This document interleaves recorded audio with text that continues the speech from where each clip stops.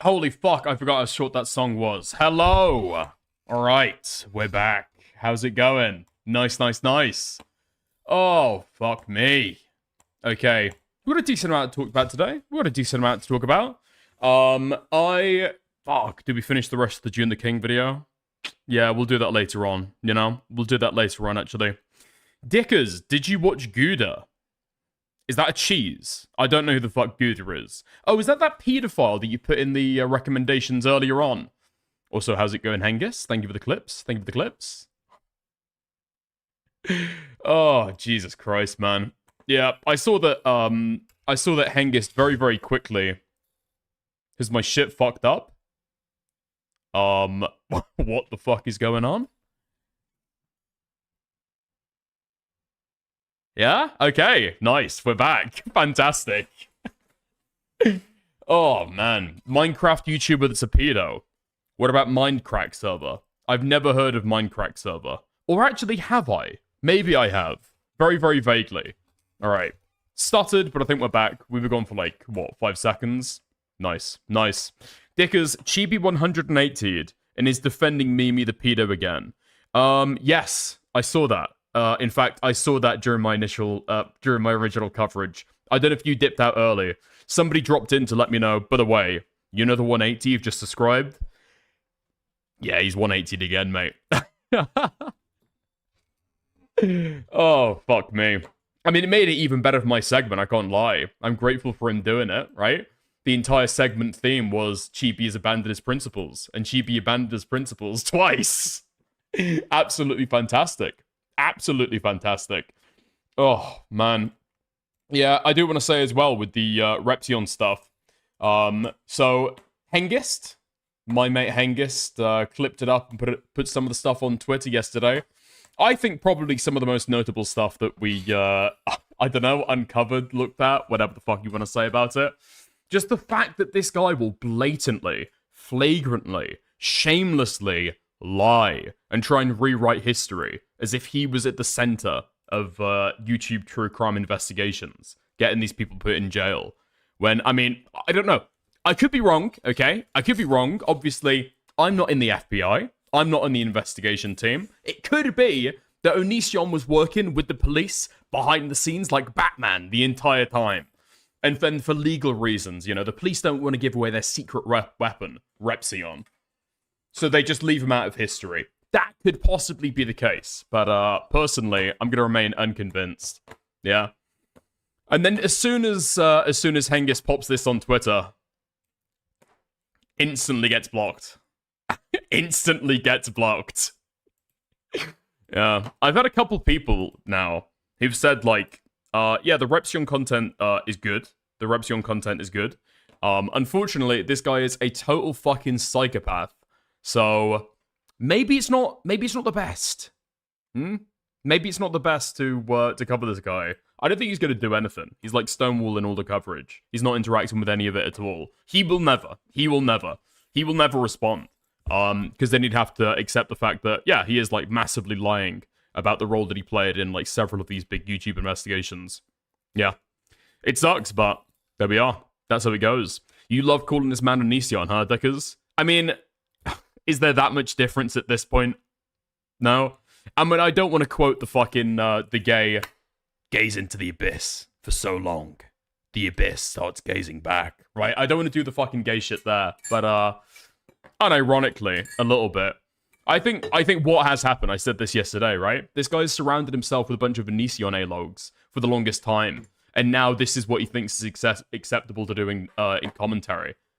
Totally retarded. Oh, I've seen a few people, they were in chat at the time, and then I think I got messages from a couple people being like, Dickers, but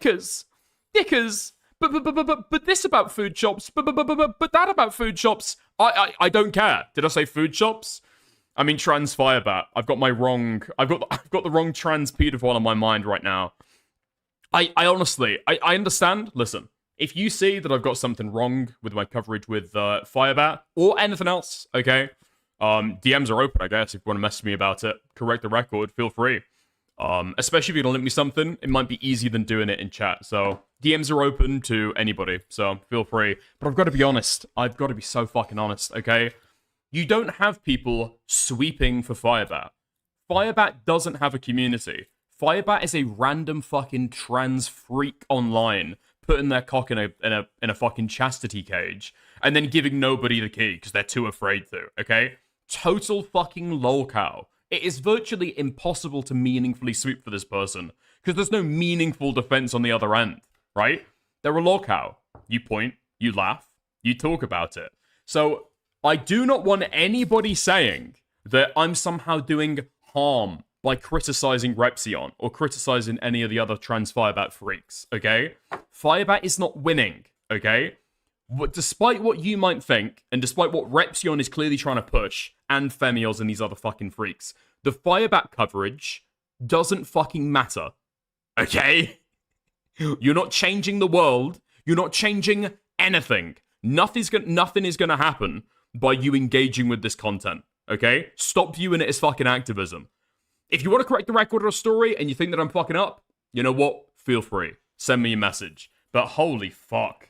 The amount of people that have been whipped into hysteria over this shit is, like, unbelievable.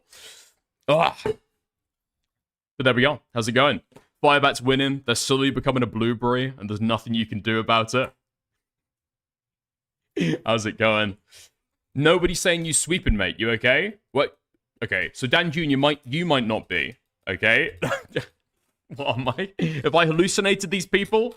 Or am I speaking about people that have spoken to me? Yeah? What do you think? Dickens, you've misspelled your channel name. Thank you. Thank you. Appreciate it. You will never make trans Firebat less of a blueberry. They're inflating as we speak. They're inflating as we speak, and Tanya is feeding them the fucking food, alright? Nothing can prevent trans Firebat from inflating like a fucking blueberry. They will live their violet dreams. And if you want to call that sexualizing a 10-year-old, then you can call it that, alright? But you're not going to fucking stop it. And the police don't give a fuck. Nothing is going to happen with this story. You need to stop thinking that something is actually going to happen. Oh, fuck me. Okay. Whole situation is cringe. Whole situation is cringe. But in my opinion, like, with the trans Firebat stuff, it's super fucking meaningless. Repzion, realistically, is the more important story there. It's by far the more important aspect. There's no need to raise awareness of trans Firebat. They're not using that platform for anything. Right? The allegations that you're trying to bring forward for them are, like, in between them and their wife. And then from, like, 10 years before. Repzion is, like, using his platform to be able to do IRL harassment against people. And as for, like, I will say this as well. I had the exact same standard. I've always had the exact same standard around shit like this. When you start taking it into IRL, you need more scrutiny on the story. Because it's not, what do you believe? What do you think is likely? What do you think is reasonable at that point? The standard is higher. And the standard should be higher as soon as fucking vigilante freaks want to start taking this in real life. If you want to start harassing somebody in real life over it, you need to start asking, are you sure? Essentially. Right? That's the standard you need to operate on. Fucking retarded. Beckett just went live. Don't care. Nice. Good for Beckett. I appreciate it. Yeah. Haas hero bus driver influencer versus malicious uppity ACC/commentary streamer Dickers. Excuse me. Actually, I also stream in the film critic community as well. Thank you. I got an EFAP, excuse me. I might have Liar Convoy added on Discord, but I also got an EFAP. So, perfect balance in all things, as all things should be. Alright, nice. Fuck me. Is there anything else to talk about before we get into it? I don't know if there is, actually. I don't know if there is at all. Oh, fuck, actually, is Hengist still here?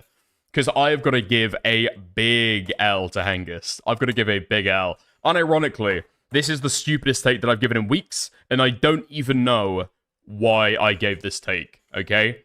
So, when we were covering Kodiak a little bit ago, he said that he was leaving the internet for a while now, okay? He's done. He's out. He's no more. He's moving on. Yeah. So, couple days later, he came back. I don't know why, but I argued at the time, like, nah, dude. It's over. It's over. It's more over than it's ever been. You don't get it, all right? All of his fucking friends are turning on him. Yeah, here we go. Here's the original video. My final statement. I'll see you all when I get my life back on track. I thought this guy was actually mentally raped. I'd seen other things from him on his timeline where he's complaining about his life, and he was just like, oh, dude, I just sat down today at the train station, and like, I just cried into my hands, man. I just cried into my hands, and you know, I just thought about how rough my life has been these last few months, and man, the internet can take a toll on you. And my heart moved. I'm afraid to admit it, okay? I'm ashamed to admit my heart was actually moved by that, and I felt bad for the guy, because I thought that he was actually in mental turmoil. Turns out, no. March 5th. That's when he says that he's going to be gone for a while until his life is back in order. And then... my stream anniversary is on the 10th. Doom Marathon will be happening. It's on the 8th. And then, yeah, all of the Twitter activity you can see here is all from, dude, March 5th. March 6th. Literally left a day. You should always regret it. You should always regret it. When you start to feel sympathy for somebody online, when you start to feel just a teeny tiny little crumb of empathy, you should think again and think, actually, is this all like an intentional manipulation plot in order to get people off this person's back? Yes, it always is. It always is. Did I say March? Pardon me. Yeah. Yeah, I mean May. Fuck me. A girl can change her mind? Yeah, I guess I can. I guess I can. What YouTube live are you linking me as left on trying to prosecute this stuff when it's just a road to fucking nowhere? Wait, Hangus, you think you'll be back by next week? Nah. No, I actually don't fucking think so. I actually don't think so. I think that he might... Here's my prediction, okay? If I have to, like, mind read Kodiak. Listen, I'm wrong, okay? I was wrong. I'm fine admitting it. Don't force me to do this. I would probably say that he's going to spend this time working on trying to get legal action forced through, and then trying to get a job as well, right? And then as soon as he finally gets his job, he'll want to, like, focus on that for a little bit, and then only eventually, after a little bit, will he come back, if at all, right? But, yeah. I mean, this guy doesn't strike me as somebody with a lot of friends, so... yeah, he probably will be streaming. He probably will be streaming again within a few months. But I doubt it's going to be a fucking week. It was literally days. It was literally within days this guy was back. Fuck! Every time I get taken for a ride. Every single fucking time, man. It really is fucking brutal. Ugh. There'll be English councils that will take longer to count their votes than Kodiak took off. Oh, fuck me. Okay. Also, do I want to draw attention to this? I don't know. I've got to say, Slug is like massively fucking up the Falgi stuff. I guess I'll just say that. Slug finally did give me a response after days. After fucking days. So, yeah. May 6th. Slug says that Falgi was planning on swatting Himpleton the entire time. Apparently, he's got this from sources in the background that nobody else is allowed to see. Not yet, nuh-uh. He's running with the claim publicly that Falgi was trying to swat Himpleton. As in, let's all agree what swat means just for a second, okay? Because I'm getting the distinct impression that there was going to be gay games played with words here. Swatting is when you make a false police report, acting as though somebody is doing, like, a heinous crime. They're about to blow themselves up, they're about to plant a bomb, they're killing their wife, they're in the process of raping somebody, I guess, in order to prompt an armed police response, either to troll them, harass them, and then possibly to get them killed, okay? That's what swatting is, we can all agree. It's not a wellness check made in good faith about somebody who you foolishly believe might be in risk of killing themselves. That's not what swatting is, okay?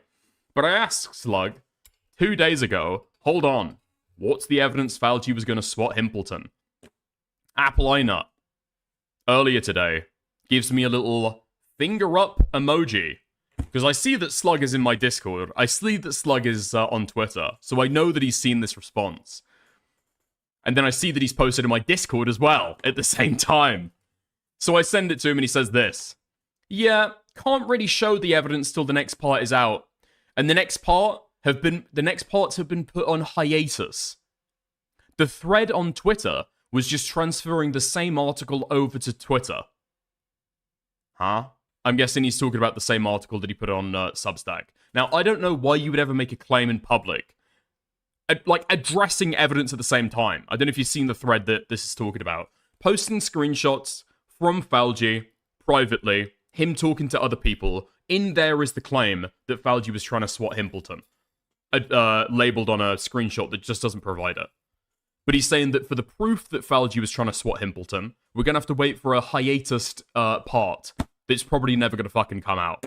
I don't know why. He's saying that sources have disappeared and he's hit a wall. So until further developments, the article is on hiatus. I'll be working on other projects and other topics, but the Falgi files are on hiatus until further notice. Now, I don't know why you would need to worry about sources disappearing all of a sudden. Because presumably you haven't just taken somebody's word, right? Oh yeah, I heard that Falgi was trying to get Himpleton doxxed and swatted. Sorry. You haven't just heard from somebody else that Falgi was trying to get Himpleton swatted and just ran with that, right? Falsely attributed that to a screenshot or evidence that just doesn't bear that out at all? Surely not. Surely not. Well, I gave these criticisms to to Slug in the Discord earlier, and his only response was, yeah, that's a good point. I'll take the feedback. So I don't know if he actually even does have evidence of the claim that Falgi was trying to swat Himpleton, which again is a crazy fucking claim to run with. But yeah, there we go. Oh, is that part of why he got kicked from Cope Court? Wait, really? Did he? I'm not sure about any of that. Yeah, I'm not sure. I'm not sure about any of that. Motherfuckers be spreading misinfo like how motherfuckers be spreading hantavirus. Yeah, I fucking heard about that. COVID virus 2.0, right? Like, what is it? A 50% mortality rate? Yeah, we're fucked.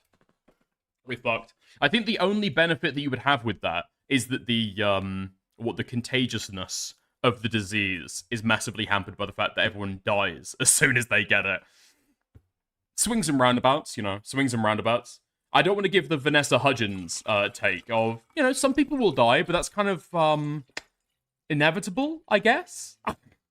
I don't want to give the Vanessa Hudgens take, but unfortunately, she might just be correct. Oh, isn't Slug working with Internet Adjacent now? Please tell me that's not true. Please tell me that's not true. I don't know if that's true. I'd give Slug the benefit of the doubt, but yeah, that's a fumble. I've just seen, like, so many fumbles. I'm not gonna lie. Especially when, I think if you are gonna call yourself a journalist and, like, talk about your credentials, say that you're going to school for journalism, I feel like you are inviting a higher scrutiny because you're relying on credentials and training that you supposedly had to give yourself a higher level of credibility. Right?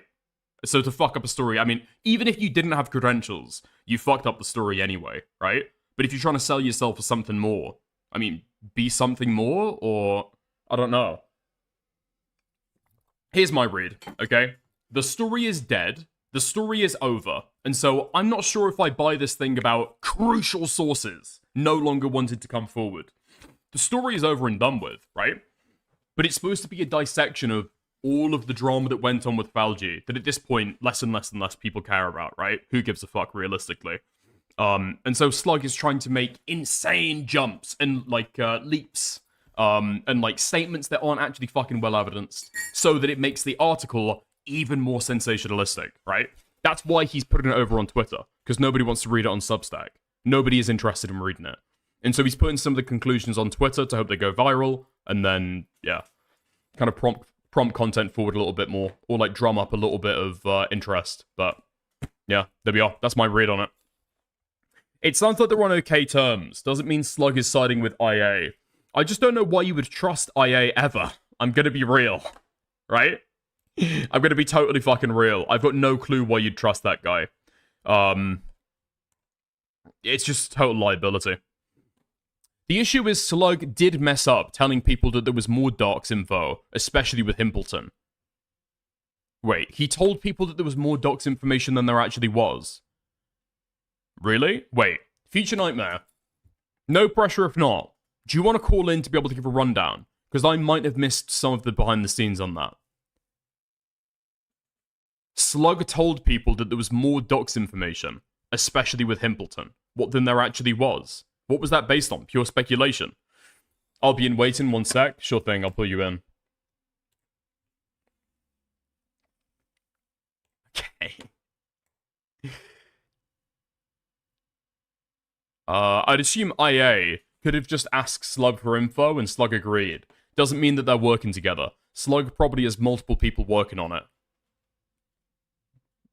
Yeah, I'm sure he's got a whole team. I'm sure he's got the the commentary journalism Avengers working on this project right now, just to make sure that Falgi can never return and something like this can never happen in commentary again. 100%. 100%. Okay. How's it going, Future? Just give me 1 second. Let me put my headphones in. Yeah, sure thing.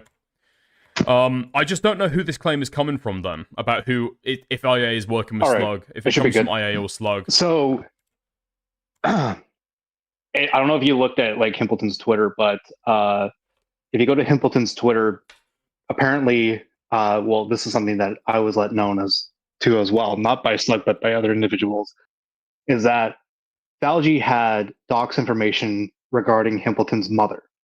And he didn't tell Himpleton, and Himpleton had to find out by a third party. So Slug was going around telling people that that there was Doc's information regarding Himpleton's mom in the research server that Slug neglected to tell Himpleton would be like the big thing. Wait, why? Why did he not tell Himpleton? I don't know. He's like there was Doc's information with Morale, and I had to tell Morale personally because Slug wouldn't want to tell Morale. It's been incredibly frustrating. But why would he tell his gaggle of Discord goons that there's Doc's information about people and not tell the person themselves? I mean, maybe you're saying you don't know. Has he not said why not? I don't know. I mean, like if you're finding like Doc's information on an individual, you should be telling that individual personally, right? Especially since they're like the affected party. And I don't know why he's not doing that. I think that's like a complete failure by Slug. The bit of understanding that I would give is, well, okay, maybe if Falgi had Doc's information on people, you don't necessarily want to bang the drum about that, right? And if you tell somebody, hey, this person had Doc's information on you, it might make them worried with no clear benefit at all other than to drama stir, right? But if he's telling a bunch of retards on Discord, I don't see why you wouldn't tell the person themselves, you know what I mean? Well, that's what I'm gathering at, right? It's because I've been in a couple private calls with Slug about the Falgi stuff because he lets me know about stuff that's been happening. So there's stuff that I know that is not public yet and that I'm not going to talk about. But I mean, he'll tell me oh, this person has Doc's information in the research server, in Falgi's research server. And I'm like, okay, well, did you tell them? And he's like, not yet. I'm like, okay, well, you should probably tell them because, I mean, their Doc's information is in that server. You should figure out how that information was gathered and then tell them how to take that stuff down or hide it better in some way. From the times I've talked to Slug, his worry was everybody would go into a fortress arc, and he was trying to stop people from going into a fortress arc. And it's okay, I kind of get it, but wait, who is he trying to stop going into a fortress arc? He's trying to stop commentary in general to go in fortress arc. I don't think that anyone's going into a fortress arc. I think people are just not interested in this story because it was a drama from almost, was it a month and a half ago? I just don't think anyone's interested anymore. I mean, I'm sure as fuck not interested anymore. Like Yeah. it's gotten really boring because it's like, okay, well, you're telling me all this stuff and not to make it public, and then like I go into your server and then you're making it public in your server. It's kind of frustrating. Um, and Huh. like I just don't really know what else is there that's like so bad now that I need to keep being interested in it, right? Like it's just like one of the things where um, you want to have all that information out right now, or in if it's such a big story, I would have just probably not said anything and then just did like a whole like documentary video going over everything instead of like drip Mhm. feeding. Yeah, this guy's got all of the DMs from Cloudy, Cloudy and Rena and Falgi, and then I think he's got a few other people's DMs as well. You're He's not going got to get my that DMs access with with a lot of Falgi. people. He's got my DMs with Falgi, and there's nothing in there. It's all research stuff. Or like me letting him know about like specific dramas, like the Yatsukure stuff that I was working on with Himpleton. So I think there's really like nothing in there. the best thing that Slug could do to encourage people to be able to speak to him is don't run ahead with claims before you're willing to give the evidence. Because I don't know if are you aware of this recent like swatting allegation that he's made against Falgi? That somebody was trying to swat Falgi. No. The allegation that Falgi was trying to swat Himpleton. Yeah. I heard about that. Yeah. What? I'm sure. Is there any evidence for that, or is that just something that he's come up with on his own? Knowing Slug, I'm sure that there is information on that. Because like again, it's not that like. So, how do I put this? It's not that like Slug is bad with the information in the sense that like he's not telling a lie, for instance.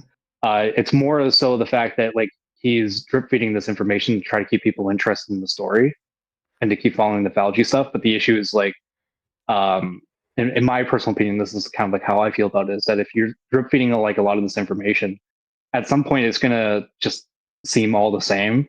And it's like, okay, yeah, I get it now. Like I'm kind of done with this whole story. Well, I don't the really care thing anymore. that I would be worried about, if Slug approached me and said, "Hey, can you give me an export of all your DMs of Falgi?" I would come out of it thinking, "Fuck, is Slug gonna massively misinterpret something and then make an allegation that I was trying to dox somebody or I was trying to swat somebody or like something like that?" That's what I'd be worried about. Is this guy going to take my DMs, fuck it up, and then make some crazy allegation that I'm going to have to again get involved with to be able to say, no, actually, that's not true. That's not what happened in the DMs.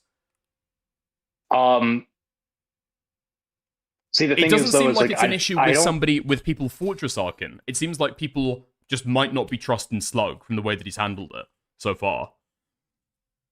I mean, like that's fair. I don't think that again. You might call me like a little bit of a sweeper for Slug, but I don't think that, at least from the stuff that he's told me and he showed me evidence for, I don't think he's lying about the claims. At least I don't know about like swatting stuff because I haven't seen the evidence myself. But the vast majority of the claims that he's told me about is true because he'll show me the evidence that like there is docs information or there is specific allegations of Falgi wanting to go after a specific person, right? So I mean, that's not Slug, the though. claim We might already be knew true. there was docs information. You know what I mean? I'm talking about the reads and claims that he's making with his coverage. And to be clear, I'm not saying that he's lying. What I'm saying is that he's, like, retardedly fucking up the story by making crazy stretches to be able to sensationalize it and make it something that it, frankly, just isn't. He's like chasing a story that possibly just isn't there. There's no evidence that I've seen that Falgi was trying to swat anybody. Well, that's what I was trying to say though, is that like the big issue with the claims that Slug is making is he's not providing the evidence for the claims. And like in private, he'll show you the evidence of the claim, and that's why he's getting to that position. And every single time he's done that for me, it's always been true. So Okay. the swatting claim might be true. The issue is like what he posted on Twitter is just like there's not enough evidence to come to that conclusion with saying that without providing the full evidence. Because he's showing a screenshot and he's saying this screenshot implies that the lie about the wellness check was to swat Himpleton. There's no evidence of that in the screenshot that he provides.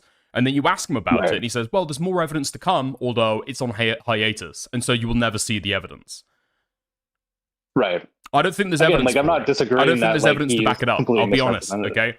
I think that he's misrepresented the screenshot. He's fucked up the story, and now he's acting as though there's evidence that, well, I might never get to show it. The evidence might never see the light of day. The evidence didn't exist.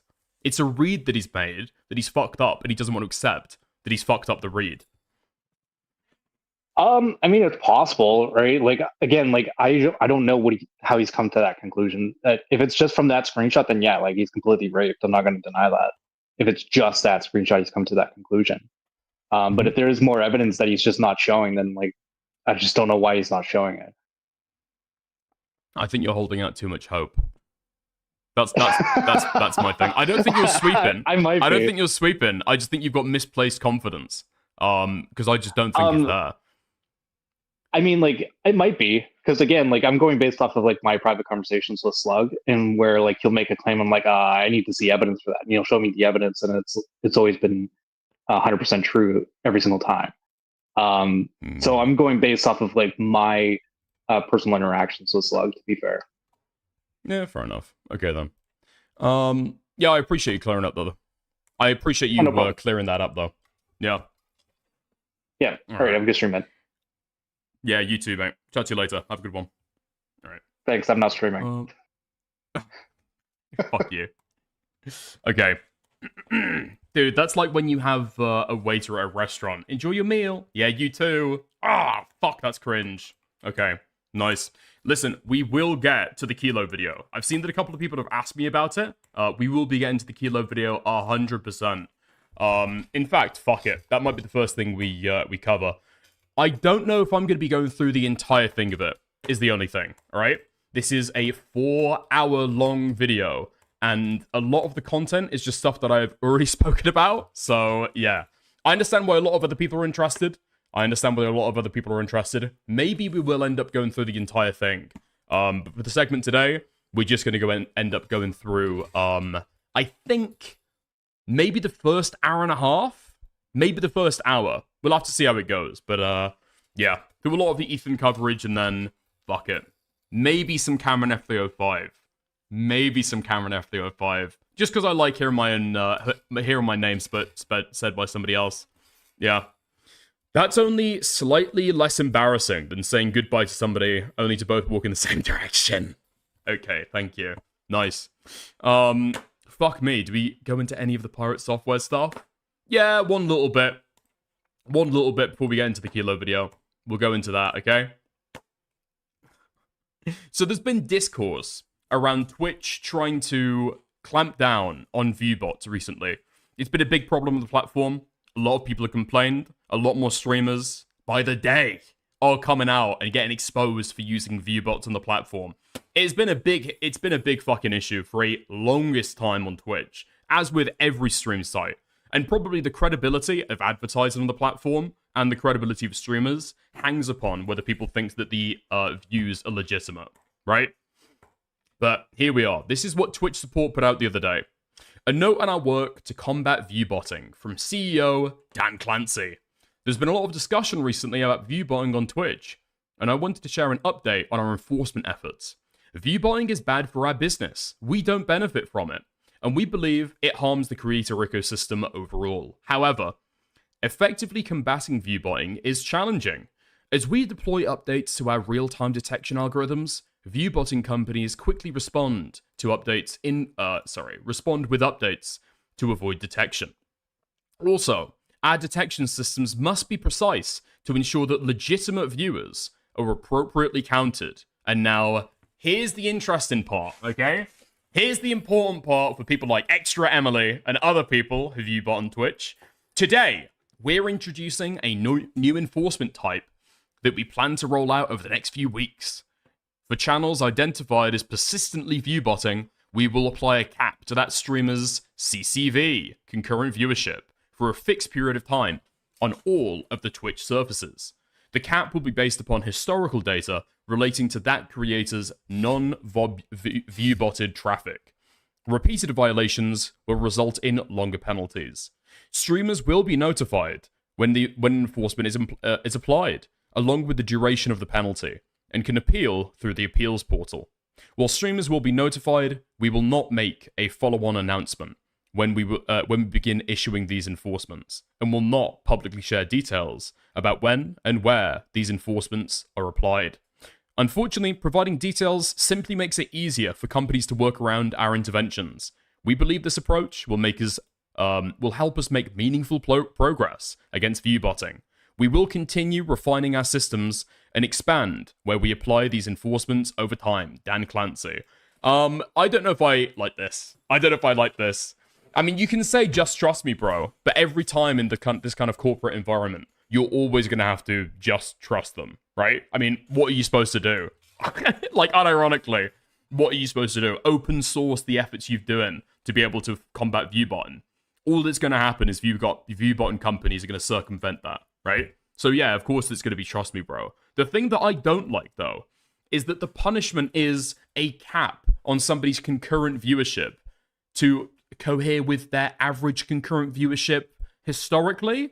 Just fucking demonetize them. What the fuck do you mean?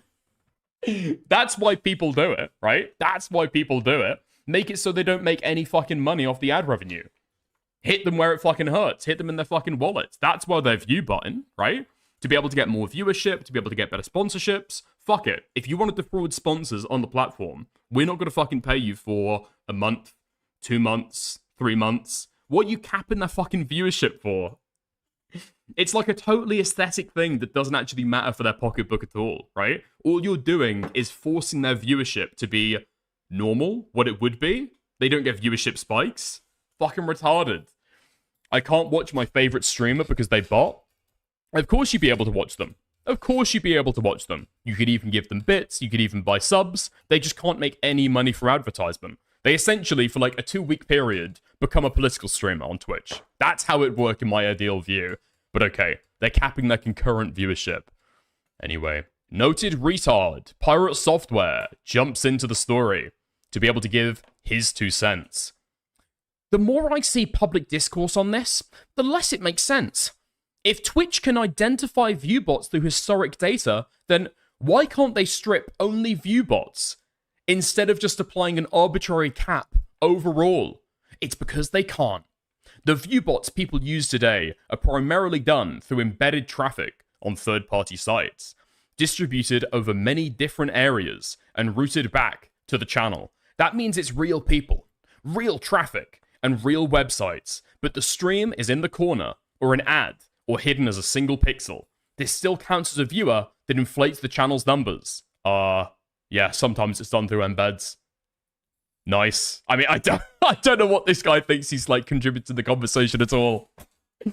I mean, if Twitch can identify viewbots through historical data, then why can't they strip only viewbots? You're fucking retarded. You can identify that somebody is viewbotting. What do you mean, identify the viewbots? Nobody has ever had the idea you can identify exactly which viewers are viewbots. What? That's never been something you can do. The view capping they're planning doesn't actually fix the issue, and it'll likely paint targets on streamers' backs.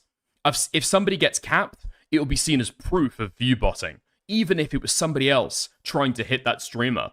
We already see tons of people using third-party browser plugins and starting witch hunts over flimsy data, thinking viewers are bots. This just makes it official. The real issue here is embeds over anything else. If you actually want to do actual damage to viewbotting, then kill off embeds and shift everything back to user traffic inside. From there, you can actually fight this behavior instead of using blanket methods like this. No fucking idea what he's talking about.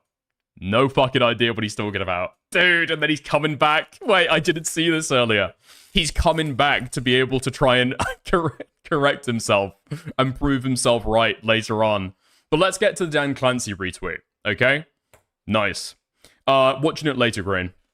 So Dan Clancy says, a number of streamers have suggested that embeds are the primary viewership viewbot vector. While this is an attack vector we monitor, embeds only account for 0.37% of total hours watched on Twitch, and are not the primary source of the problem today. We have policies around embed usage, and actively detect and take action against sites that violate them, and will continue looking for ways to address that attack vector. Oof. Oof. Oof. Contradicting pirate software? Not a good idea. Not a good idea. You're in for a world of hurt. You don't even realize. It's impossible for the public to verify the claim of 0.37%, which makes this post harder to agree with. It's easy to find services that provide exactly what I'm talking about with embedded stream views through distributed online sources. Yeah, would you think the CEO of Twitch is going to straight up fucking lie publicly about the viewbotting problem? What, do you want that guy fucking sued? Does he want to be put in fucking prison over lying to investors? What the fuck are you talking about? Why do you think you presume to know the issue better than the fucking CEO of Twitch? You've got no fucking clue what you're talking about, clearly. Fuck me. This guy just thinks he's like a computer wizard and he knows fucking everything. He just fucking doesn't. Go back to your fucking game, bro. Go back to your fucking game. If you spent 10% of the time that you spend fighting with people on Twitter, working on the game that you fundraised for, maybe it'd be out by now, okay? Just maybe. Why is Twitch counting views from any source that isn't a fully authenticated user? It would force viewbotting companies to actually use created accounts, and at scale, that is easier to correlate behavior and shut down. In the past, I've seen you guys misfire on this entirely, like when you shut down the ad revenue of our rescue streams because you thought our real users were bots. Of course, I'm skeptical of your implementation because your track record isn't great here. Aside from the idea of penalizing a streamer for botting by capping their viewership, it is an absurd way to handle this. You've created an incentive for attackers to bot creators to cap their streams and cause social and economic damage as a result. Yeah, any measure that you take to address botting will always do that. I don't know what you're talking about. You've got streamers on the platform who are inflating their viewership and defrauding sponsors by doing view botting. Yes, of course, those streamers need to be fucking punished. There needs to be another side to the incentive to view botting. You need to add a disincentive for people to actually stop doing that behavior. Obviously. This isn't a great route at all, and it will lead to a ton of problems. As an example of this, I've already seen behavior like this over the last 2 years. VTubers were targeted by people who used botted accounts to advertise them across the platform. Twitch responded by banning the VTubers, saying they were the source of this. It wasn't them. It was attackers trying to get them banned, and it worked. Every time I see a wave of VTubers taken down for automated account reasons, it's the same story all over again. I've sent everything about this over to you guys, and still see the problem today. We now see this same behavior across other platforms as well, because it continues to work. Bro, if you want a job at Twitch, how about you fucking apply? It's just so fucking gay. This guy thinks that he's the only credible person in the fucking room, in every room, who knows what's going on. And everybody else is a fucking retard. He's so fucking insufferable. Fuck me. And he replies underneath this as well. Okay. For those saying that embeds no longer work, or that route was fixed, I went and tested it myself. Literally nobody is saying this. Literally nobody is saying that. Oh, another day, another dollar, another downfall for pirate software. It is terrible to see. You hate to see it. A once well-respected creator who can't help but keep falling down. No, I kind of love it, I can't lie. Okay. There we go. Holy yapping. Okay. We'll get to the titular content, alright? Let's get to it. Ethan Klein. Wait, what's this?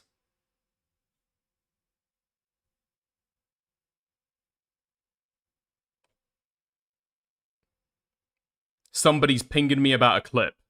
I might stick that on the docket later. Okay. Wait, what? Hold on. This is going to completely ruin the flow of the segment because I was going to get to it later. Nicholas Deorio swept for copyright abuse, knowingly, deliberately. Paige Christie told Deorio in January 2025 that Ethan was DMCA striking clips as short as 20 seconds. Queeman also leaks DMs with Aiden Underground that reveal Aiden had tipped off Deorio about Paige's video. Hold on.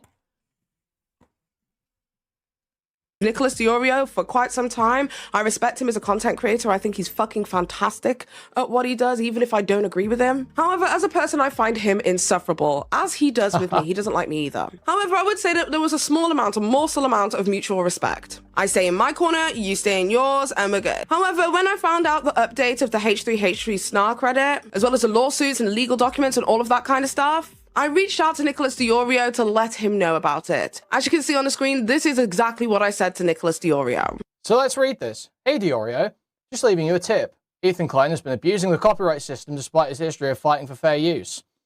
And so this is the post that we just read that lays out the exact durations of the clips and what was struck and when. If he's striking down posts that are here, watch this mirror, and don't give Ethan views, then that's based on best practices, says Nick. Paige says, no he's not. I'd say that would be fair also, but that's not what he's doing. We're talking clips that are 20 seconds or 1 minute, not exactly intended to rip off a 3-hour plus podcast.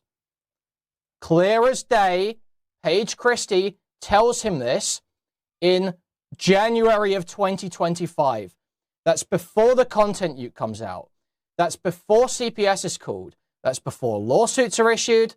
That's before fucking all of it. Dude, did Nick respond to this at the time?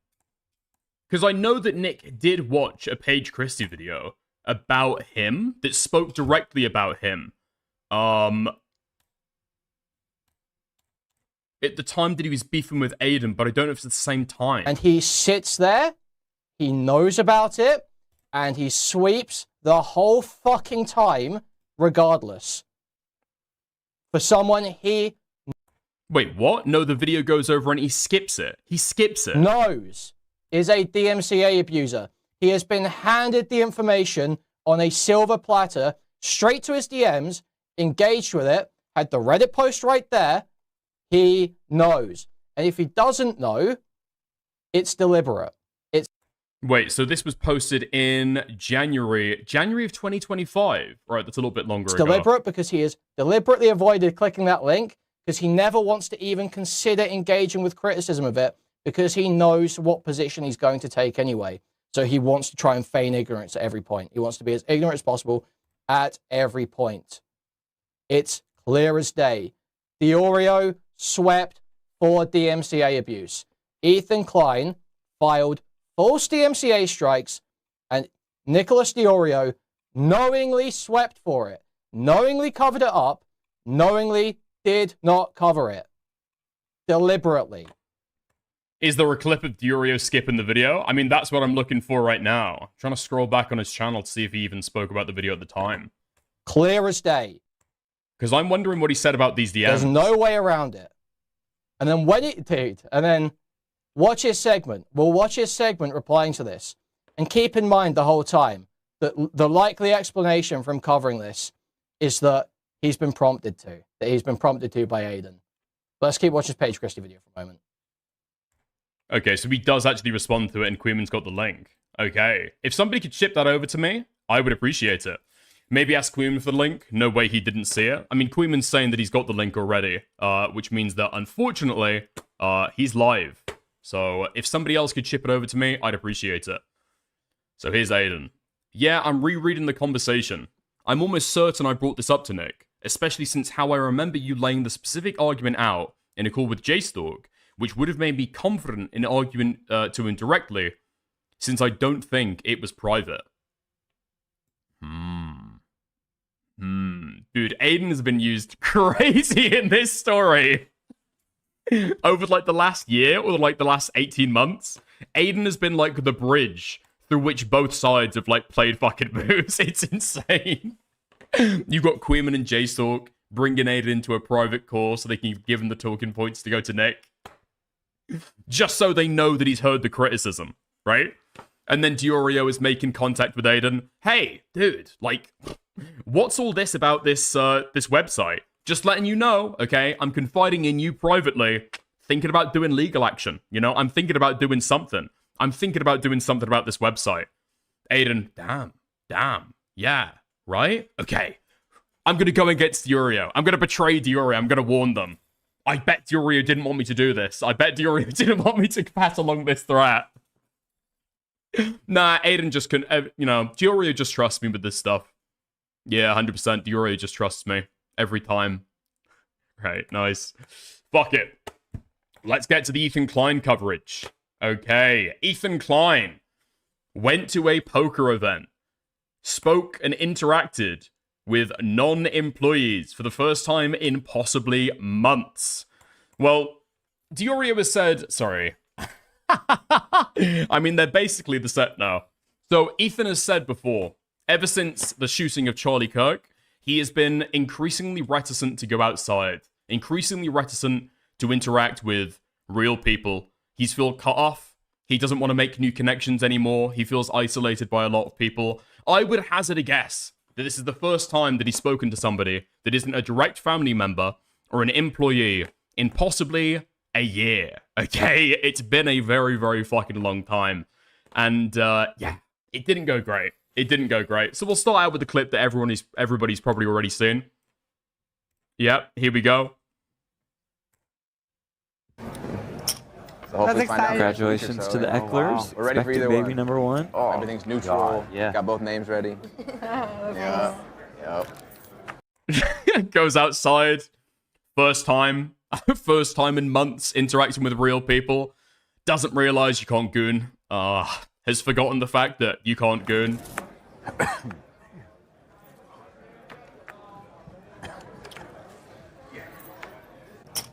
That's exciting. Congratulations to the Ecklers. Wow. We're ready for either baby one. Number one. Doesn't he say that these people are obsessed with him? Hasn't that been the line that he's taken? These people are obsessed with me. These people can't get numbers unless they talk about me. Literally screenshotting a story from Anissa where she's talking about getting her pussy hair lasered off. Where she's talking about getting made smooth. And he's screenshotting that shit. I just got my pussy laser hair removal done today by Chantel's Laser Lab. It was so painless. I'm sad I waited for so long to do it, but she's amazing. If you're in the Edmonton area, I highly recommend her. Flower emoji, heart emoji. Now that would have been bad enough as it is. Okay, that was enough of a fumble. Didn't really realize. Okay, you're outside now. Other people can see what you're doing. You're at a filmed event. There's cameras everywhere. Stop screenshotting stuff or posts where women are talking about their pussy hair. Probably a bad look, especially from an ex-best friend. But it gets even worse, because he was doing interviews at the event as well. And, well, fuck me. I mean, even Yeet is getting in on this stuff. It's pretty fucking cringeworthy. Okay, here we are. Can you get Ray J? Oh, he's so trash, bro. Didn't Ray J just try to like kill his ex? I'm gonna get him. Yeah. I'm gonna get Ray J before he goes to jail. Hold on. Is he flirting or is he in an interview? Trying to smash? Both. I would be very afraid to be a woman. Help that Flirting woman with Ray J right now. I'm Help just saying, her, Ethan. It's rough. It's rough waters out there, my boy. I'm not up to date. He pulled a gun on his baby mama. Yeah, he did. Why does nobody want to associate with Ethan Klein? Why does nobody want to associate with Ethan Klein? This guy spent like the last 18 months complaining about having no connections at all, right? Nobody wants to associate with him. Nobody wants to be his friend. Nobody wants to invite him to events. And then finally he does. It's a poker event supporting gambling. Not very kosher, Ethan. And then he acts like this. So that's Ray J. He's trying to smash, but we're gonna get him. Get a shot at them. Get a shot at them posing. I don't want to be rude, but I'm pretty sure she's a prostitute, and I really don't want to say that. But I mean, like, She was playing at CPT. Yeah. I don't think she was. No, she was, bro. She was. You're very wrong. Oh, she's. Yeah, don't say she's that. right there. Well, okay, I apologize then. That was rude. That's not right. Well, I didn't say it to her. Luckily, she didn't hear me. No. Oh my fucking god, it's actually insane. Ethan almost burst a fucking blood vessel. This guy almost had a stroke when people refer to Hila as his wife. No? And then he's referring to this woman as Ray J's prostitute. No, but we're in Vegas and everything was saying that. I shouldn't have said that. I shouldn't speculate. I don't know. I shouldn't have said that. That's horrible. But the dresses and the town. But also, she's like a Russian supremacist, so who cares? Yeah? Yeah? I'm not sure. Dude, it's actually fucking crazy. The way that this guy speaks about other people. If anybody spoke about him in the same way, I mean, there would be hell to pay. I mean, let's ask the question, okay? What would happen if somebody called Ethan Klein an Israeli supremacist or a Jewish supremacist? He would fucking go wild. There would be an entire podcast episode dedicated to the sheer anti-Semitism on display at that event, right? Tell me I'm fucking wrong. Tell me I am fucking wrong. This guy would spend hours screeching about this stuff, calling up the fucking ADL. Dude, this fucking gambling event would not happen next year if somebody called Ethan Klein a Zionist or a Jewish supremacist.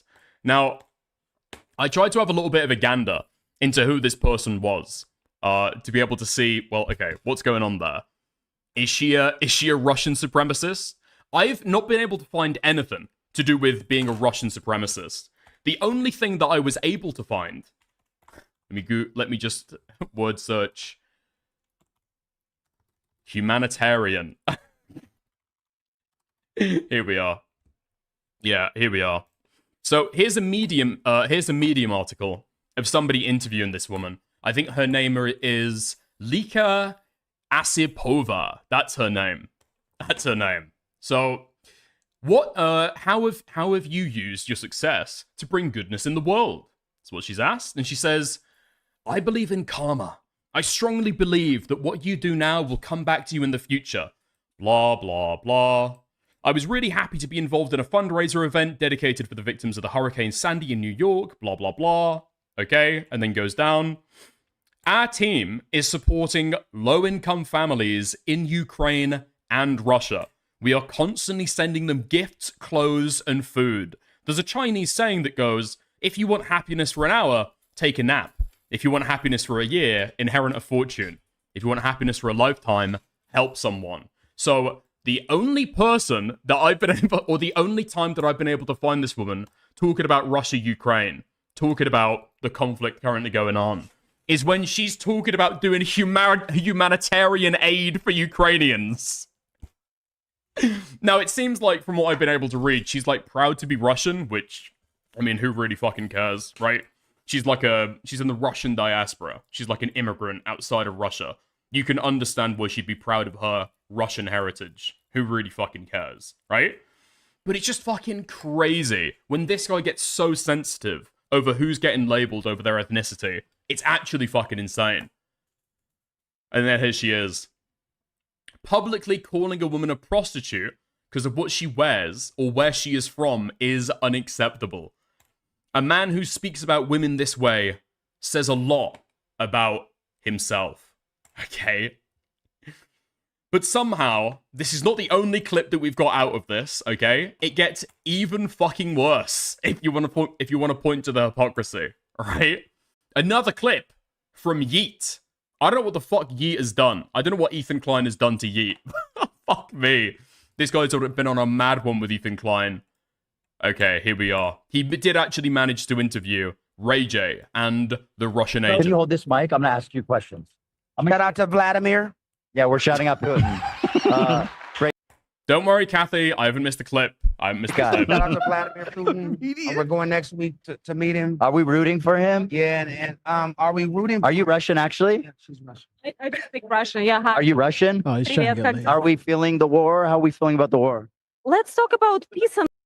Dude, could you fucking imagine the H3 podcast episode if Ethan went up to, or somebody came up to Ethan at an event like this and started asking about Israel-Palestine? Could you fucking imagine? Right. I've heard that there's no gay people in Russia. Is that true? Gay people are everywhere. They're everywhere. Right. Okay. All right. I want to say this for Gallia. We're gonna find Putin. We're gonna drone him. Does she need help? This one? What? The drones will find Putin. Привет, как дела? Yes. What did that mean? That just means It means like he's yes. hot. He's rich too. I don't know if you know that. Oh, come It's on. not about money. Here, I'm rich too. It's not about money. Trust me. This guy's got. For his grandma, mom. Is that right? We're and where do you? But I Where just does? want you to do where do that. you But to have that, I appreciate that. But I money doesn't make you. have a restaurant in Los Angeles. Really? I'm a founder of Miss Russia. I have a lot of things. You're a founder of Miss Russia. Are you an oligarch? Ah? Are you like an oligarch? Oh, what is that? Like the high society in Russia? High society. High society. It's like Putin's buddies. Why are you talking It's about? like Putin's body. I don't know. He brought it up. He was the one who started He talking said about Putin. Body. I'm an American citizen. I live here for 20 years. Okay, I good. don't want to talk shit about. Good, Putin. good, good, He's, good. Dude, he pulls the fucking microphone away from her as well. Now, I'm pretty sure that Ethan Klein has said the exact same thing when other people have said, oh, Ela. Yeah, she's a Zionist, right? She's a Zionist. Actually, excuse me. We used to live in Israel. We are now American citizens. Thank you very much. How bigoted can you be? Anti-Semitism off the fucking charts. He's a figure to recognize. Pootie hole? Vladimir Putin. Can we call him Pootie hole? Thank you so much, guys. I appreciate it. It's like I mean, the hypocrisy is one thing. It's just the fucking sheer awkwardness is the other. Fuck me. Oh, fuck me. Dude, and AB's fucking stupid grin at the end. He's clearly not having fun. He's not having fun at all. This is so awkward. Ethan's so cringe. I mean, yeah, he's probably invited there as a fucking comedian, right? That's what he's there to do. Can we call him Pootie Hole? Can we call him Pootie Hole? Now, what Ethan is obviously trying to do there is trying to see if she will agree to something negative about Putin, to be able to, like, vibe check her, or see if she's going to virtue signal about Putin. Say something bad about it. But again, if somebody did the exact same thing to him, really pressed him for, like, what? A minute and a half about his allegiances to Israel. Something tells me he wouldn't take too kindly to it, okay? Now, Ethan has apologized, but he's not apologized for what is, in my opinion, the worst hypocrisy in all of this, okay? He's apologized for the misogyny. So, she called him out on an Instagram story. We already read that, right? Go on to the next one. Update 2. Ethan Klein released an apology. Hi there, leaker. You are 100% correct. What I said was totally out of line, and I immediately regretted it. I am deeply sorry and very embarrassed for what I said. I'm cutting it out of our broadcast, and again, just want to offer my sincere apology for being so disrespectful. You did not deserve to be spoken about like that. I'm interested in what Ethan's actually going to cut out. I mean, first of all, you were offended? You were offended? There's huge Twitter threads being made about this stuff? Well, actually, as a statement of accountability, I will remove the offensive and incredibly embarrassing part from my broadcast. Listen, okay? I'll take that on the chin. I'll do that for you 100%. I'll do that for you. But the thing that I just don't fucking get is I've shown them out of order, right? If you think it escalates, no, okay? This is the original interview. And then after that interaction is when he calls her a prostitute and says that she's a Russian supremacist. So this is after the interview he did, and this is what he's got to say about her after it goes awfully. And he's like a cringeworthy, embarrassing mess. Oh, he's so trash, bro. Didn't Ray J just try to like kill his ex? I'm gonna get him. Yeah. I'm gonna get Ray J before he goes to jail. Hold on. Is he flirting or is he in an interview? Trying to smash? Both. I would be very afraid to be a woman. Help that Flirting woman with Ray J right now. I'm Help just her, saying, Ethan. It's rough. It's rough waters out there, my boy. I'm not up to date. He pulled a gun on his baby mama. Yeah, he did. So that's Ray J. He's trying to smash, but we're gonna get him. Get a shot at them. Get a shot at them posing. I don't want to be rude, but I'm pretty sure she's a prostitute, and I really don't want to say that. But I mean, like, we're in Vegas. No, she was playing at CPT. Yeah. I don't think she was. No, she was, bro. She was. It's just insane. You see his crew try and come in and save the guy, throw him a fucking lifeline. Ethan, let me pull you out. Okay? She was actually playing at CBT. She was playing at Cock and Ball Torture, okay? This woman's actually famous. Ethan, she's not a prostitute. Nah, I think she is, actually. You're very wrong. Oh, she's... Yeah, don't say she's that. right there. Well, okay, I apologize then. That was very That's not right. Well, I didn't say... Oh, she's right there? Oh, fuck, okay. Now I apologize. Now I realize she's right there. Now I apologize. Luckily, she didn't hear me. No, but we're in Vegas, and everything was saying that. I shouldn't have said that. I shouldn't speculate. I don't know. I shouldn't have said that. That's horrible. But the dresses and the town. Also, she's like a Russian supremacist. So, dude, it's fucking insane. It's actually insane. The interview goes bad. He's clearly embarrassed. Why the fuck did he do that? Well, I'll tell you exactly why. He's embarrassed because the interview went badly, and he looks like a cringe, I don't know, like loser who can't actually do comedy and can't interact with celebrities. Because presumably, Ethan has had, like, floundering opportunities. And this was his opportunity to be able to get back in the mainstream, right? Interview some celebrities, rub some shoulders, get his name out there, right? But he can't, because the interview goes horribly, and then vindictively calls her a prostitute, and then on top of that, after he apologizes for calling her a prostitute, says, wouldn't worry anyway, she's a Russian supremacist. How can this guy cry about what anybody says about him online ever? I just do not understand it. Yeah. There we go. That leads us into probably what a lot of people are here to see. What a lot of people have been waiting for, okay? We're going to watch maybe the first half of the Kilotonics video, Hasan Bad. Goes through, deconstructs, looks into a lot of the claims that have been made by Ethan Klein, Nicholas Deorio, other people involved as well, and takes a look at, I'd say broadly, the EHD drama over the last 18 months, and comes to something of, in my opinion, a definitive conclusion. Kilotonics. Okay, let's go. Nice.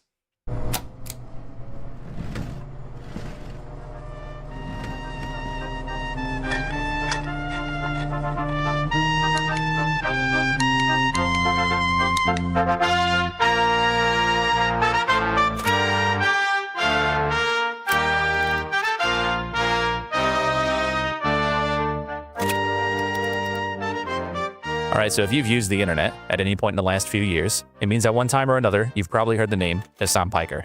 Hasan, who also goes by Hasan and Ethan, is 34 years old, he's one of online politics' largest creators, and he's known for taking controversial far-left positions and being very tall. You are tall. He's a tall guy. Bye. Hasan is best summarized as being very passionately progressive, anti-capitalist, pro-Palestinian, and overall just having somewhat radical takes that go against the grain. And he can occasionally make comments that have a tendency to make a lot of people very upset. America deserved 9/11, dude. Fuck it. I'm saying it. We fucking totally brought it on ourselves, dude. Holy shit. We did.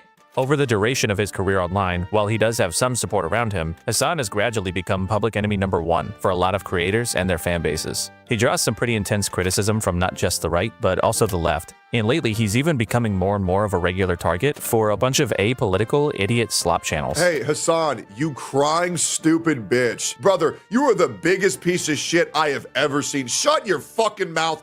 The attacks on Hasan range from him encouraging violence, to him being an anti-Semite, to him simply being kind of stupid, which is probably kind of true. I don't know which is which, dude. Doesn't know where Yemen is? I think Nope.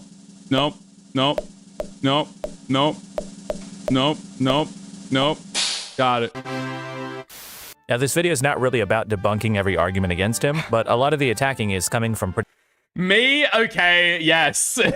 Yeah, I had the exact same problem with the... What even is that? It's not GeoGuessr. Hold in that laugh. I know where Yemen is now, okay? I know where Yemen is now. You couldn't do Europe. Yeah, because most of Eastern Europe is totally fucking irrelevant, right? You've got Yemen, it's like near to Saudi Arabia, it's in that Gulf. pirates on the shore, attack that coastline, easy peasy, right? The Strait of Aden. That's the only reason that I know it, though, because of the blockade that happened a few years ago. Pretty dishonest places. Like the time people claimed that Hasan urged his viewers to kill U.S. Senator Rick Scott. Here's what he said. If you cared about Medicare fraud or Medicaid fraud, you would kill Rick Scott. This clip got Hasan suspended, and many to this day claim that he was issuing a death threat towards a U.S. senator. The issue there is that Hasan is clearly talking to U.S. Speaker of the House Mike Johnson, who's making remarks about how much he wants to combat Medicare fraud. The reason why I'm saying if you cared about Medicare or Medicaid fraud, you would kill Rick Scott and not make him a prominent part of the Republican Party. So Hasan is clearly saying, Mike Johnson, if you actually cared about Medicare fraud, you'd do the opposite of what you've done with Rick Scott because of how egregious of an offender he is. Rick Scott is pretty well known for conducting one of the largest healthcare fraud schemes in U.S. history when he was chief executive at Columbia. So to say Hasan was urging his viewers to kill Rick Scott is an outright lie, and to say it was any kind of death threat would also be pretty fucking stupid. So that's just one example of what are very common dishonest attacks on Hasan. There are... Yeah, I remember covering this at the time, right? And it was very, very clearly not an active death threat. If you took a look at it reasonably, right, and said, what's more likely? He's talking about it figuratively, or he's encouraging people to seek out violence. Yeah, obviously he's not encouraging people to seek out violence. However, I think a little nuance to this is, I do think that this is the reason why Hasan lost his, what was it, like fast track boarding thing? I think that it's this comments and the resulting Twitch ban that blew up in the media that ended up with him with something on his file, right? There are, of course, genuine criticisms to be made about him, and we'll go over a few of them later. But those tend to get lost in this sea of total hysteria. The widespread derangement that people have for this guy has over time devolved into attacks on anyone he associates with, calls for him to be deplatformed, and people have even become pretty chill with the US government violating Hasan's First Amendment rights. No, I'm not saying you can't dislike the guy, I don't give a shit. The dude preaches socialism and drives a Porsche. Like, I get it. I'm not a Hasan fan, I've literally never even watched a single stream of his, so personally I don't care. But the tendency for people to lose their minds and just make shit up whenever Hasan is involved left me wondering, how did we get here? Probably a bit of both. No, I don't think so. Especially if you think about, okay, now what you could say, if this was the critique, is that Hasan used his language, what would it be? Unreasonably, okay? And he didn't have appropriate concern for how that might be interpreted by insane people in his audience, right? Since people always bring that up whenever somebody says something spicy on stream, right? And maybe I could buy that critique. Maybe. But the problem is the critique is that Hasan was directing his audience to go and kill Rick Scott, which is not true, right? He's saying, if you cared about Medicare fraud, talking about Republicans that are currently, Mike Johnson in this example, pretending to care about it, and so they're having to, you know, take more drastic action. If you cared about it, in truth, you would kill Rick Scott, right? But he isn't killing Rick Scott, or he isn't firing Rick Scott, or pushing him out the party, or disciplining them, whatever the fuck, right? And so clearly, you don't care. The entire argument is of Mike Johnson's hypocrisy, right? Nothing else. Ethan Klein, also known as H3H3, is 40 years old. He has a massive following on YouTube, and he's a pretty significant figure in the history of content creation, going back to the early days of React videos. You know, I read a book a day not to show off. It's, again, about the knowledge. By the way, he's got a really interesting technique for reading books, and when he says he reads one book a day, well, let's just say we will have to redefine the word read. Have someone else read it for you. That's awesome. Along with his own content, Ethan's also well known for winning a landmark copyright infringement suit in 2017 filed by Matt Haas, whose video Ethan reacted to. That case was one of the first examples of fair use for React content being successfully argued in court. In 2021, Ethan and Hasan started a podcast together called The Leftovers. It was a political and cultural talk show with a left-leaning slant, and the show was a huge success. Until October of 2023, when a Hamas-led terror attack targeted Israeli citizens. After the attack, Ethan and Hasan went live for an emotional episode discussing the events. As a father, it's even hard to talk about. This dude was holding his infant. It was like a year old. Wait, what the fuck? Okay, how's it going, Jelly? What the fuck? I don't know why you guys pay attention to these guys. All the Hasan Ethan dudes and their friends, all they do is lie and fight. Yeah, you're right. All they do is lie and fight. It's great drama coverage. How's it going? What, are you around because of the Cameron coverage? That's so fucking funny. How's it going?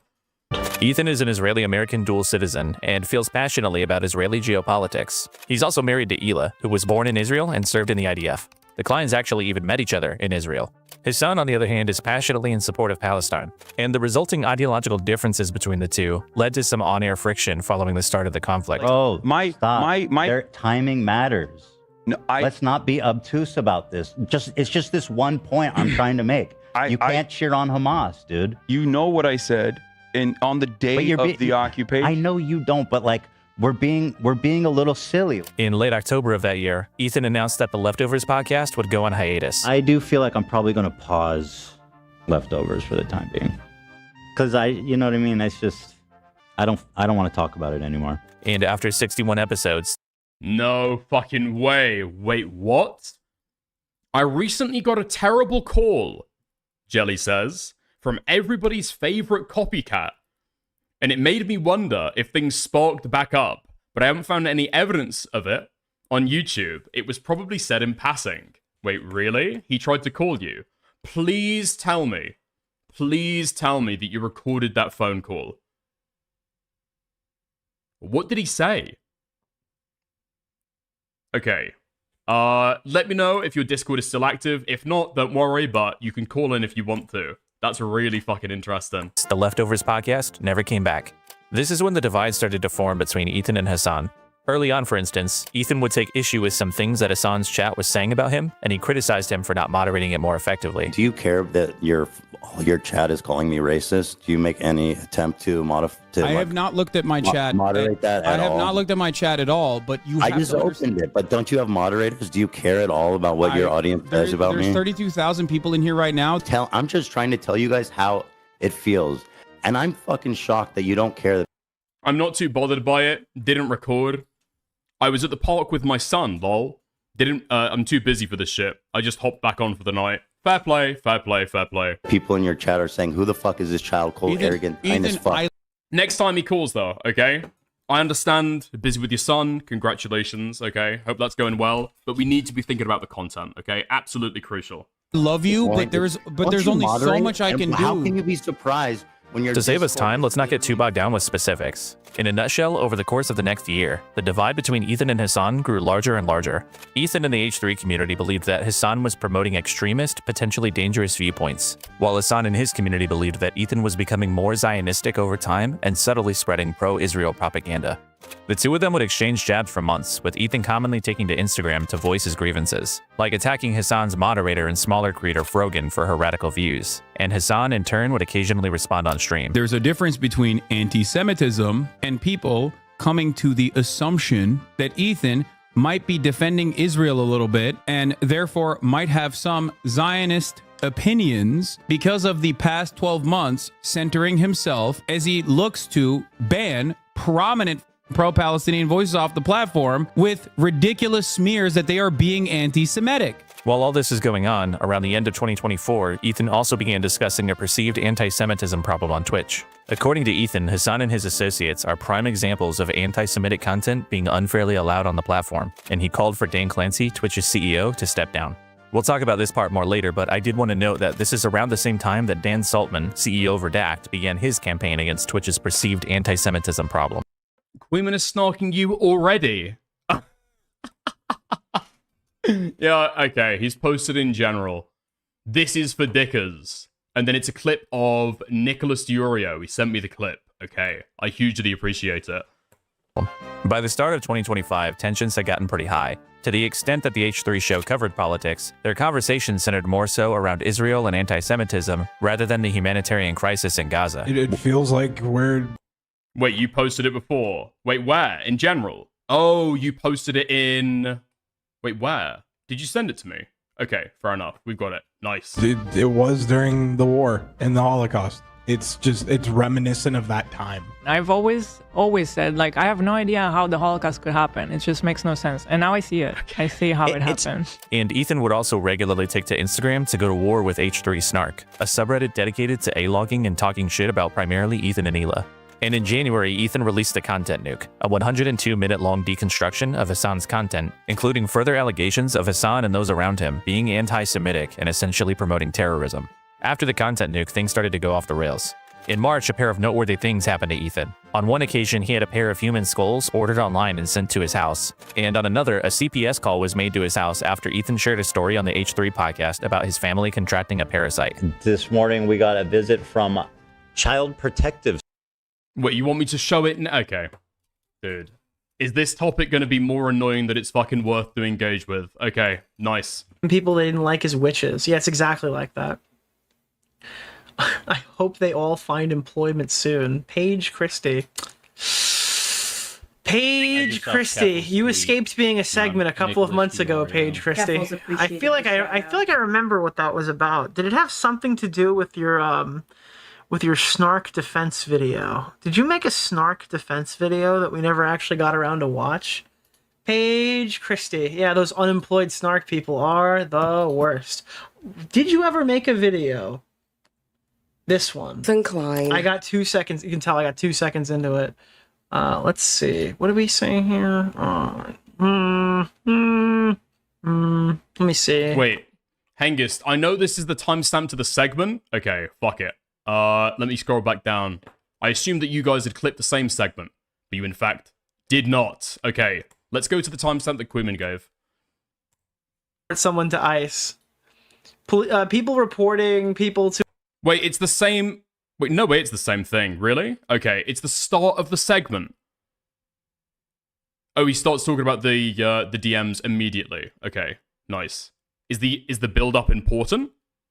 Okay. Oh, it's not that long, actually. Let's take a look. Nicholas. Let me see. Actually, let's just go to Snark. Oh, 50 mentions. Interesting.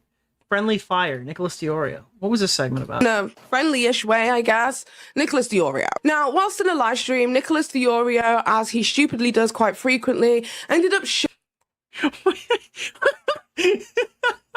Wait, she's right. I did. I actually did. No, I leaked all my DMs, bro. You could see my messages with Mauler. Showing his inbox on Twitter, to which people had noticed that AB, one of the members of the H3H3 podcast, was in Nicholas Deorio's DM. What was my DM? Wait, hold on. What was it? What did I say to AB? I can tell you what it is. No problem. Let me see. What was no problem? I actually wonder what the context of this DM was, because I only have like a few DMs with AB. So that'll take like 2 seconds to find. Was this when I warned him about... this might be when I warned him about Bad Empanada, before all the drama started. Because, no problem. Oh! It was to send I sent along the Rosanna AB thumbnail thing. That's what that was. That was on January 6th. Dude, the most iconic January 6th reveal. His inbox on Twitter. Who is in here? Wait, dude, oh my god. Dude, this is fucking insane. Wait, dude, these DMs are ridiculous. Look at all the names, bro. This is like... Okay, I'm skipping ahead to when she actually shows the DMs and Nick's response, because this is all filler. Okay, nice. Extremely easy to spell it right. Now, I've had a parasocial love-hate relationship with Nicholas Deorio for quite some time. I don't think I've ever loved you. I respect him as a content creator. I think he's fucking fantastic. Thank you. At what he does, even if I don't agree with him. However, as a person, I find him insufferable, as he does with me. He doesn't... This is fair. This is a fair argument. Like me either. However, I would say that there was a morsel amount of mutual respect. I stay in my corner, you stay in yours, and we're good. However, when I found out the update of... Your corner is like way off to the side, though. You know, completely out of the way. You know, the H3. Some would say it's like you know, just like a little area off to the side. H3 Snark Reddit, as well as the lawsuits and legal documents and all of that kind of stuff. I reached out to Nicholas Deorio to let him know about it. As you can see on the screen, this is exactly what I said to Nick. Oh, she leaked my DM. I think I wrote back to her knowing that she was going to leak my DMs. That was the intention. Hey Deorio, just leaving you a why do you keep... Look at this. Look at this. I actually need to fucking point this out to you. How do you spell my name wrong? It's... Look. Hey Deorio. Hey Deorio. Hey Deorio. How? How do you click on someone's DMs and spell their name wrong? How do you do that? How do you fucking... This is insane. Nicholas Deorio. Now I did this because... What did I say in those? Because I stopped responding to her because I realized that this wasn't like a friendly conversation. This is content. I respect. However, as a person, I find him insufferable. Mutual respect. I stay in my corner, you stay in yours, and we're good. However, when I found out the update of the H3H3 Snark Reddit, as well as the lawsuits and legal documents and all of that kind of stuff, I reached out to Nicholas Deorio to let him know about it. As you can see on the... Okay, let's see. It was, hi, just leaving you a tip here. Ethan Klein has been abusing the copyright system despite his history of fighting for fair use. Well, now it seems like he's been targeting things that were supposed to be market replacements, but I almost think, I might have even mentioned that on stream, but it sounds like that's what they were, that like what he's mad about now is what he was mad about then, right? But if he's striking down posts that are here, watch this mirror and don't give Ethan the views, that's based and best practices is what I said. This is literally, you know, the lawsuit stuff that happened recently. This is in January. I don't know how long these DMs might have even like crawled back into December, but the rumor was he was striking people who were doing market replacement type content where it's... Wait, what do you mean the rumor was? What do you mean the rumor was? I'm pretty sure that rumor comes from Ethan, right? That's not a rumor. That's his reported claim. That's what he's saying he's doing. That's his stated intention. Like intentionally pushing views away from original content. So that was all that I'd said. Was if that's the case, that's probably like fine. No, he's not. I'd say that would be fair also, but that's not what he's doing. I have a question. So what... Wait, dude, I get a broom emoji response to that. There is no way that I can cover this that will make you fucking freaks happy. Dude, it's so fucking annoying. It is so fucking annoying, okay? I can say things that you do not like, alright? But I can never say anything that you would like. How the fuck am I getting broom emojis for that? Oh my god! Oh, okay, you're talking about Deorio. Okay. Okay, whoops. What is Paige Christie's current position on the Denims, Frogan, and Casey Tron lawsuits? Are we going to maintain this position? I'm just curious. Because I feel like mine's fairly consistent. Are we going to maintain this position that that would be fair also? I'm just wondering. We're talking about clips that are 20 seconds to 1 minute. Not exactly intending to rip off a 30-minute podcast. And again, I was waiting for a formal video to break this down. Or I was waiting for Ethan to announce a lawsuit. We mentioned this like fucking multiple times. Well, no. Announce a lawsuit. This is about DMCA strikes. If you're issuing DMCA strikes, that is your legal remedy. Why would you be waiting for a lawsuit? Do we have a clip here? Fuck, okay. The H3 Snark subreddit. Did that go down? Confirmed. Ethan hired an attorney to issue copyright claims against H3 Snark. I was waiting to see what would actually get taken down, because I don't necessarily take whatever some person writes as a Snark subreddit as fact. I've seen what they write about me. I don't necessarily believe everything that I read on a Snark subreddit. You have to take stuff like that with a grain of salt. It never really happened. And then the lawsuits that actually came out. So that was kind of that. Screen, this is exactly what I said to Nicholas Deorio. Now, I did this because whilst Nicholas Deorio will suck the literal skin of Ethan Klein. This is in January, by the way. I think, how many videos had I made about Ethan Klein by January? Was it like, dude, holy shit, she probably has such a horrible fucking idea of me now. She probably fucking hates me now. Holy shit, dude. You gotta understand, this is pre-content nuke, too. This is January. That's crazy. Okay, and then we just move on. I was waiting to see if Ethan filed a lawsuit. And he didn't file a lawsuit. No, he's filing DMCAs. He's got a lawyer, he hired a lawyer, and he filed DMCAs. And that's what he did with that. Okay? I mean, if they give a counter notification, Ethan has said that he wants the identity of people who were running Snark, right? We've seen that with the recent lawsuit, where he's fighting a protective order and fighting, is it like an order to suppress? To be able to keep the Snark moderators anonymous, right? No, Ethan wants these people's information. Why would you file a counter notice on that? Is that what he's trying to fish for? Is he just trying to take down that stuff? Is he just trying to, like, disrupt their efforts to be able to, like, snark him or clip it up? Especially after, I think we come onto this in the Kilo video, but especially after he said that his IP was totally fucking open. Right? Clips should be fair play. No? I mean, that is just fair use. You can't get around that at all.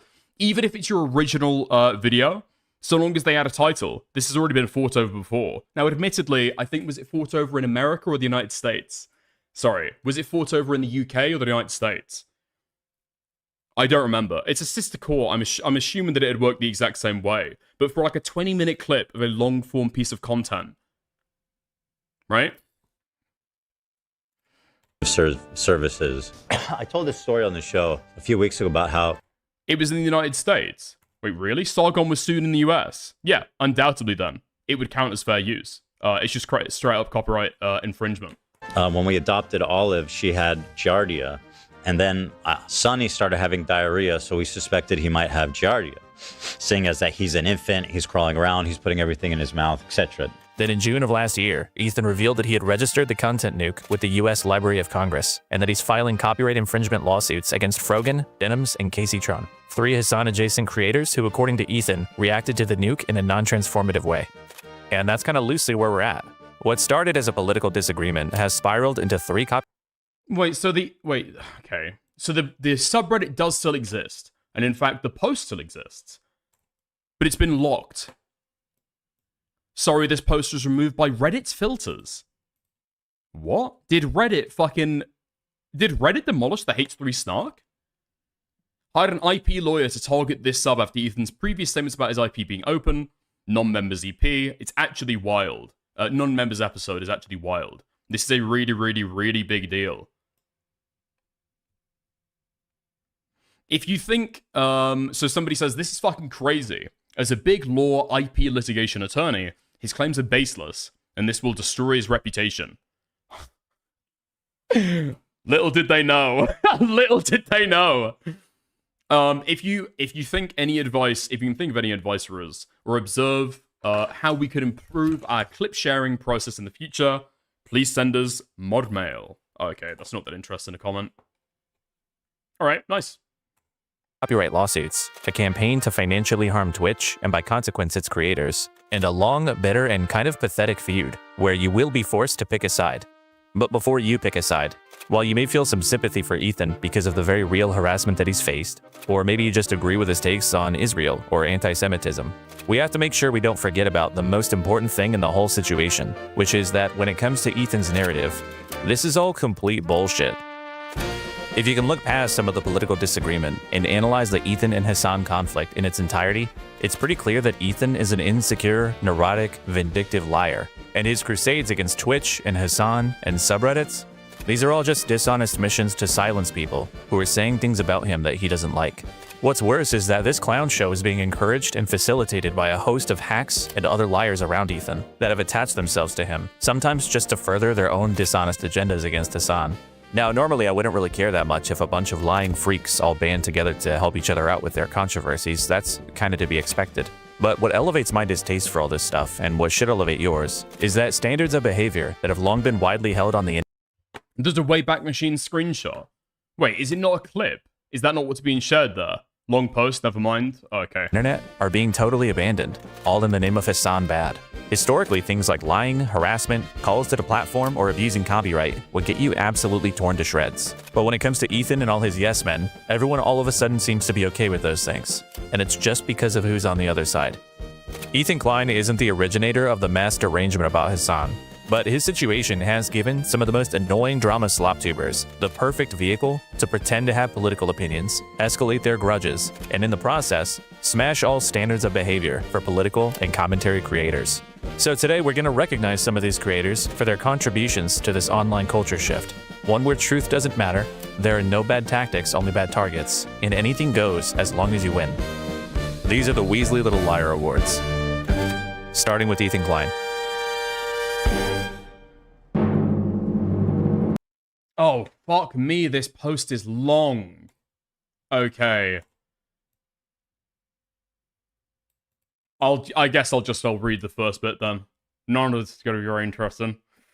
For a detailed timeline of events leading to this announcement, please see False Copyright Strike Tracker Mega Thread. Ethan is abusing the copyright system to censor criticism about himself in the H3 podcast on Reddit.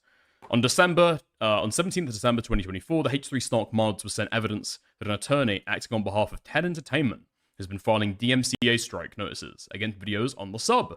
An OP whose clips, post/clips removed by Reddit's legal operations team submitted an intellectual property inquiry with Reddit legal support and sent us a screenshot and a PDF of Reddit's response.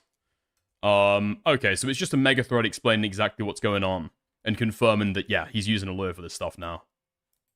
Nice. This is a lie. Yeah, it is not looking. This is a disgusting fucking lie. And here on the H3 show, we tell the truth. And soon we're going to be able to do that. So I'm really very grateful and excited for that. Because I am honest to a fault, Dan. I'll have you know. Yeah, no, that I'm aware of. I would never, I don't lie, but some people do lie. Name one thing I've ever lied about. You can't. I'm allergic to lying. Bro, I am truthful in every fucking conceivable way. I feel like I'm honest to a fault. I'm not a liar. I don't believe in lying. I would never lie to you. I've never lied. I am not a liar. I feel like I've never lied about anything in my whole I wish you were more of a liar. It would probably save us a... When I started researching for this video, I already knew that Ethan had been dishonest about some things throughout his feud with Hasan, but I was a little surprised to learn just how long of a history Ethan has of dishonesty. A very clear and repeated pattern of it, in fact.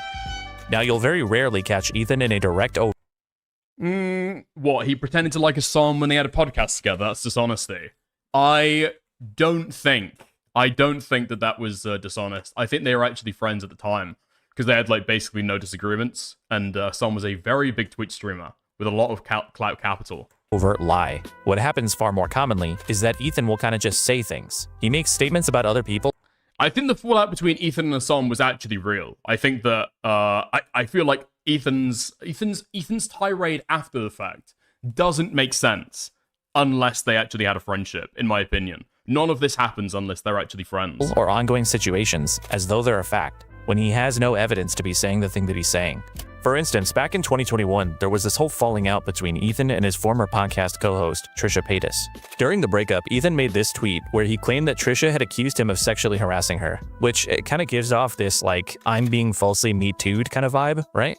But in the video Ethan's responding to, which is this one, Trisha doesn't really say anything like that. This video is pretty much just about Ethan bringing up topics like her sexual assault, medical history, and other things that supposedly triggered her. Trisha responded to Ethan on Twitter by saying she didn't even think he had watched her video, and given how far off he was, it's entirely possible that Ethan just read the title and went nuts. The only time Trisha even remotely approaches suggesting sexual harassment was when she complained that Ethan was sexualizing her beauty products. None of it felt right. Being sexualized, my skincare being sexualized, you know, none of it felt right. After Ethan watched the video, here's how he responded to that claim. Did she say I sexually harassed her? No, she didn't say that, but she said I was making everything sexual. I was making her beauty products sexual. I feel like she really tried her app. She tried to ruin my life, my reputation, my business. And this is what Trisha was referring to. This is your self-love in a bottle. Why was that sexual? What? Look at you're like, oh, like it was like a money shot. Watch how she squirts this shit. This is your self-love. Yeah, also kind of phallic. What? You say, Trish, what's the secret? And then you show like a foul. It looks like a cock. What? Balls and cock. What are you talking about? Look, 2 balls and a cock. It's like a giant phallus. Oh my God. It's the products in the thing. Bro, it's literally a penis. Is there jizz in your makeup? If I had a makeup wipe, I'd take my makeup off. Is there semen in your makeup? Huh? What? Is there semen in your makeup? No. I don't even care that Ethan did this. Man, it's the exact same thing as we saw earlier with the fucking with the poker coverage, right? Ethan's just so fucking awkward when he tries to do jokes with other people who aren't fucking into it. It's like, I don't know if he knows where the fucking line is with this stuff. It's so fucking uncomfortable. I mean, yeah, that looks like dick and balls. But Ethan acted so disgusted at the idea that he would do something like that, and said that Trisha must have been trying to ruin his reputation. The irresponsibility. I mean, it's kind of like impotent, right? It's not that bad. I don't think that Trisha Paytas was sexually harassed, right? But it's like, it's just uncomfortable, I think. You get the vibe that maybe the other person isn't jiving with it, and then you just kind of move on. Especially with how long Ethan's been doing this, right? But yeah, to later on be like, oh, sexualizing your makeup. What? No, I would never.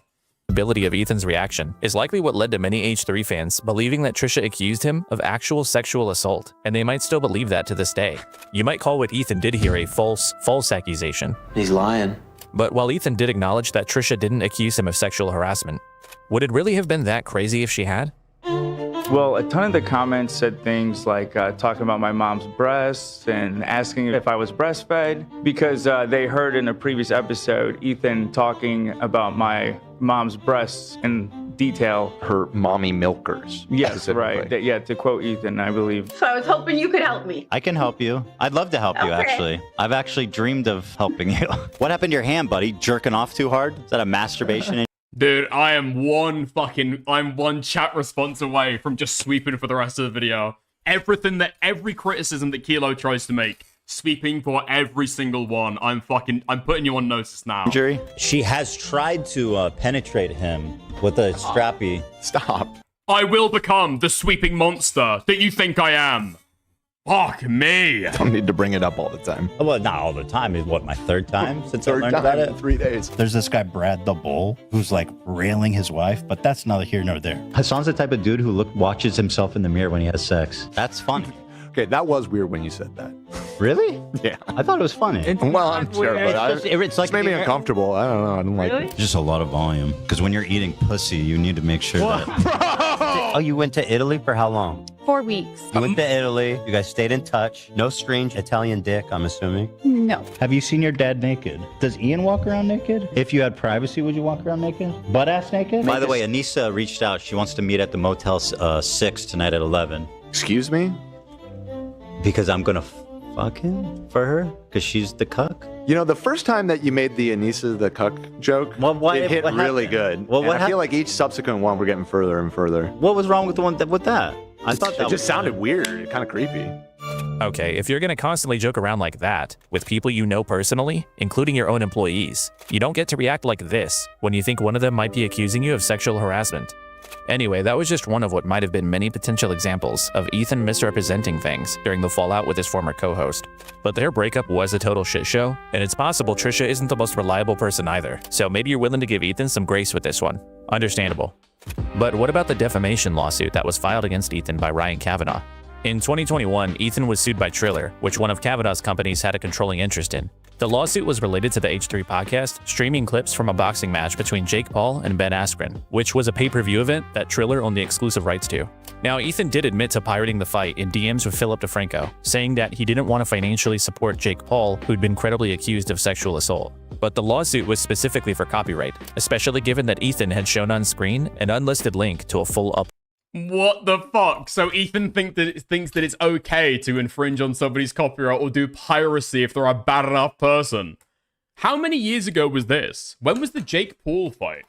Well, there's been several, actually. Hold on. I need to go back and get the context. He didn't want to financially support.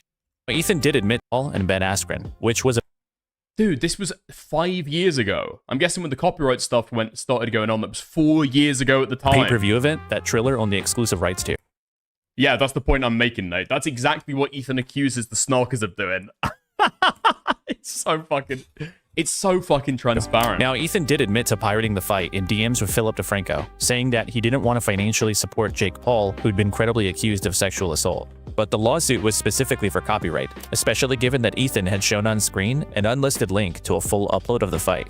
Ethan objected strongly to this lawsuit, essentially suggesting that it was frivolous and he was being unfairly singled out. One thing he noted was that What? No, fuck off. What, really? Klein responded to the lawsuit, stating it was unreasonable for Triller to single-handedly blame his podcast channel for illegal usage of the footage. Here's what's interesting. The judge threw out the lawsuit, and they only refiled against one person. Guess who that is? H3. I'm the only person they refiled against. Pretty interesting, right? Their $10 million of alleged losses. This incredible conspiracy to defraud them of $10 million. Here's the fucking rub. Ethan didn't even allege that he lost any earnings.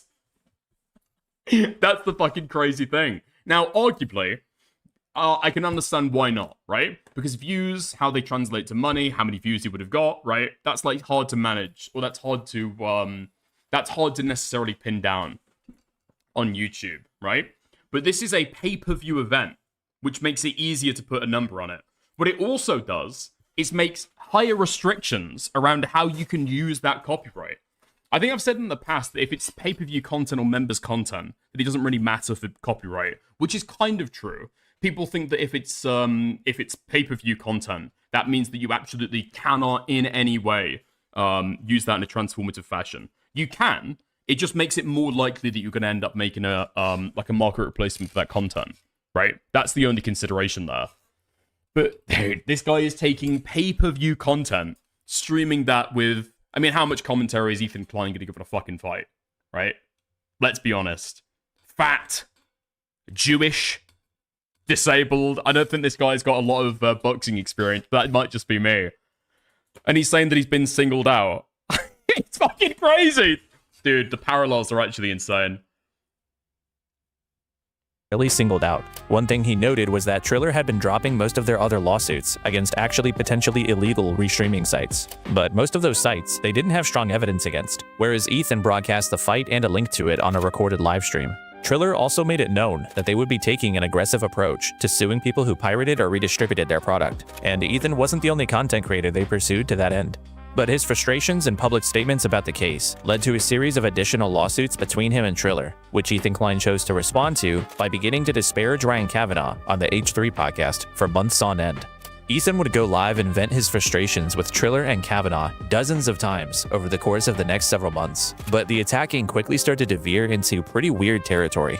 Ethan became quite fixated on Ryan's ex-wife, for instance, and he'd routinely do bits on the show about her and her new husband, including detailed descriptions of their hypothetical sexual activity. Look how big the bull is, though, man. He probably plows the shit out of her, dude. Brad fucking rails her hard. Imagine getting railed by that, dude. Your wife is getting railed by a giant fucking Israeli dude with jacked, huge Jewish cock, and your wife loves it. So you stand in the closet and listen as your dick is in a cock cage. And while we're here, I think it's worth noting that Ryan separated from his ex-wife in 2020, a year before the lawsuit was even filed, so she and her new husband had absolutely nothing to do with it.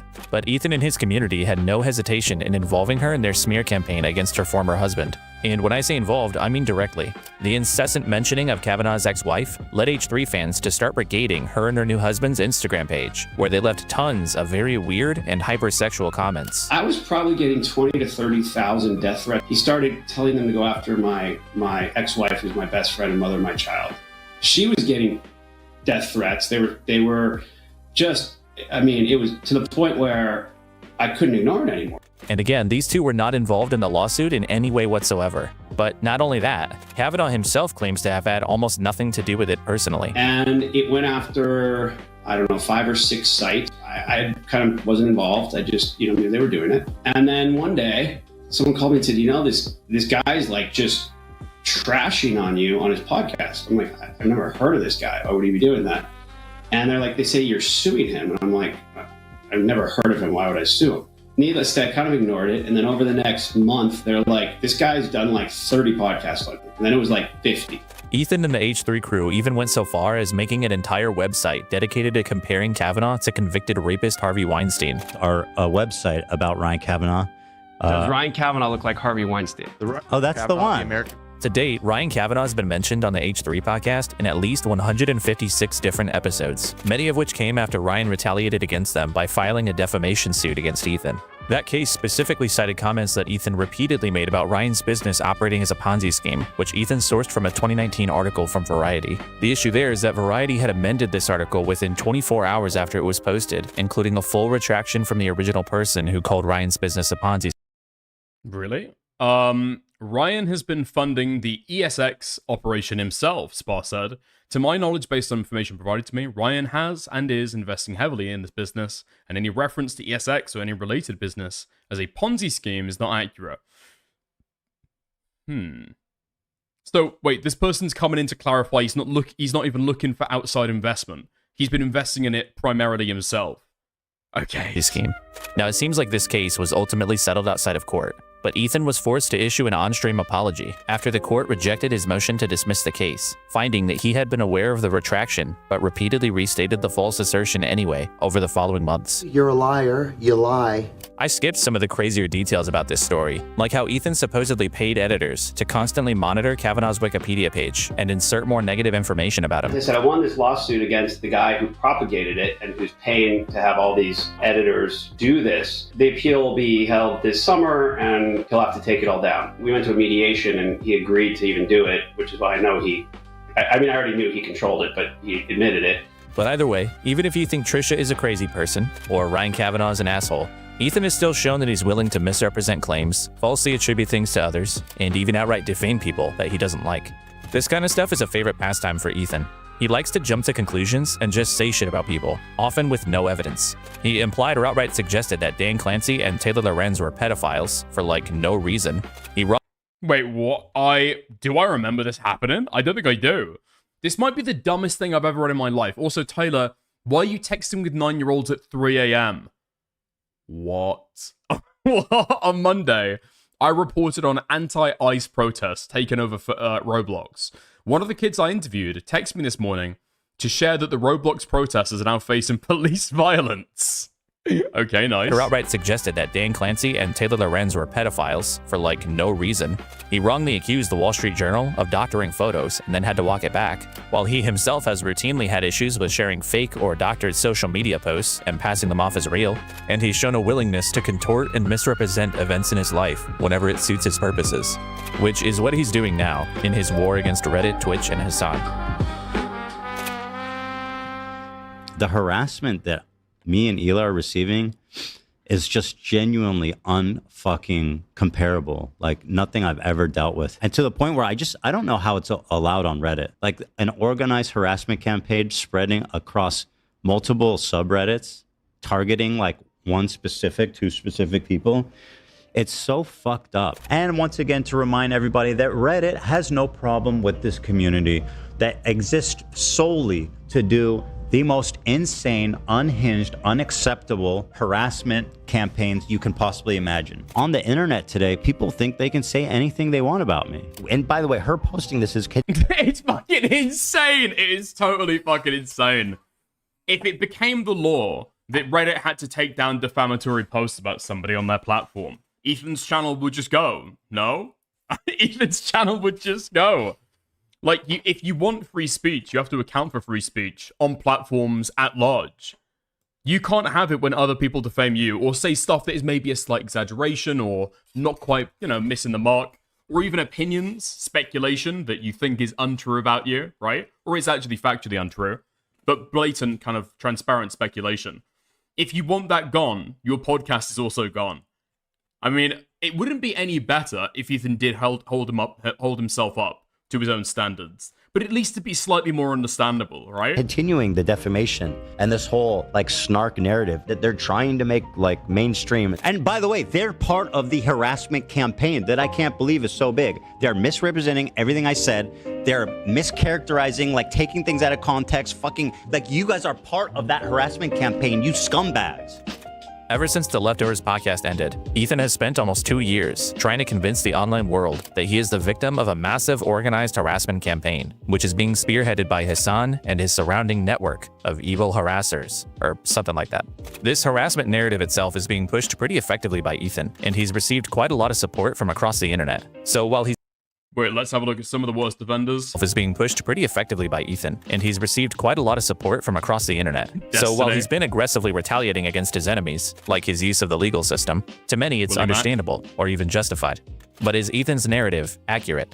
To answer that, let's go back to the beginning of the Ethan and Hasan feud, back in late 2023. You'll remember from earlier that one of the first major sources of tension between the two was Ethan being upset at things that Hasan's chat was saying about him. Do you care that your chat is calling me racist? Do you make any attempt to modify? I have not looked at my chat. Moderate that at all? I have not looked at my chat at all. The thing with this argument is, first of all, I don't know what Ethan expected Hasan to do about a chat that looked like this. Like, look at this shit. But more importantly, Ethan seems to not understand that you are the only person who is responsible for the things that you say on the internet. It's nobody else's job to protect you if audiences and comment sections have a negative reaction to the things that you're saying. The backlash that Ethan's been getting on I guess I understand that take in isolation. I would say that, like, in a relationship between Ethan and Hasan, it becomes more understandable, right? Hasan has asked the exact same thing of other people that he streamed with before, moderating their chats to be able to be nicer to him, people shit-talking him, maybe, like, curb against that, moderate against that. I think he famously asked us for the same thing against XQC, right? So I can understand Ethan making that request in this instance, actually. Online from communities like Hasan's. It doesn't just unfairly come from nowhere. It is a direct response to controversial ideas that he and Ela have expressed after the conflict in Gaza started. The reason why people are saying that is because of the conflations that you made, Ethan. I can't stop people from viewing you a certain way if you're going to make these comparisons that they've heard from actually racist people. Now, to be fair to Ethan, he has repeatedly expressed support for Palestine and condemned the actions of Israel during the war. What is happening in Gaza is disgusting, and it needs to stop immediately. But the Klein'S have also often shown a tendency to couple these general condemnations of Israel with things like flowery praise about the country and how free it is. What I want to do is show you guys how I see Israel, how beautiful, how multicultural, how like free it feels for people, or highly incendiary statements about people who were saying free Palestine too closely to October 7th. When you come out and say free It's fucking insane. It is totally fucking insane. Ethan can make a statement like that. I want you to see Israel as I see Israel, okay? It's beautiful. Jews can live there, can roam free, and Arabs, they live in peace as well. The only thing that Irana girl had said about Russia is that she was proud of her Russian heritage. Nothing else. And Ethan goes and calls her a Russian supremacist. It's just insane. People did say that Ethan was a Zionist, particularly after this comment, right? And even that, he labeled as anti-Semitism. How like free it feels for people, or highly incendiary statements about people who were saying free Palestine too closely to October 7th. When you come out and say free Palestine after they just lost everybody, that's not what you should be saying right now. And I'm free Palestine too, right? It's just the timing. I know what it is. You're saying I support Hamas. I mean, that's what you're saying. I'm just saying don't cheer for terrorists. I don't think that that's a crazy take. If you think it is, then let's go invite the Iraqi terrorists who are exacting revenge to come to your city block and kill every fucking one you love. If you think Hamas is dope, just remember, you deserve to be burned alive by terrorists and your whole family murdered in front of you.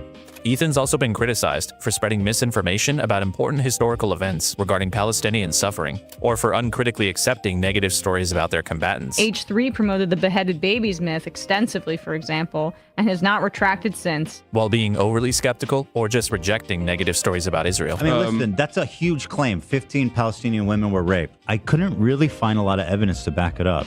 I understand why Ethan's brain would operate this way, and it's not like there's anything immoral about having a bias. But obviously at a certain point, after Ethan makes enough comments like this, to a lot of people, he's gonna start to sound like he's defending Israel a little bit, like kind of reflexively. They could have held a ceasefire at any point. They could have ended it after a week. I mean, Hamas could have ended the war anytime too. How could have Hamas ended the war? By releasing the hostages? Hamas offered all the hostages in agreement for Israel not coming into Gaza.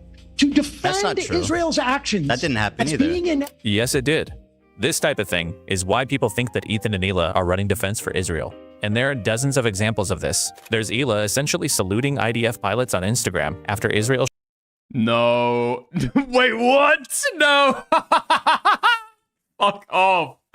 I didn't hear about this at the time. Female pilot who participated in the attack on Iran. Israeli women are heroes.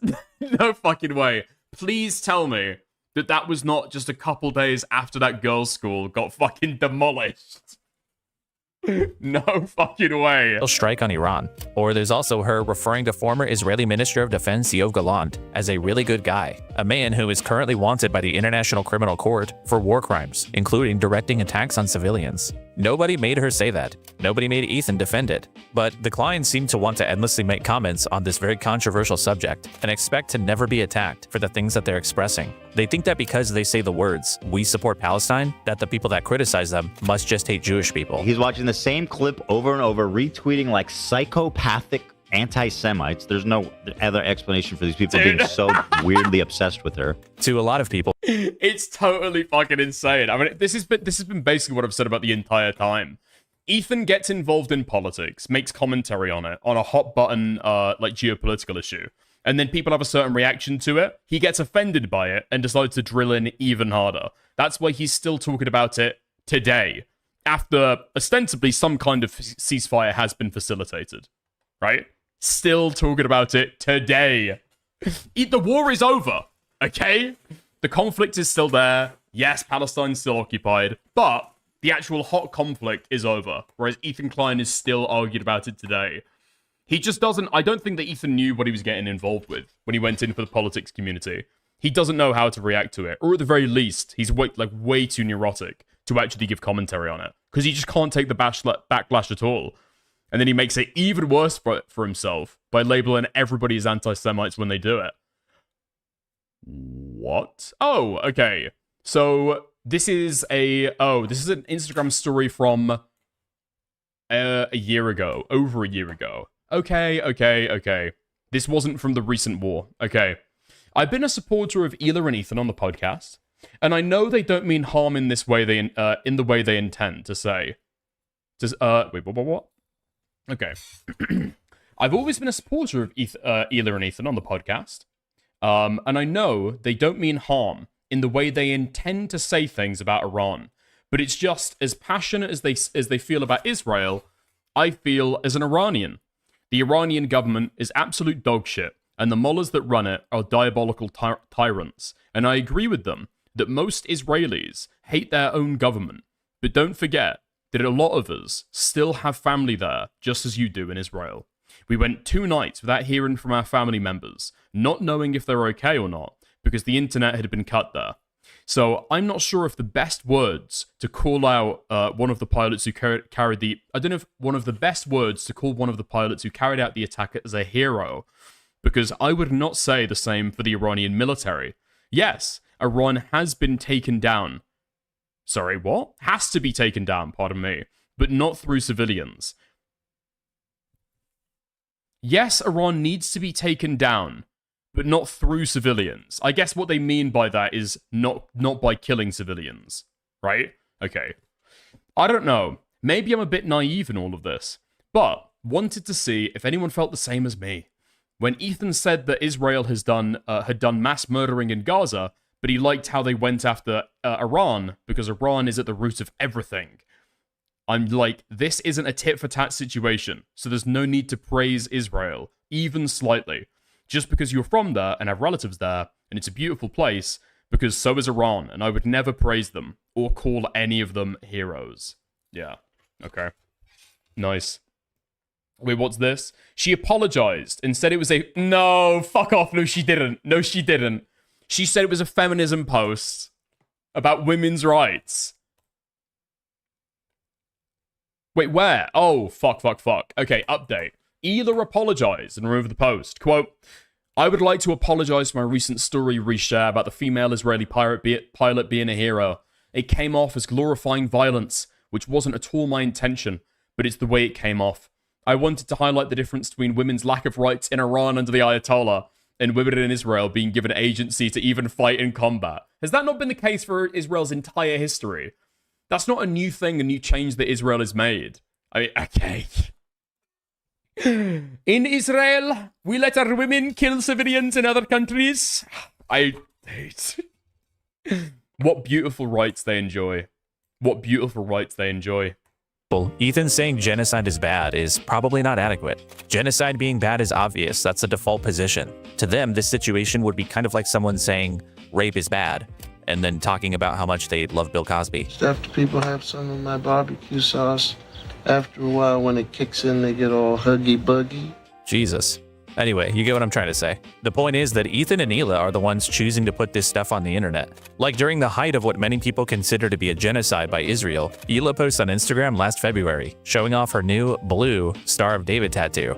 You know, like the one on the Israeli flag. Now yes, blue is a traditional color in Judaism, but a lot of that is because of its appearance on the flag of Israel. There are a lot of people that understandably are not going to like an apparent show of support for a country that's been accused of using chemical weapons near... Listen, horrible Israeli impression, I'll own up to that. I will, however, say, sounded Indian. It's very, very hard to do an Israeli impression. Probably because people in Israel come from literally fucking everywhere. Civilians, or opening fire on people waiting for aid. But here's how Ethan responds to negative comments on Ela's post about her tattoo. Obsessed with you guys when you only had 15K subs. Glad that's behind me. Enjoy hell. This guy's for real. Joe Coop. Look this guy up. Enjoy hell. He said, enjoy hell. Yeah, no, I mean, they think I'm actually the devil. Here he is, if anyone, let's see if I... Bro, what the fuck? No, can identify him at all. Which one's Joe? Let's see. I think it's this guy. Trust me, when I see an anti-Semite, I know I can spot him. Wow. What the fuck? When was Ethan doing this shit? Oh, I vaguely remember this. From a crowd. That's him. Holy fuck, this video is going through all the fucking highlights. So I don't know if you guys all know that, but your friend Joe here actually is a fucking giant racist piece of shit. And like he likes to tell Jewish people they're going to hell on Instagram on his public profile. I don't know if any of you guys know him, but certainly anyone who would employ him or probably even his parents would be pretty disappointed to see that. Although who knows? Here's his mom. I'm not going to click that for her. I'm not, you know what? Fuck him. This is what you... Here's your mom. I wonder if she knows what you do on social media on your free time. You love your mama. Dude, it's fucking insane. I mean, pulling it up, you know exactly what he's fucking doing with that. And you know that he knows exactly what he's doing with that. But all the fucking comments that he's making as well. There's no other way to read that than just direct incitement for his audience to go after this guy. I'm guessing his Instagram is probably still private to this fucking day, right? Dude. Good thing she's not Jewish, hey, Joe? I love it. And yeah, Ethan's producer cuts away from the Instagram feed there so that Ethan doesn't blast the guy's mom to his thousands of viewers. This clip comes across kind of deranged to me, but it gives you a little bit of a window into how Ethan's mind works. To him, people can't simply be having a response to controversial statements or things they themselves have put out there. It must be because of anti-Semitism or bigotry. And ultimately, I think the reason why Ethan reacts this way is because in reality, he cannot stand being criticized. There's been a lot of criticism of me of late. There's been a lot of people that have said lots and lots of videos. I have a natural aversion to criticism specifically, which is something that I've been learning about myself through therapy, which I've started recently. Ethan cannot help himself from reading comment sections, Reddits, tweets about him. He obsesses over how he's being perceived, and he compulsively... Yeah, I think we've seen that as well with some of the recent beef between Ethan and Papa Gut. Watching Papa Gut's live streams, making sure that he's given the correct talking points, and then as soon as you realize he's not, screen record, instantly start screen recording, okay? Blast that shit out to your fucking Instagram story. He responds to almost anybody that's critical of him, and he has a long history of this temperament. As a quick example, there was this call on election night that Ethan had with Philip DeFranco, where Ethan, for like literally no reason, awkwardly tries to force into the conversation how people on the internet just hate him because he's Jewish. Well, I don't know if you knew this about me, Phil, but I'm Jewish. Yeah, it's pretty controversial, but yeah, I could go into detail. Do you want to? I could go into all the details. It sounds like you want to get into it. It sounds like you want to get into it. No. Thank you. And then immediately after getting off that call, Ethan goes out of his way to pull up Philly's chat and whine about things people are saying about him. Okay, be good. Yeah. All right. Nothing gets me excited like seeing Philip DeFranco's chat call me El Zionist Nazi, free Palestine, Ethan, you can migrate to Israel. And finally, when he gets criticized by the crew for killing the vibe of the podcast, this is how he responds. How the fuck did I kill the mood? Bruh. What the fuck did I do? You killed the mood. Yeah. Why? How? But with your calling Phil and bringing up all kinds of negative That stuff. was fucking awesome. I thought it was a fun call. Yeah, what the fuck? What's happening? What am I doing? What is this world we're living in? What's happening right now? Tell me how. I told you. Tell me how. I don't have a way to get through to you then. There's I'm just no depressed shot. That now. call was awesome. I didn't feel awesome coming off that call. Why? I'm just telling you. Was that call awesome? Because it turned into you just complaining about his chat. Everybody, like, they fucking hate you and they're spamming it or whatever. He brought it Ethan's up. obvious ruminating on criticism shows up in a lot of places. He left Twitter in favor of Instagram, probably because stories don't have comment sections. H3 also seems to often heavily filter or disable comments on. Dude, I fucking love how much of a fucking hater Kilo is. I do actually fucking love it. In these screen caps, even in the screen caps that he takes of the H3 show, he's left a dislike. It's fucking good. It's really fucking good. I wish, fuck, he doesn't have the extension either. I wish he had the extension. Episodes that they think might get some pushback. And I've also recently found that the H3 podcast commonly cuts out entire sections of their live streams, even sometimes way after the fact, seemingly in response to criticism. Be less Jewish, like, actually. I don't think that's what Dan's saying, though, is it? It's not saying be less Jewish. It's the fact that he's obsessing over it and he's bringing it up all the time. I think that's more so the thing. I think that's more so the thing. Which I guess they do have a right to do, but I will say as someone who's currently trying to criticize them, it's pretty fucking irritating. But I feel like commentary would understand what's going on there if it was a black person. If it was Paige Christie. If it was Paige Christie constantly going on about being a black woman specifically, you would exactly see what's going on there. right? But all this is to say, Ethan isn't a fan of being criticized at all.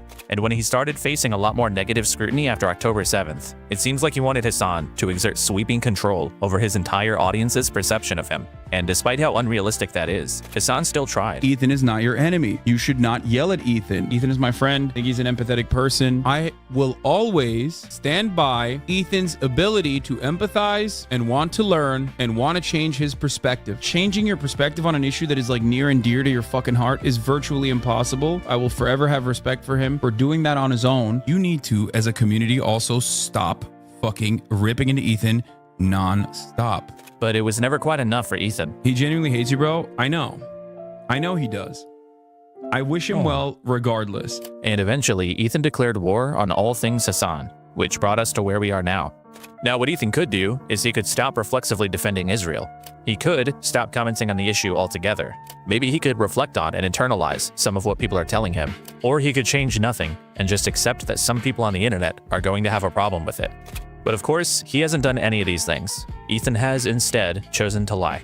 He's built I think that part of the reason why Ethan has chosen to keep on fighting, is because he's possibly had other people around him who will encourage him to keep on fighting, right?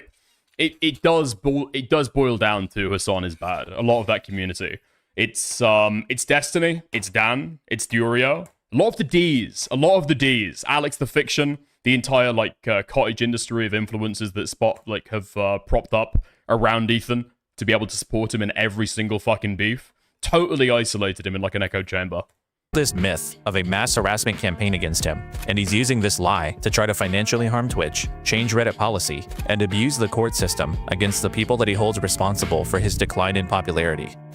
Dude, Jesus Cow, are you just subbed to literally every kick channel you've ever watched? What the fuck are these emojis? Anything else unimpressed is a picture of Dan.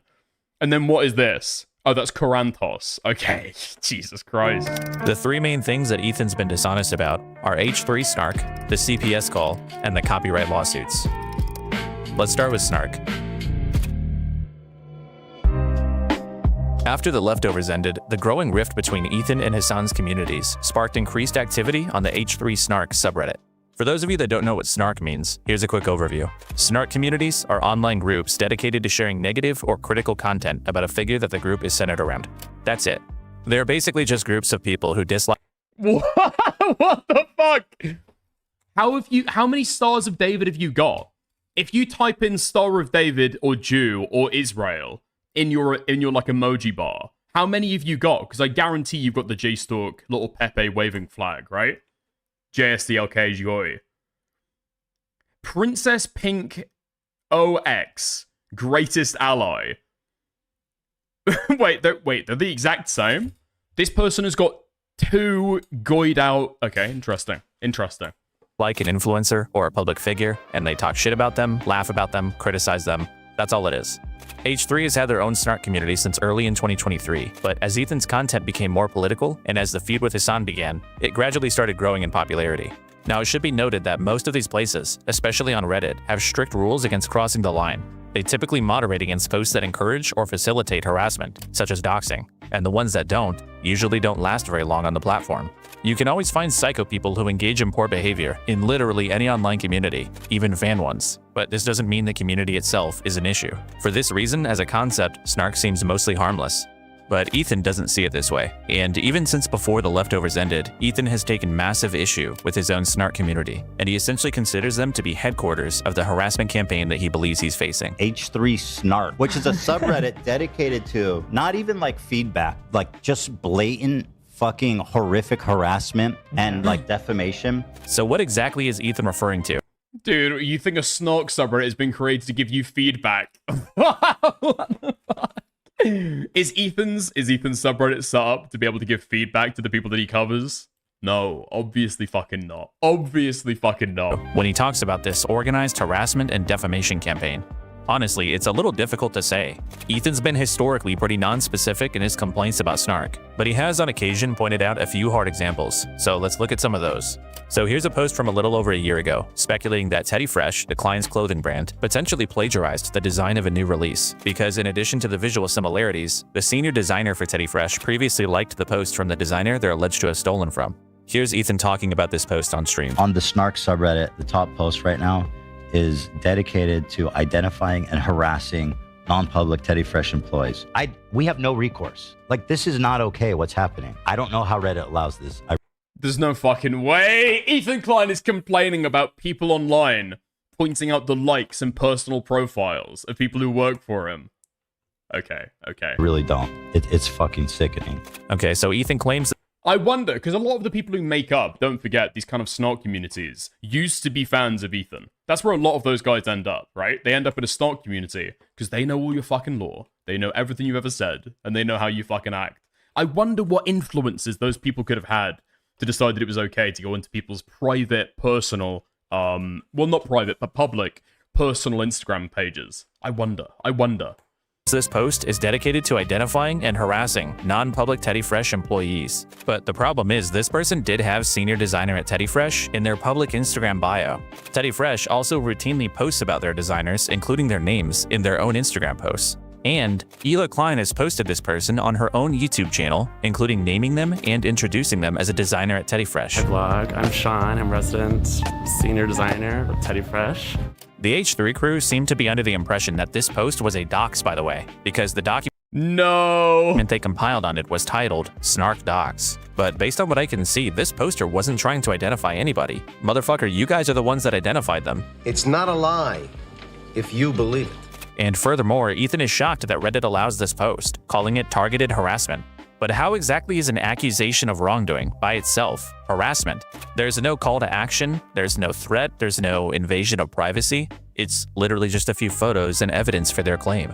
Surely Ethan doesn't consider it to be harassment to accuse somebody of plagiarism, right?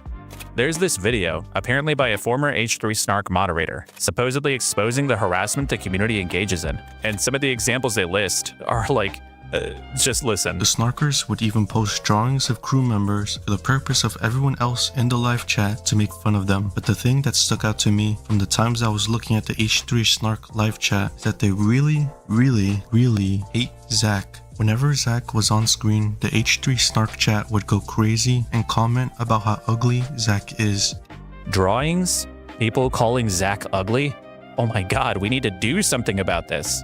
Oh, and by the way, Ethan fully endorses this video. An ex-Snarker made a video about the Snark subreddit that I thought was wonderful. This all took place on Reddit's platform. They have a live chat feature that during every show they would open up, or they would engage in targeted, relentless harassment against all of us. I'm very grateful to this person. People don't understand the forces that I'm dealing with, of how fucking disgustingly evil these people are. So look, it's actually fucking insane. And because of the Hasan bad stuff, people will just take Ethan Klein's own stated opinions about what's going on here and not look into it at all. Because the way that Ethan talks about it doesn't even lend itself to scrutiny in that way. He's intentionally vague to be able to try and obfuscate exactly what he's talking about. So it becomes nebulous, right? All of these snarkers, the snarkers are doing this. The snarkers are doing that. The snarkers are doing directed harassment. What is he talking about? Fuck if I know. Fuck if anybody knows. You can try and guess, I suppose, but you're not going to be able to figure it out. Like, again, there are still people who believe that the CPS phone call was organized publicly on the Snark subreddit. I don't think there's any evidence for that. If you scroll through the H3 Snark page, you'll see posts that are making fun of things Ethan has said, sometimes clipping something from a recent stream. Here's a post just sharing something Hasan said about Ethan. This subreddit is like 99% just posts like this. So I'm not saying there's never been a post here that could qualify as harassment, but if for Ethan things like laughing at drawings does qualify, it makes me seriously question his judgment of the severity of what's happening here. Moving on. Well, I'd go stronger than that, right? I'd go with a stronger claim. The fact that Ethan is trying to look through there to be able to find harassment, because he's motivated to be able to find those posts, probably shows that there is a good amount of moderation that actually happens on the subreddit, right? Because if you could find a post that had been up for like, what, 5-10 hours a day, that was just directly inciting harassment, that would be brought up as the example that would always be bandied around of the H3 Snark harassing Ethan. But so far as I'm aware, that post hasn't been found. There's certainly not an example of it in this video. And I don't think I've seen Ethan talking about a post like that before. Another part of Ethan's claim is that this community is defaming him and his business, and Ethan really doesn't like defamation. This is defamation, right? No, defamation. Defamation. I'm literally going to sue you for defamation. Uh-oh. But this part is even harder to evaluate, because Ethan is even less specific about the defamation. He tends to just generally kind of whine about defamation and slander, and rarely, if ever, provides any specific examples of it. These are like 3 huge fucking communities that are posting about me and Hila every fucking day. Fucking relentless slander, straight up lies, defamation. One of the only times I could find him providing actual evidence was this infamous Ramadan post, which contained a lie that the H3H3 subreddit was removing posts celebrating Ramadan.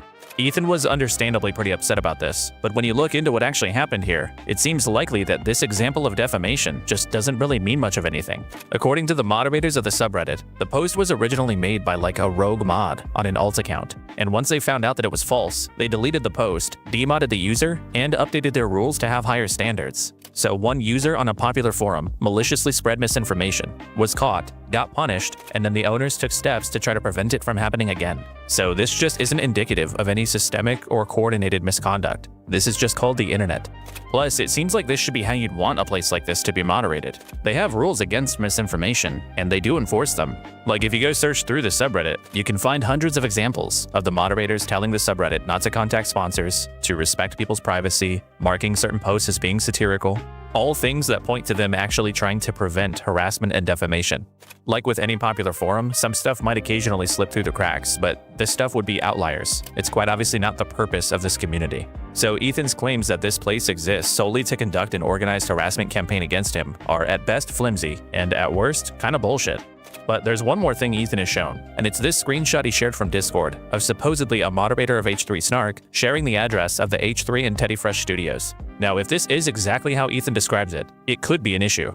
But this looks like a private DM, not a public Discord server. There's no information about who this was sent to, whether this person is still a moderator, whether they even ever were a moderator, or whether any of the other mods knew about it. So I kind of... I need to go back and have a look at this. Hold on. Give me a moment. What's Ethan's claim about this? It's quite obviously not the purpose of this community. So Ethan's claims that this place exists solely to conduct an organized harassment campaign against him are at best flimsy, and at worst, kinda bullshit. But there's one more thing Ethan has shown, and it's this screenshot he shared from Discord of supposedly a moderator of H3 Snark sharing the address of the H3 and Teddy Fresh studios. Now, if this is exactly how Ethan describes it, it could be an issue. But this looks like a private DM, not a public Discord server. The problem is that I would actually presume for any of the harassment that went on with the skulls, with the CPS call, all of that stuff, is probably organized in Discord servers. If it is organized with multiple people at all, right? That'd be where it'd happen, not in a public Reddit forum. So it probably would happen in a Discord server. The problem is that Ethan is so uncredible with the way that he reports stuff. It's impossible to know whether or not this is actually true. I think on balance, it probably is a Discord server. Exactly what Discord server it is, hard to say, right? Because again, it's hard to trust Ethan's self-reported belief of what this is. Because he just fucks up information, right? It's only been when you've got other people there to be able to verify stuff or like look into it and question it that you see what actually happens most of the times. I mean, take a look at the fucking the denims chat thing. Like, still to this day, I was on EFAP talking to Mauler, and he brought up the denims thing as though that was a false accusation of people trying to cover stuff up. No, that was manipulation, and Ethan lied about it at the time, right? But even, like, people who are slightly disconnected, or who kind of cover the drama, kind of watch it, people like Mauler, have just got no fucking clue what's going on, right? Just because the correction doesn't travel that far after the fact. But anyway, I'm giving you an example of a case where you actually do have some kind of second or third-party verification or assessment of the claim. With this, it's private information that Ethan has got no fucking clue about, right? There's no information about who this was sent to. Oh, sorry, it's third-hand it's information that Ethan has access to, but you can't assess it for yourself. It's private information. Whether this person is still a moderator, whether they even ever were a moderator, or whether any of the other mods knew about it. So I kind of just don't really know what I'm looking at here. Without more context, this just isn't evidence of organized, coordinated harassment. This could be nothing more than just one person doing something wrong, which again can happen in any large online community. So look, my perception of what's happened here is that Ethan conflates harassment with unwanted negative scrutiny, and he might even conflate slander with things he disagrees with. 99.9% of the users here are just talking, making jokes, Wait, I still don't know how Ethan lied, to be honest. I feel like it was pretty clear what he showed with denims. No, Ethan just explicitly lied. You can say that it seemed clear, okay? You can say that it seemed clear that what Ethan was looking at was a snippet, an edited rundown of Denim's chat. But then the fact that he leaves out that it is the vast minority, what, 3.7% of messages, I believe, over a certain time frame. And then he's just picking out the ones that he objects to. But no, he acted as though that was just a scroll through of the chat, right? I think he exactly says it's just magnified. If you take a look at the screen or the chat in the corner, it's just showing what people are saying in there. It's not edited at all. That was the lie. You could scroll in and have a look at the the chat as he showed it, and showed that no, in fact, it is not just a magnification of the chat. It's obviously selected edited messages, right?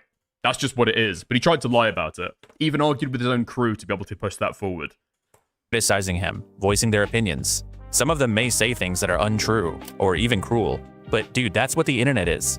H3 has millions of subscribers. At a certain point, you can't control what everyone says or thinks about you. So as far as I can tell, Ethan just isn't the victim of anything unique here. But obviously he disagrees, and his response to these insults, to criticism, and to this one lie that was ultimately removed was declaring all-out war on Reddit and H3 Snark. And it's just fucking disgusting. Like, Reddit, you are disgusting. Fucking shame on you. The CEO, the officers, everybody who's in this company is 100% liable for everything that's happening on all these Snark subreddits. He started by going to Reddit and complaining about Snark numerous times, demanding that they take action against the subreddit. And I've tried to notify Reddit, and they just don't fucking care. We reported it, and we were trying to contact someone at Reddit. I've gone through every avenue possible with Reddit. If this doesn't get taken care of, then I'm gonna have to start holding Reddit accountable. Which led to quite a lot of whining from Ethan when they chose not to do anything. The whole Snark phenomenon is so pathetic that Reddit allows this shit to continue. This is another reason why I just cannot fucking believe that Reddit doesn't react. It's so fucked up that Reddit allows this and doesn't do anything. But Ethan did eventually hear back from Reddit, although he wasn't very pleased with what they had to say.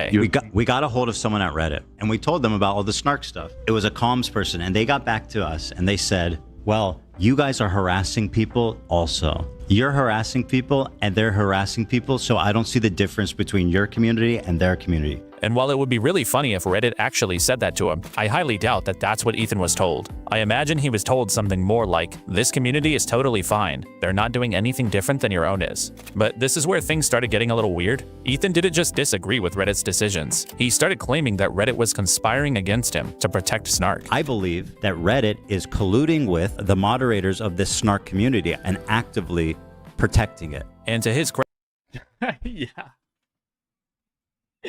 This, I don't know, did anybody fucking support this shit at the time? I can't actually remember. My memory doesn't stretch back that long. I can't remember that detail.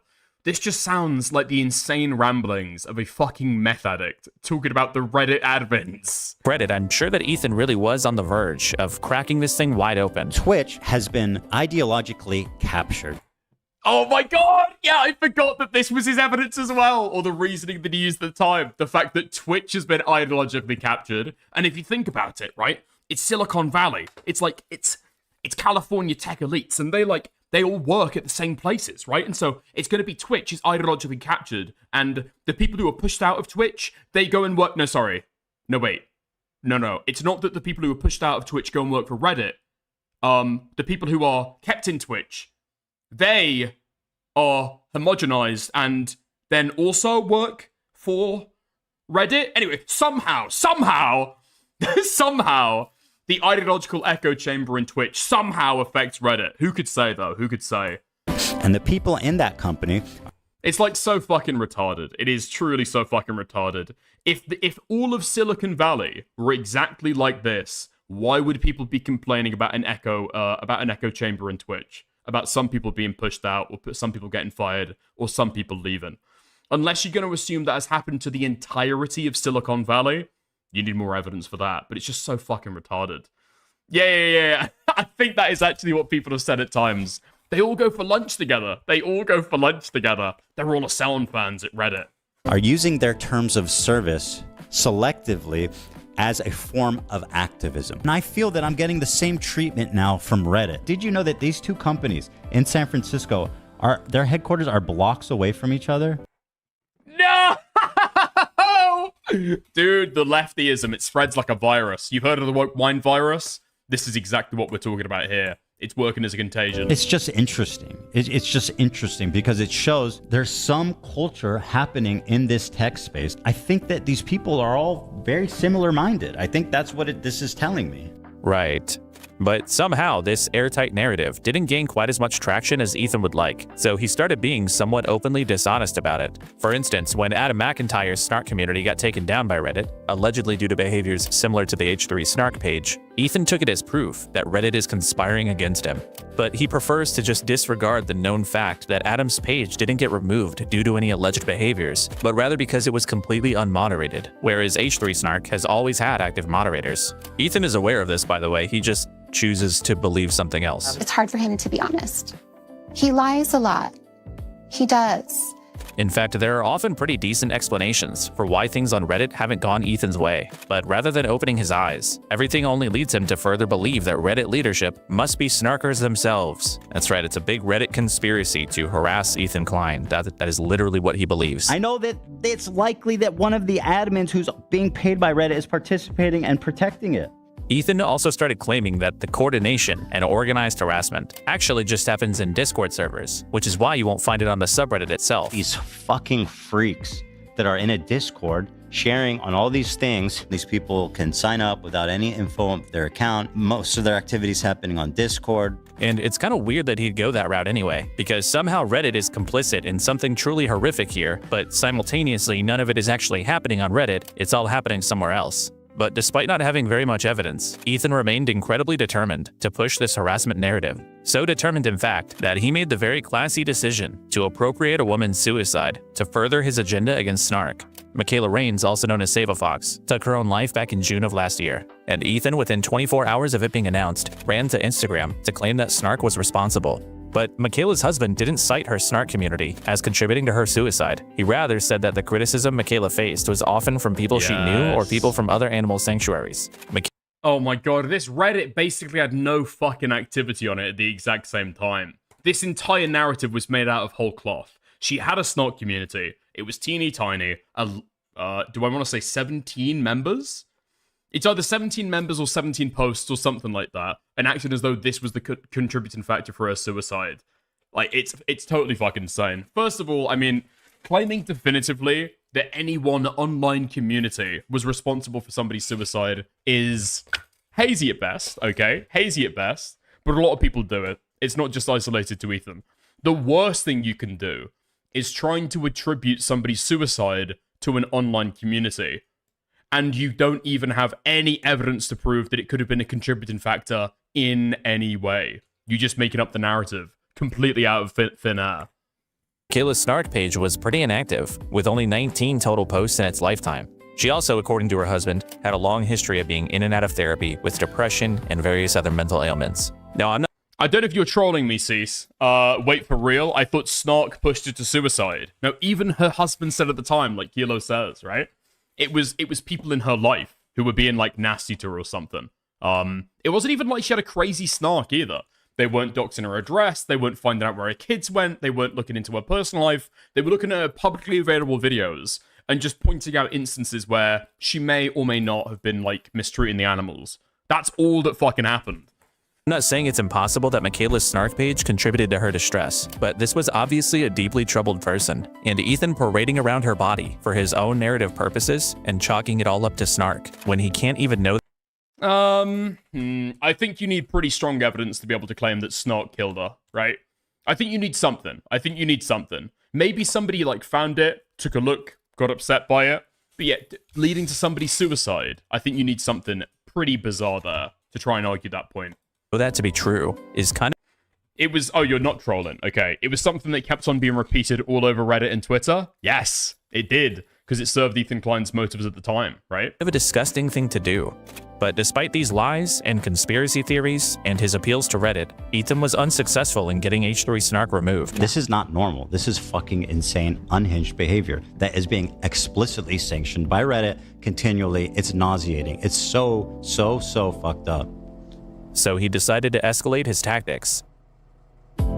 Ethan hired an attorney to begin issuing copyright strikes against clips of the H3 podcast that were getting posted on their Snark page. It's unknown exactly how many strikes were issued, but they went after quite a few, including some clips as short as 20 seconds long. Ethan has given various explanations for why he was trying to get these posts removed. Me and my lawyer were extremely conservative about which posts qualified. The ones that I post, that I DMCA'd on that, were egregious. At different times, he's claimed he was only targeting members-only content or posts that openly stated they were trying to steal views. But neither of these turned out to be true. Clips that didn't fit either of those parameters were getting struck also. Eventually, some of these snarkers were added to Ethan's current... Wait, fuck. Okay, that was the Wayback Machine that I read earlier. How did this all go down? This is the timeline of events. The H3 show aired a publicly available live stream titled We Play Poker with Ninja, Impractical Jokers, and more. At the time of this post, the runtime stands at 6 hours, 25 minutes. Okay, how long was the clip? Oh, okay, so OP posted published a post 1, containing a 20-second clip, clip 1, from H3 show number 83 on H3 Snark. C1 accounts for 0.00925. Dude, they've done the fucking math of the total runtime of the H3 podcast. The same day, the first DMCA takedown notice, Notice 1, was filed by Teddy Entertainment or Teddy Fresh Entertainment Industries authority agent. Fit either of those parameters were getting struck also. Eventually, some of these snarkers were added to Ethan's current lawsuits against Hasan's Orbiter. Oh, wait, shit! I've just realized. Wait, that was the source that got sent to... Oh my god, that was the source that got sent to Deorio, where they fucking categorized that stuff. And what, he writes it off? I mean, I get the vibe that he's just like, he's written it off at the time because he doesn't want to look into it further. Right? That's the vibe that I get. He trusts Ethan when Ethan is saying he's only going after members-only content. He's only going after posts that say they're going to take away views. And he trusts Ethan, and he just distrusts the Snark subreddit. Yeah. Getting struck also. Eventually...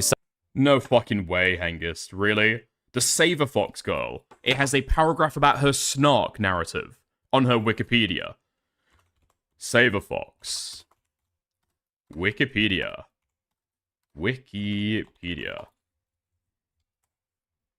Yeah? Okay. Media presence, possibly? Social media presence. I'm guessing it's going to be on her Wikipedia page then, right? Where's her name? Michaela Rains. Here we are. Social media presence? Okay, let's just go for Snark. Oh my god. Okay. Rain's death at the age of 30. Sorry, Rain died at the age of 30. Frank Camp announced Rain's death by suicide in a YouTube video on June 23rd, 2025, stating that Rains had struggled with depression, autism, and borderline personality disorder. After an investigation by the sheriff's office, her death was confirmed by hanging by the Midwest Medical Examiner's Office. Frank Camp alleged that an online harassment campaign by social media users, others in the wildlife rescue community, and some people who Rain had known personally contributed to her death. Reddit users raised discussions regarding the role of Snark subreddit communities on Reddit dedicated to harassing and spreading rumors about a subject in Rain's suicide. A Snark subreddit about Saber Fox was set to private and appeared to be scrubbed following her death. That's not true. You could find the original posts. People went and read them. Oh, did it get scrubbed, actually? Oh, were people... I think we're looking at the Internet Archive at the time, right? Yeah, okay. Users also initially initiated a petition requesting that Reddit introduce stricter policies around hateful conduct and shut down Snark communities. Her death also sparked generalized discussions on cyberbullying and its effects on mental health. Okay. I mean, I guess the Wikipedia page is just talking about the online reaction to it, right? Instead of making any firm claims. Yeah, fuck. I wish that it'd be like a countervailing narrative on there as well, but what are you gonna do? I mean, I don't exactly want this woman's fucking death chapter on her Wikipedia page to be the fighting ground for H3 Snark narratives. Your Discord's on fire again? Great. Some of these snarkers were added to Ethan's current lawsuits against Hasan's orbiters, which we'll come back to later. But in these filings, we received expanded explanations for some of the DMCA takedown requests, and all of a sudden the justifications included things such as posts that didn't have enough comments on them.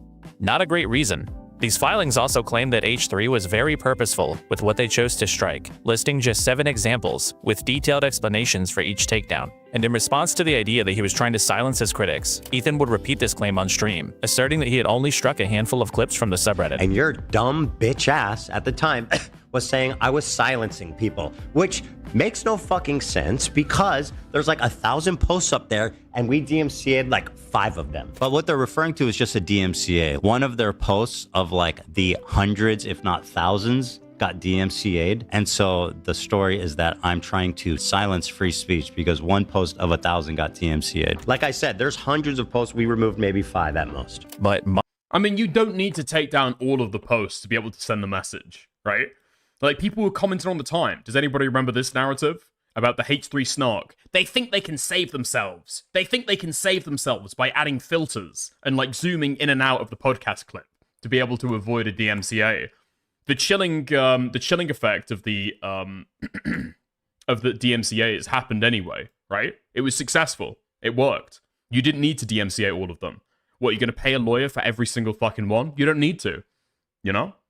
File some DMCAs, the chilling effect takes care of the rest of it. Months earlier, when complaining about Reddit's inaction against Snark, Ethan had previously claimed to have successfully filed dozens of copyright strikes against them. We've performed dozens of copyright strikes on the Snark subreddit. We have removed dozens of posts. So is Ethan possibly lying to downplay how many claims were being filed? If he is, it might be because what Ethan was actually trying to do was get the subreddit banned as a result of excessive DMCA notices, something that he had seen work with other Snark subreddits before. She told me that she was aware that there's Snark pages that will talk about me and that talk about her, whatever. And she was like, I'm going to give you this number of someone who can take down your Snarks. These people will go around and they will copyright strike things on subreddits to get them all these violations that then they get removed. I'm pretty sure as well that's how, you know, Trisha Paytas got the Trishyland Reddit taken down. But obviously that plan didn't work, so he started making public threats of legal action against members of H3 Snark. And I wanted to briefly point out the very funny way that he talks when he's addressing Snark. He really thinks he's that guy. I will look for you. I will find you. And I will sue you. He's already been granted a subpoena to obtain the personal information of prominent H3 Snark members, which he claims is just for legitimate copyright purposes. And he's threatening to dox them. It's not a dox, you dumb fuck. It's called a subpoena. Now, what happens to that information? I don't know. I literally just want to hold them accountable for copyright infringement. Court filings are all public. So if like their private information shows up there, I literally can't help it. But if you're not trying to dox them, then why say things like this? I mean, he's just openly expressing here that his goal is, at least partially, to expose the identities of these snarkers. Like anyone. Dude, hold on. Let's go back and read that. It won't save you, scumbags, from what's coming. I can't wait for your family, friends, work, and school to know what you've been up to. Smiley face. Anyone that participated in that sub should be humiliated, embarrassed, and exposed. If I was one of these people and had something to lose, who had, let's say, a good job or was part of an elite university, something like that, they would certainly not want people to know what they've been up to. They all have quite a lot to lose, and I will be the one that makes them lose those things. That is pretty explicit. I mean, just look at one of the letters from Ethan's attorney. Give us the identity of Snark moderators, or all of your personal info will be made public. And yeah, I mean, I think it's pretty clear that that's what Ethan's strategy has been, right? Because I had a conversation with this, with a couple Discord users. I think I've completely forgotten who it was. I think QQ was there. I've forgotten who else. I think Kathy as well, possibly. But this has been Ethan's strategy for the longest time, right? Put enough pressure, menace people, make them feel trapped, make them feel like the walls are fucking closing in or whatever. And then eventually, you can try and get some of them to be able to peel away and give you all the Discord logs, or give you extra information to go after them. Essentially like I don't know, like a civil plea deal. You can come to King Ethan and get amnesty, get immunity, and just if you flip on the rest of them, you know? This letter was regarding a clip posted on H3 Snark that was 90 seconds long. It seems obvious that his primary motivation is not really protecting his property. But you know how we can be sure? Ethan previously, not even that long ago, had opened up the H3 IP to everybody, and he even gave his blessing to people profiting off of his channel. I am opening our IP to the world. If you want to cut up clips from the podcast, from our members live, from anything with me in it, go for it, man. Monetize it. I will not claim. I will not remove. I will not do anything. I mean, to be fair, it's basically been my policy. I don't claim or remove anything really at all. But now you're making it explicit. Yeah. He was openly encouraging people to monetize his property, even on YouTube. We opened our IP, and there are starting to be channels who are uploading content. I started noticing. And they're getting views, and I'm very happy. But Redditors, who don't profit off of him at all, he has a massive problem with his content being shared there. And the only difference between these two situations, one supports H3, the other criticizes him. You can't blanket open up your IP and then claim infringement when you just don't like who's sharing it. Either it's protected or it's not. So when it comes to H3 Snark, Ethan seems to have abused DMCA as a guise to try to silence his critics. That's it. This whole Snark controversy is really interesting because when you zoom out, it kind of gives you a lot of perspective on Ethan's character, like how he stands staunchly against involving people's families in online drama. The way that's super fucked and twisted about it is how they go after people's families. Except when he does it, or how he hates defamation and considers it harassment. One of them fabricated a post. That's defamation. Except when he does it. Or how he thinks Snark is evil and should be wiped from the internet. I'm against Snark subreddits. I stand opposed to all Snark subreddits. Wow. Except when he uses it. Yeah, this is Ethan's web browser back during his fallout with Trisha Paytas, and you'll notice Ethan is a frequent visitor of Trishyland, Trisha's Snark subreddit. Ethan and the H3 crew are known to have been supporters and regular visitors of various Trisha Snark pages, including multiple named after their former podcast, Frenemies. The H3 podcast was actually remarkably public about being appreciative of Snark, back when the target was somebody that they didn't like. Frenemies too. Oh, you have to request to join? Well, I gotta request access now. Love said he secured Frenemies 12, so we're safe. Okay. We got, wait, Frenemies 12 is us? Yeah, we got it. Go to Frenemies 12, people, since Frenemies 2 is closed. Frenemies 2 was like home base. You know what I mean? Why have they done this? The irony is that Ethan and Hila don't actually have a problem with Snark. In fact, when his own fans engage in the same behaviors that he accuses Snark of, he'll just pretend that it isn't happening. It's a numbers game, okay? Some people, obviously, from an audience are going to be take it too far and be inappropriate and say horrible things. This is not my fan base. Them even trying to make it about our fan base is disingenuous, and it's a fucking lie. This is slightly old data, but one of the most popular subreddits among people who also post an H3 subreddit is a makeup Snark page. And there's nothing wrong with that, because the thing is... What the fuck is that? Beauty Guru Chatter. I mean, I've tried to have a look before, because I tried to see what the crossover was between Ethan and Trishyland. He'd be always pulling that shit up on stream during the podcast. He'd always be publicizing it and, like, bumping it up. Ethan is a controversial figure with millions of followers. He's been involved in countless dramas and public feuds with others, and at that scale, criticism is inevitable. Some of it is going to be harsh. Some people might cross lines, but that doesn't mean there's a massive organized campaign against you. It just means you're notable and there's a lot of eyeballs on you. And I don't know how to protect someone like Ethan from every isolated incident of harassment on the internet, but I know that the answer is not silencing all of your critics. Now, some of you might be thinking, but Kilo, didn't these people send CPS and skulls to his house? I don't blame Ethan for taking matters into his own hands. Well, let's see. In November of 2024, Ethan began threatening Reddit with legal action if he couldn't get H3 Snark banned from the website. In December, it was discovered that he had been weaponizing DMCA against them. In January, he finalized his plan to ultimately sue them for copyright infringement. Then in February, he began making vague threats of doxing and exposing the identities of the Snark moderators. Wait, what? Ethan says he can't wait to find out who the Snarkers are, because he's gonna sue them. He began making vague threats of doxing and exposing the identities of the Snark.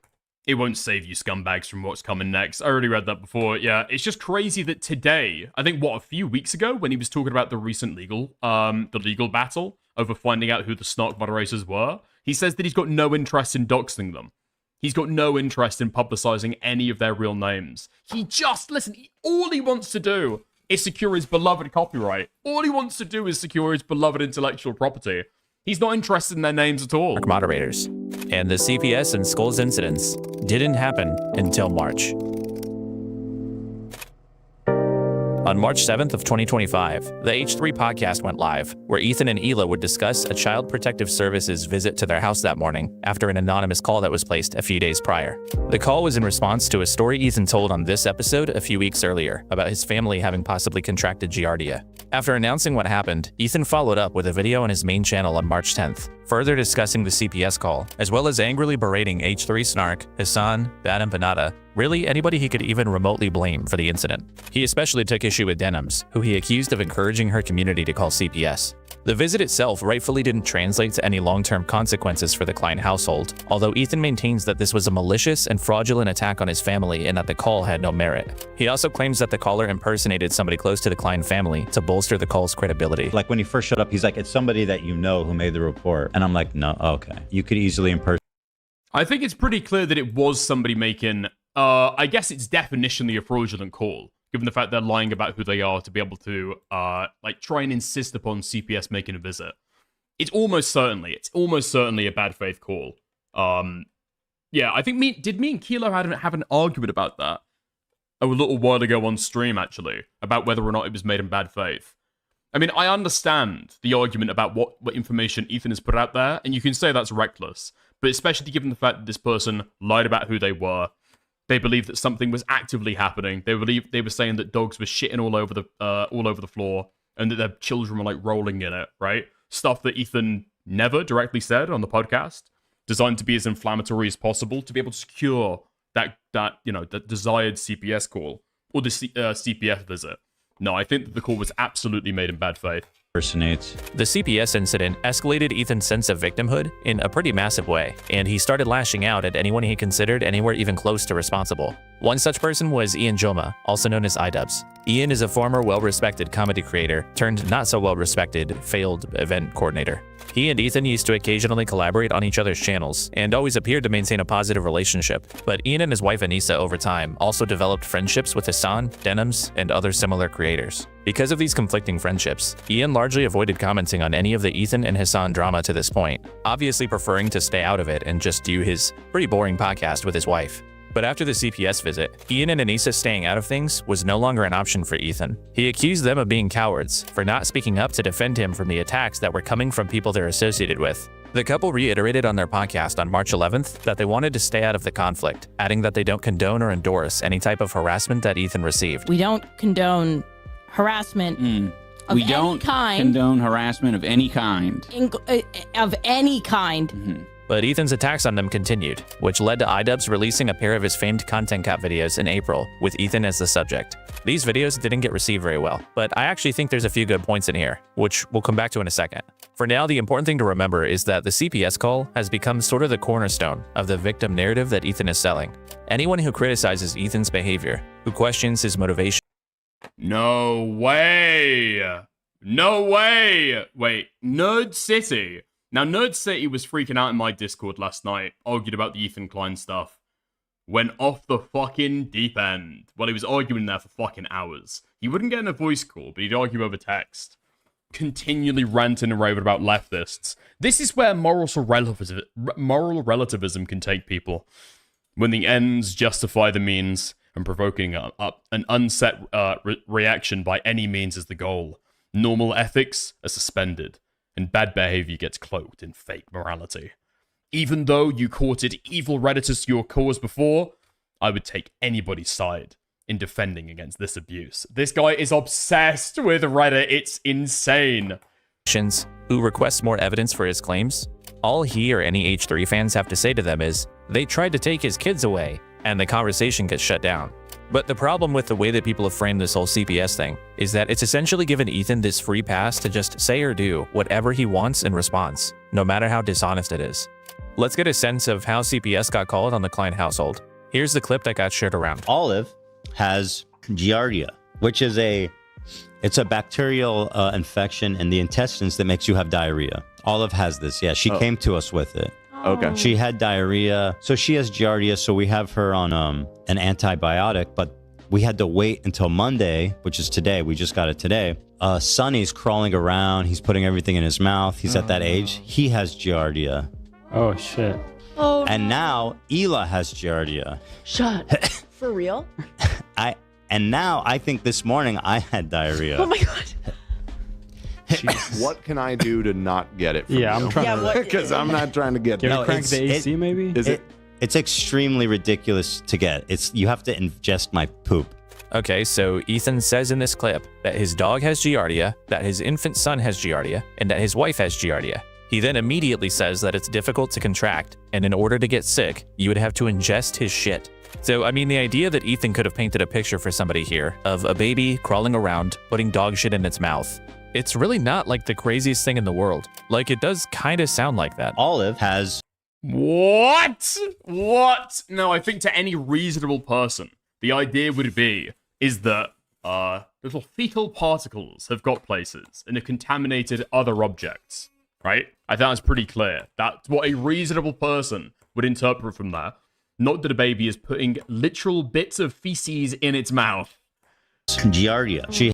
I'm not saying that it's an impossible interpretation, but I don't think that's what a reasonable person would interpret. He had diarrhea. Sonny's crawling around. He's putting everything in his mouth. It's extremely ridiculous to get. You have to ingest my poop. His whole room was just wafting and the foulest diarrhea smell. Dude. And meanwhile, he is covered in low viscosity diarrhea. Dude. No, you guys will not be getting Giardia. Okay. It's not like that. So yeah, Ethan told this. Repzion called CPS, I bet. I mean, it comes down to, at the end of the day, people will support or denounce CPS calls based on A, whether they like the person involved, right? Which feeds into B, whether they personally believe that it was warranted, irregardless of whether the person themselves actually thought that it was. Story about parasites and dogs and babies being covered in shit, and his whole house smelling like flowing, frothy diarrhea. And yeah, it's...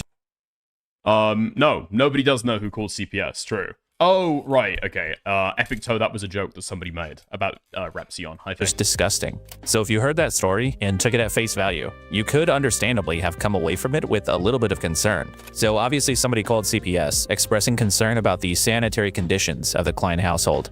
Now, before we go any further, the obvious question is, was the CPS call malicious harassment or genuine concern? And the answer to that question is, we don't know. I don't know, you don't know, and Ethan doesn't know. It could have been malicious, or it could have been someone being reckless or overzealous. But it also could have been someone who heard the story and genuinely believed the kids were in an unsanitary or unhealthy environment. And the thing is that ultimately, it doesn't actually matter whether the report was made in good or bad faith. Even if the Kleins are the victims of harassment here, they're still responsible for how they respond to it. And Ethan, despite having no idea who placed the call or what their intentions were, has accepted no responsibility for himself, lied about what happened, and dishonestly exploited the entire situation. One of the better points from Ian's Content Cop videos is that Ethan tends to abdicate any responsibility he has in protecting himself online, and he instead expects the world to protect him. Now what Ethan does, instead of taking any responsibility for sharing too much on his live stream, is that he decides to attack specific creators like Denims and say she was the source of the CPS call. Part of my criticisms of Ethan initially was the openness. I think it's a problem that you are that open, Ethan. And that's just true. Everyone kind of understands that the more about yourself that you put out there, the more you're exposing to the many insane people that exist on the internet. Ethan seems to understand this. He tries to limit sharing photos of his kids online, specifically for that reason. I've literally given Ethan Klein credit for not showing photos of his kids. I think it is actually very cool of him to try his best to not have his kids in photos, in videos. But when it comes to the CPS visit, Ethan has spent the months since it happened, lashing out at Reddit, other creators, anybody who he can get away with trying to hold responsible. And he has not for 1 second stopped and examined how he might have been responsible. Never. Yeah, I feel like a lot of people are going to react to this, if they do, and say, oh my god, he's victim blaming. He's victim blaming right now.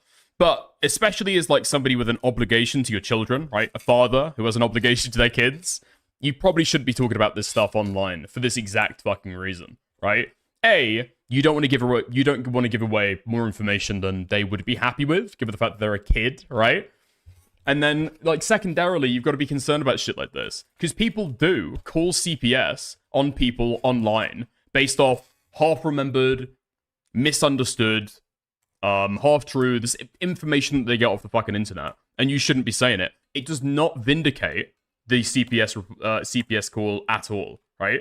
but nobody talks about this at any point, right? And especially given the fact that this has been used as, you know, Ethan Klein's casus belli to be able to do all this fucking drama. Dude, if you don't want your kids talked about online and their illnesses, whether they're eating your shit or not, don't talk about it. That's the easiest way to be able to avoid it. Or has he said, man, I told that story in kind of a stupid way. No, maybe I shouldn't talk about my kids' medical conditions in front of thousands of people.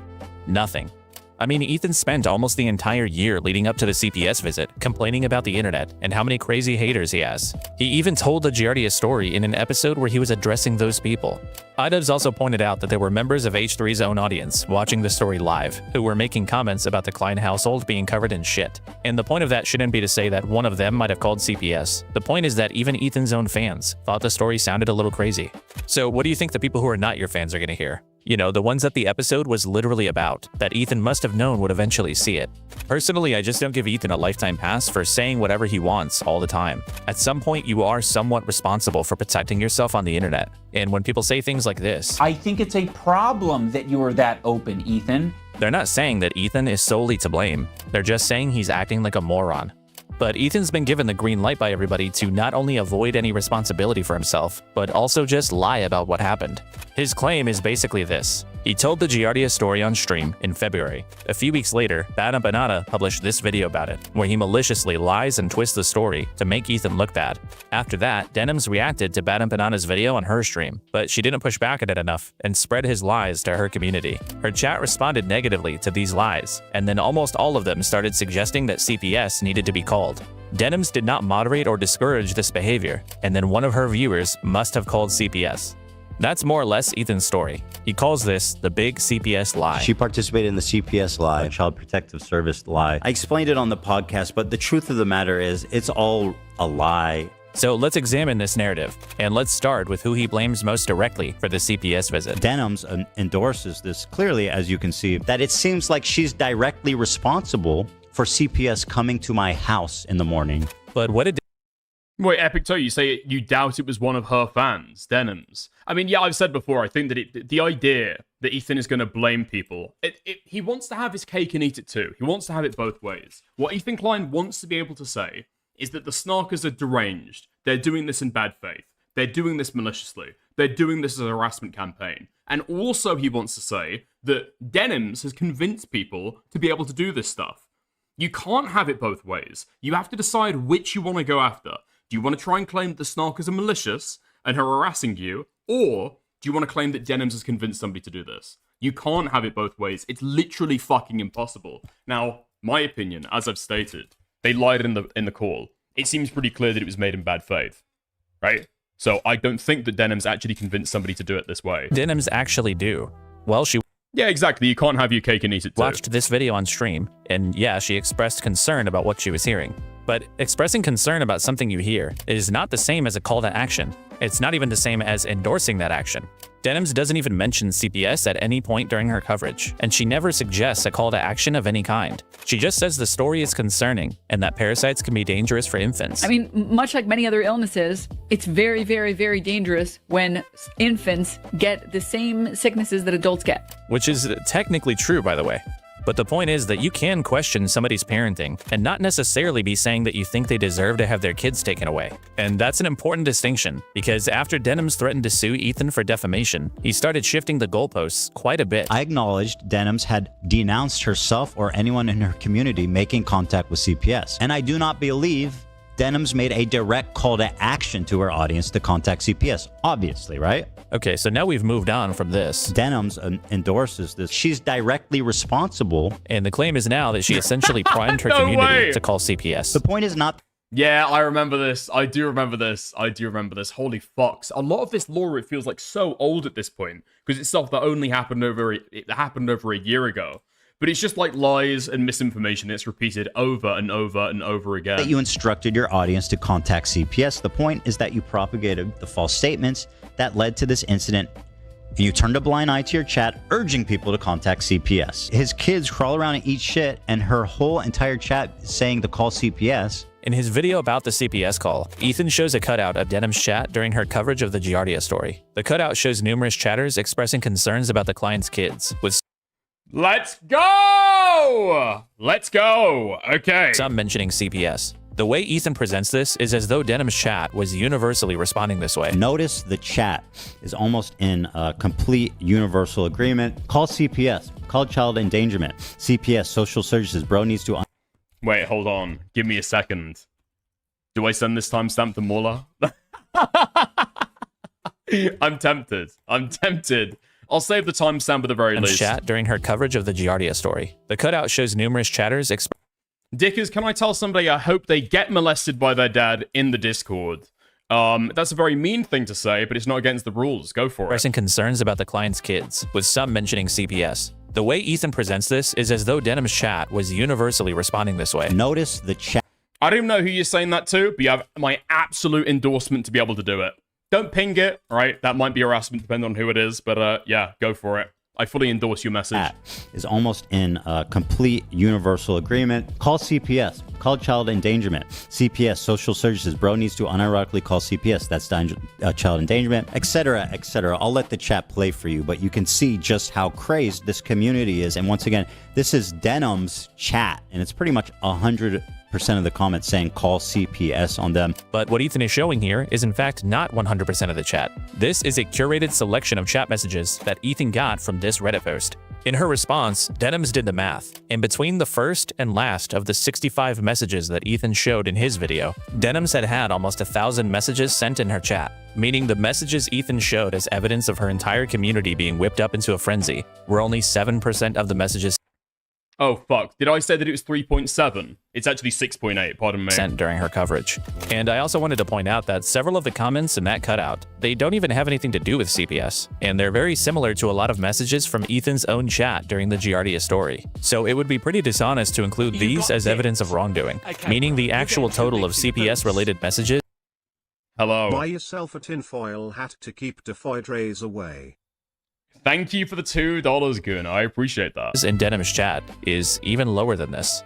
But Ethan doubles down on this outright false presentation the next day. I'm not exaggerating when I say literally every comment is call CPS. Yeah, no shit. It's edited.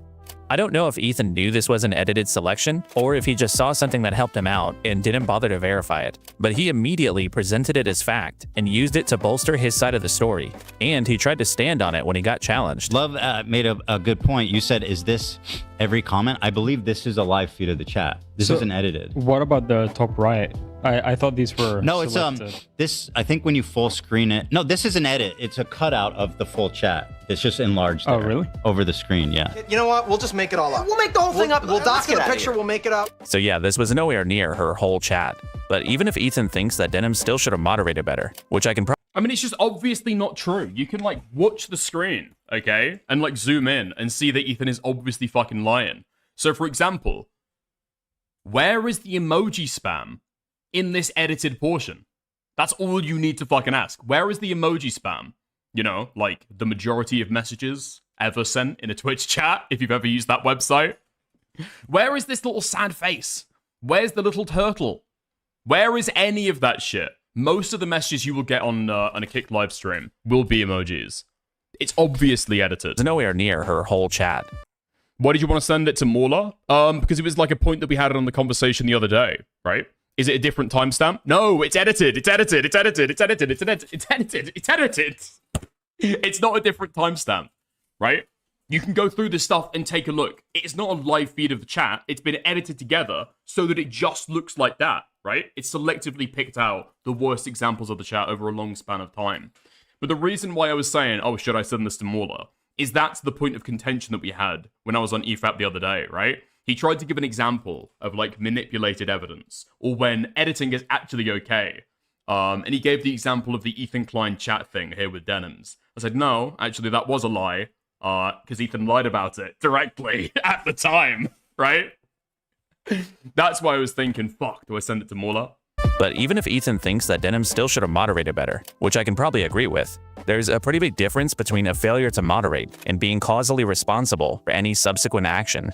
Denims does have an obligation to try to mitigate harm, but failing to fulfill that obligation doesn't mean that she caused the CPS call. Denims didn't cause the call, someone else did. So when it comes to responsibility, what's really left?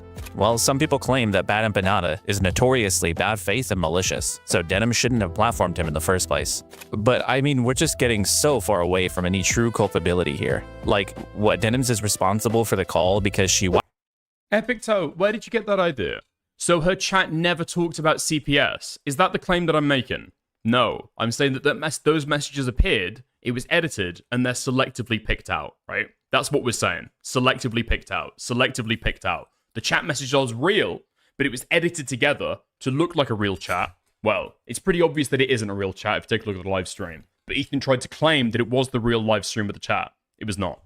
Watched a video from a guy who might be known to lie, and then a tiny portion of her chat responded to the lies, and Denims didn't delete every single one of them, and then days later the call gets placed, which could have been anybody, but we just assumed that it was Denim's fault because... I don't know anymore. This is Epic Toe, okay? Listen, you're not a moron, you're not an idiot, you're not at fault here, okay? You've been caught under the guise of Jewish mind control, which is the H3 podcast. Unfortunately, you've watched too many episodes.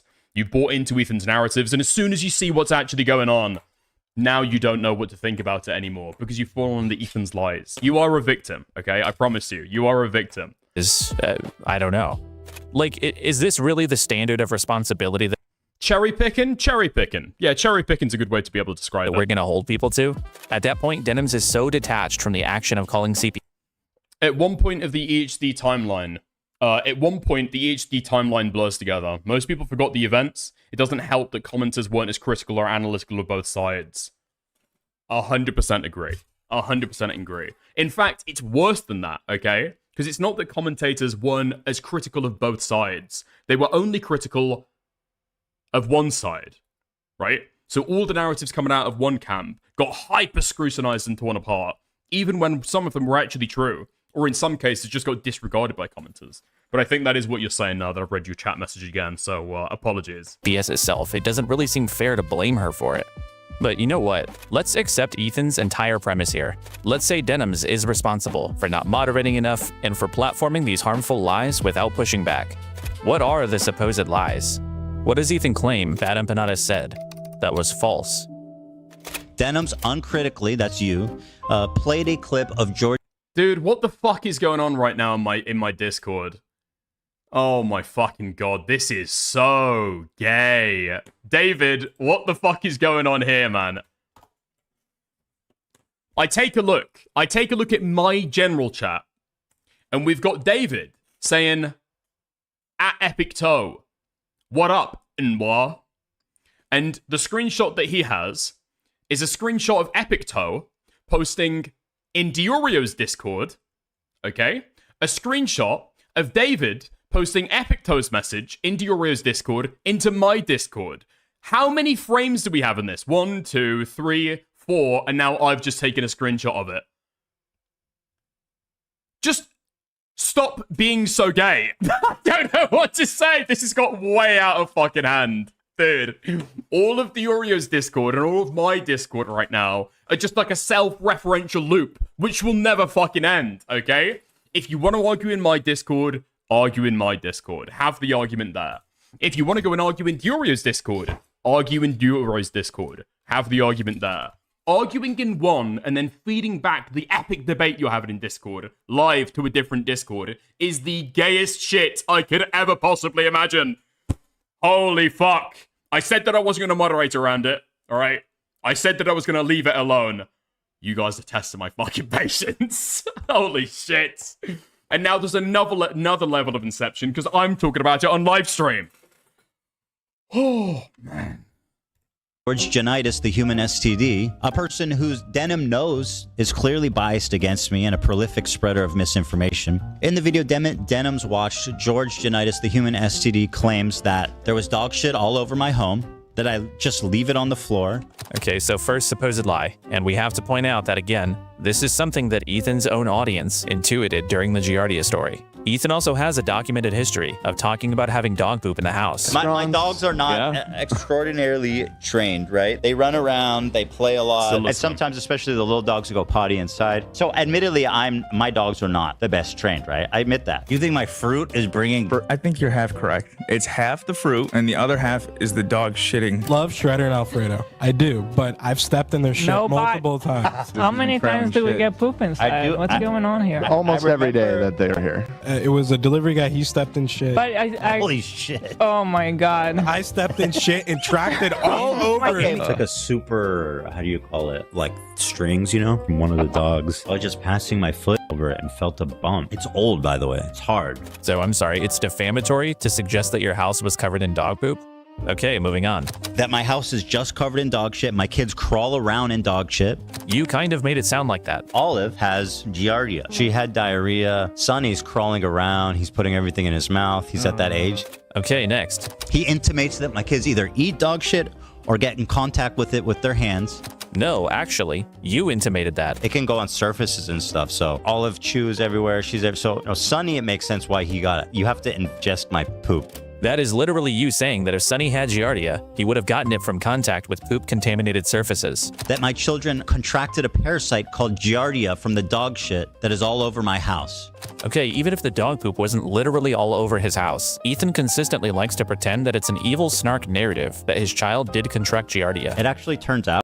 Yeah, I mean, the way that he's bringing it up as well. The parasite known as Deorio. Dude, you fucking mentioned it. You spoke about the fucking parasite. You named it, retard. I don't even know what the solution is here. It's like, just don't talk about your kids online, all right? If you do, talk about the happy memories, first birthdays, losing their first tooth, the tooth fairy, their first day at school, how much fun they're having at school. Just talk about that stuff, okay? Just talk about that stuff. Don't talk about them possibly being contaminated with fucking feces. I think it came out later on as well that I don't even think it was Giardia that they had. It was like a different fucking illness. It's like a little bit of shame, I think.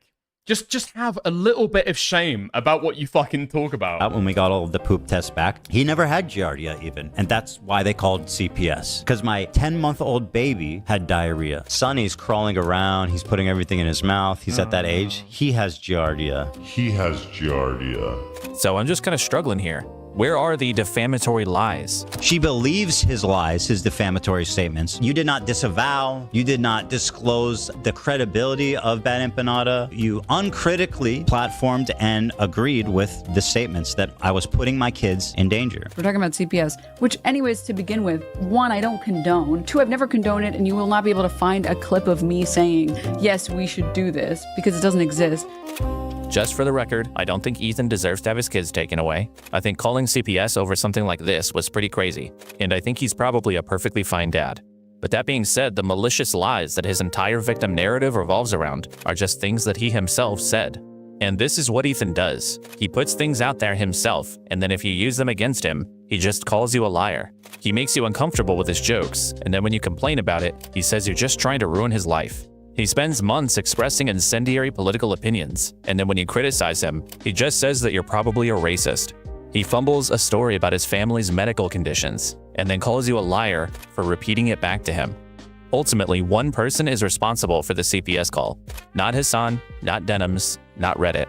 One random person that Ethan will likely never identify because CPS calls are anonymous. But notice how this incident's been used. Suddenly, everyone who criticizes Ethan is responsible for trying to take his kids. Same thing with the skulls. One unhinged person is now proof of a coordinated attack. And this very convenient framing is deliberate. Ethan's been going after Hasan, Snark, and anyone else in his crosshairs for months, but I don't like what they said about me doesn't play quite as well as they tried to hurt my family. So now every grudge. This is the exact same shit that I was saying earlier, right? The way that Ethan talks about it is so globalized and so fucking maximalist. It's so vague intentionally that it's like, okay, what are we even talking about anymore? But it's to smear all of the people who shit talk Ethan with the exact same brush, as though they were all there on the phone at the exact same time, using a fucking Zoom conference call to inform CPS that Ethan's kids were like eating dog shit and lying. Yeah, we're all Ethan's closest friends. We're all Ethan's closest friends. You've got Taylor Lorenz, you've got Denims, you've got a star on the fucking call. They're all there on the conference call, letting CPS know that Ethan Klein's children are eating feces. Grudge that he already had. You can't say it's anonymous, then try to make speculations like this. I don't know quite what you're talking about. It is an anonymous call. What do you mean? What speculations do you object to? Gets filtered through these incidents. Remember that Ethan... I mean, let's say, for example, that the CPS call is anonymous, but you've got somebody saying, I called CPS. Bad Empanada, for example, said, I called CPS. Can you not speculate that, I mean, Bad Empanada might be the most likely person for it to be. Not that it's more likely than not that he did call it, but of all the humans on Earth, he would be the most likely. You can absolutely make that speculation, and that's totally warranted, even if the CPS call is anonymous. Ethan was already going after all these people. The CPS and Skulls incidents just gave him the justification he needed to escalate. On June 19th, Ethan announced in a video titled I'm Suing These Three Creators that he had registered his content nuke video on Hasan with the US Copyright Office, a move that federally protects the work from infringers. He went on to name Denims, Frogan, and Kate. Wait, what do you mean? Dickers, didn't you see Bad Empanada call CPS on camera? It was sickening. Citron as the three targets for newly filed copyright infringement lawsuits. To me, this is sort of the culmination of Ethan's feud with the Hasan sphere. He says he was laying a trap for certain creators and claims he knew they'd react to his video with minimal commentary and essentially steal his content. It's not that I wanted these people to steal my video. It's that I knew they would. I knew they would watch the entire video, add little to no commentary, react to it instantly, giving them no time to form an opinion. I don't even know what that last part means, by the way. Like, what, they should have waited a few days to watch your video? Like, what was he even trying to say there? Regardless, his cases do seem pretty strong. Specifically, Citron and Frogan's reactions to the But the video shows Ethan made a lot of speculations. How much is too much? Oh, I see what you mean. Sorry, you're giving a commentary on Ethan. Okay, if you're snarking Ethan, I will let that through, all right? Content nuke. No, I think even for Ethan, it's fine to be able to speculate. I'd probably disagree with the speculation, right? There's like ways of logic that you can use to narrow down the possibilities, but saying anything definitively is like totally retarded. Yeah, I agree. Appear pretty short and lacking in meaningful commentary, and the primary defense against copyright infringement, which is fair use, likely wouldn't work for them. But in classic Ethan Klein fashion, he's been extremely dishonest about his intentions and what these lawsuits are actually about.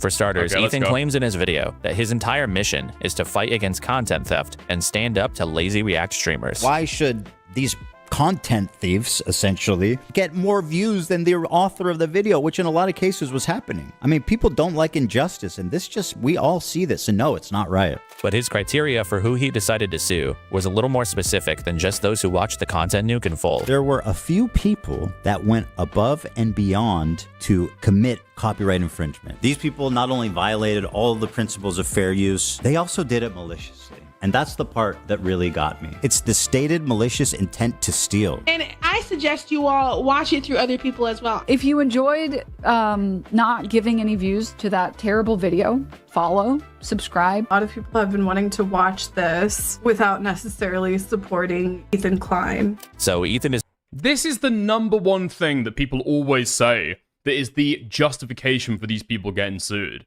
It doesn't fucking work, in my opinion. It doesn't fucking work. Maybe it contributes legally. Possibly. I've heard some people argue that. I somewhat disagree with that. That is a really strong footing to have on it. I do disagree with that. It's a really strong footing. It's like a slam dunk case, because that's what they said they were going to do. I disagree with that. But maybe it could possibly be a consideration, right?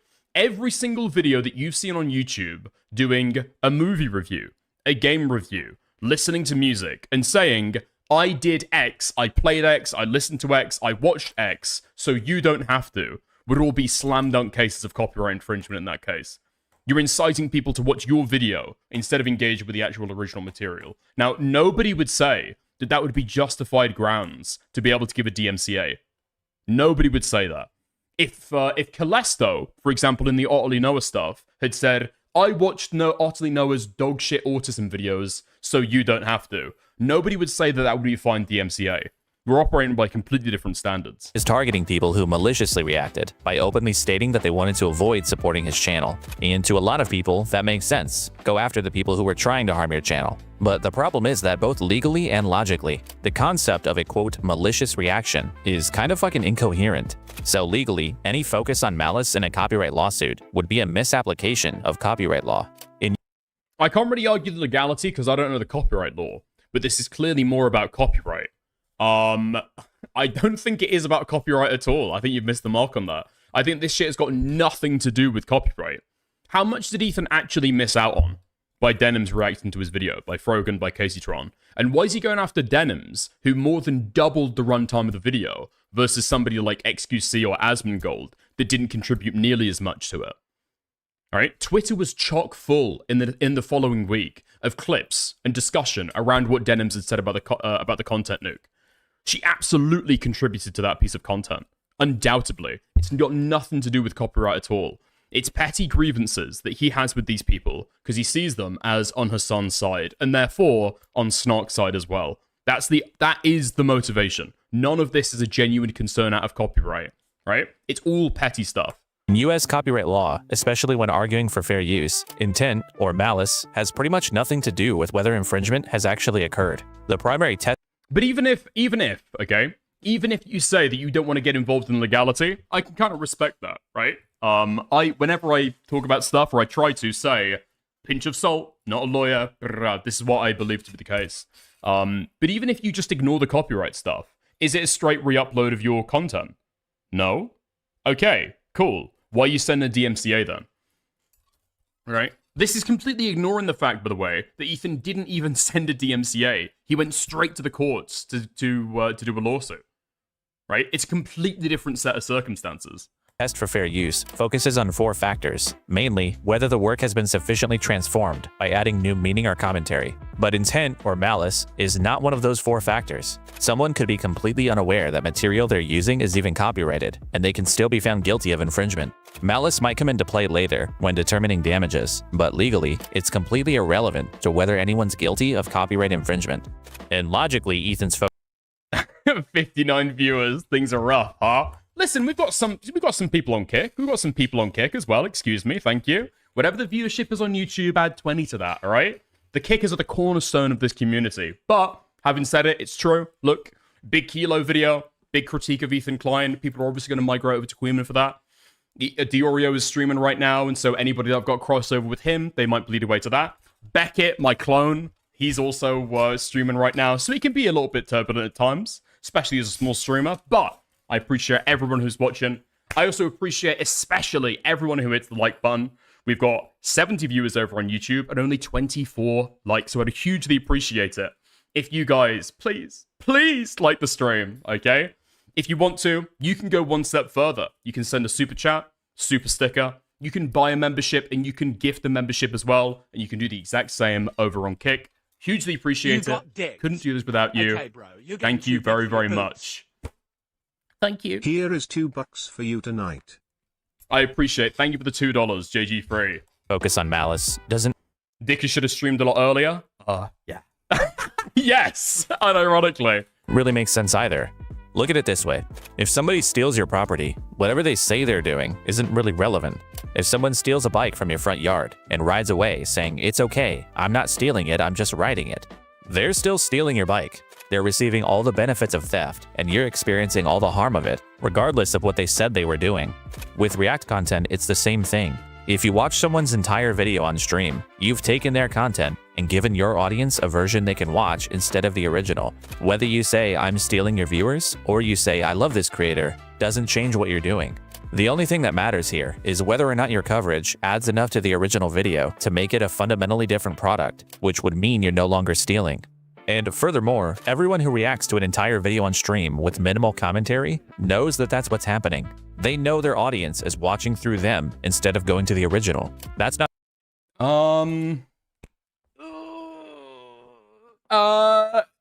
Yeah, I mean, you do know that that's what's happening, yeah? A secret. That's how the genre works. So if somebody knows they're stealing viewers and they choose to do it anyway, isn't that literally the definition of malice? So then what's the difference between what these 3 women did and anyone else who gave a low-effort reaction to the content nuke? Well, oh, I see where Kilo's going with that. I agree with that. Materially, there isn't one. All of them willfully chose to deprive Ethan's channel of potential viewers. The only difference is Denims, Frogan, and Caseytron said those words out loud. I do want to briefly point out that I'm not even really sure that Denims or Caseytron did in fact openly state an intent to steal views. I know Ethan's convinced everyone that that's what happened, but look at what they actually said. Denims responded to a chatter saying they wanted to watch the content nuke through someone else and simply confirms that she is in fact going to react to it, which isn't really malicious.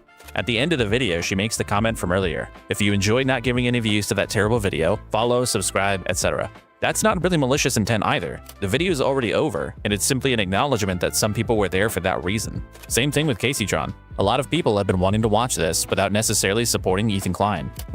And here's the thing as well. So far as I'm aware, like, it is going to be it's obviously going to be the understanding that, yeah, if a live streamer watches something on stream, it's not necessarily going to be the case that all of those viewers who might have watched it on their own will go and actually give it the view that it may have done. Even if they go and give it the view, here's the thing that I think that people miss all the time as well. If I were to say right now, listen guys, if you've enjoyed the Kilo video, why not go and give it a view? Let me put the link in chat for you right now. That person is going to click on the video and then what? Watch for 5 minutes? They've already seen the fucking content. All that's going to do, possibly, is actually harm the average view duration of the video. Minorly, in a minor way, right? But it's also going to, it's also not going to help with any of the AdSense. Because if you're watching only for a certain period of time, you're not going to be watching all the ads. It's not going to get pushed in the algorithm because it hasn't got the fucking watch time contributed to it, right? Views are not all that matters with this stuff. And plugging it at the very end doesn't do an awful lot to be able to fix that. It's not really a statement of intent. It's just kind of a fact. And oh, fuck. Speaking of which, whoops, subscribe, like. I'm doing my part, okay? How the fuck was I not subbed to Kilo before? That's all she said. So is this really them saying they're trying to steal Ethan's views? I'm not really convinced of that. They seem more like statements of awareness about the market for boycotting Ethan Klein's channel. Why is he defending Caseytron, who was just smoking the entire time? Lol. Well, okay. What he's saying, and this is pretty clear, I think it's pretty clear what his argument is, that these people, yes, watched Ethan's video live on stream, maybe took views away from it. There are hundreds of creators who did the exact same thing. Some of them to larger audiences, stealing possibly more views, adding even less commentary. And if you are gonna have this standard of this is why you're suing them, and you're acting as though it's not because they're on Hasan's side, the bad side, right? If you're gonna act like you're doing it out of copyright and not out of spite, that rationalization doesn't make sense. It's obviously spite-driven, you know? But let's leave that aside. Let's say these were explicit statements of malicious intent. There's another... Toast is just using Ethan's talking points, lol. I mean, okay. Out of all of the reactions, Denims, Frogan, Caseytron's is the hardest to be able to defend, okay? I've said it even on stream before. Caseytron's is the hardest to defend. Creator, who Ethan is not suing, who did the exact same thing. XQC proudly admitted that he is stealing Ethan's content during his reaction. I actually admitted watching it. I admitted watching it. People think reacting on stream? No, watching it. I'm not reacting to this. I'm watching this. What about it? No fucking way. If Ethan actually cared about lazy React content, XQC is a prime example of somebody he should be going after. He reacted to the content nuke in full with minimal commentary. He's got a massive audience, and he's openly admitted he doesn't care about intellectual property. To Ethan. So in that regard, do you care at all about like IP or copyright? Does that matter to you? No. It doesn't matter. Well, if flat out doesn't. During that same debate, Ethan specifically called out XQC for using deceptive thumbnails, taking the original creator's thumbnail and slapping his face on it to confuse audiences and siphon views. The fact that you're using the same title and the same thumbnail is so parasitic, it's so shady. You are only doing that to siphon off views and confuse people. There is no other reason for that. But that's exactly what XQC did with the content nuke. By Ethan's own standards, XQC should be the first person he would go after. But when he watches him proudly admitting to stealing his property, he has only nice things to say. I'm not reacting to this. I'm watching this. What about it? And listen, I respect it, man. I acknowledge you. We hear you. I acknowledge you as the king of this shit. So is Ethan just a pussy who won't go after someone that has the money to fight back? Yes. But more importantly, this shows that the lawsuits have nothing to do with malice or lazy React content or protecting intellectual property. This is just a targeted attack on specific people that Ethan doesn't like, which is not really what the court system is meant for. And of the people Ethan is suing, Denims is the clearest example of just how bad faith he's being here. I mean, Ethan spends his entire announcement video talking about the harm of lazy React streamers, like people who walk away from the video and leave it playing. The problem seems to have only gotten worse. You have people like Hasan Piker paving the way of fair use with what's known as chair reacts, when Hasan gets up, disappears for an extended period of time, and leaves the video playing for his chair. Mr. Chair, they call it. But Denim's reaction to the content nuke was nothing like that. The content nuke itself is less than 2 hours long, and Denim's reaction to it is almost 4 hours long. And according to Ethan's own standard, that should qualify as being transformative. My reacting to Ian's content. I think that when I go to piss, okay, I think that I'm totally justified in doing it. Let me piss. Let me piss. I think that it's totally fine for me to do that. And the reason why, here's the difference between me and somebody like Hasan RB, okay? I have got Bluetooth headphones. That's right. I wear Bluetooth headphones. I can listen to the content. I can listen to the content that's going on, even when I walk away to go and do something else. And as soon as I get back, I think about it, I pause, and then I give the commentary on the clip that I would have given anyway. Yep. Content. You always leave at the best bit, or is the best bit when I leave? Which I finished in, my total reaction was probably, what, like 5 hours or something in total? What do you mean no? What do you mean no? You don't get to piss. Don't force me to use the piss bottle, okay? Total, maybe less, 4. And his was 1.5 hours. I think that sounds pretty reasonable. That's like taking 2 times more than the original runtime, which seems like a good amount to contribute to have proper commentary, right? So again, by his own measure of what fair use is, Denim sufficiently transformed his video, which should mean she didn't really steal anything. So why then is Ethan still suing her? Ethan had a problem. He wanted to sue Denims, but as of right now, there really isn't that much legal precedent for full-length live React content like this, so it's pretty unclear whether Denim's reaction to the content nuke would legally be found to be an infringement on copyright, especially given the length and added commentary. And because Ethan couldn't know for sure, he decided to hedge. Some of you guys out there sweating? He didn't just register the content nuke with the US Copyright Office. He also registered the countdown stream that led up to it on the H3 podcast, which Denims did watch live. And her reaction to this countdown stream is far less likely to fall under fair use. But the problem is this countdown stream doesn't seem like it's what Ethan was talking about when he expressed wanting to protect people's content. In his announcement video, he repeatedly mentions long-form content and uses Lamino, whose videos likely take weeks or months to make, as an example of unfairness. What if I could make a long-form, irresistible piece of content that I knew that these streamers couldn't resist? They couldn't avoid the temptation of watching it the second it was published. So he's clearly making it sound like he's talking about video essays and things with high production quality, not some countdown stream. He specifically talks about Denims here as though she reacted to the content nuke itself with no commentary. I knew they would watch the entire video, add little to no commentary. After being gone for a few minutes, she returns and then sits silently for another couple of minutes eating. I didn't even fucking realize this. There's no fucking way. Really? All of these clips of Denims were during the countdown stream. But he doesn't mention. Who fucking cares? Honestly, who fucking cares? If you're watching another streamer for a fucking second, and then you're like freebooting for a little bit, we're really gonna start suing each other over that? Okay. Mention the countdown stream a single time. Dude, I'm gonna get fucking millions of dollars from Queeman. Guaranteed. Millions. It's almost like he doesn't want you to realize that he's completely spite-driven and full of shit. You're lying. Maybe I am, so what? And here's what makes that super obvious. Ethan didn't even register the countdown stream with the content nuke back in January. He did it in March, 2 months later.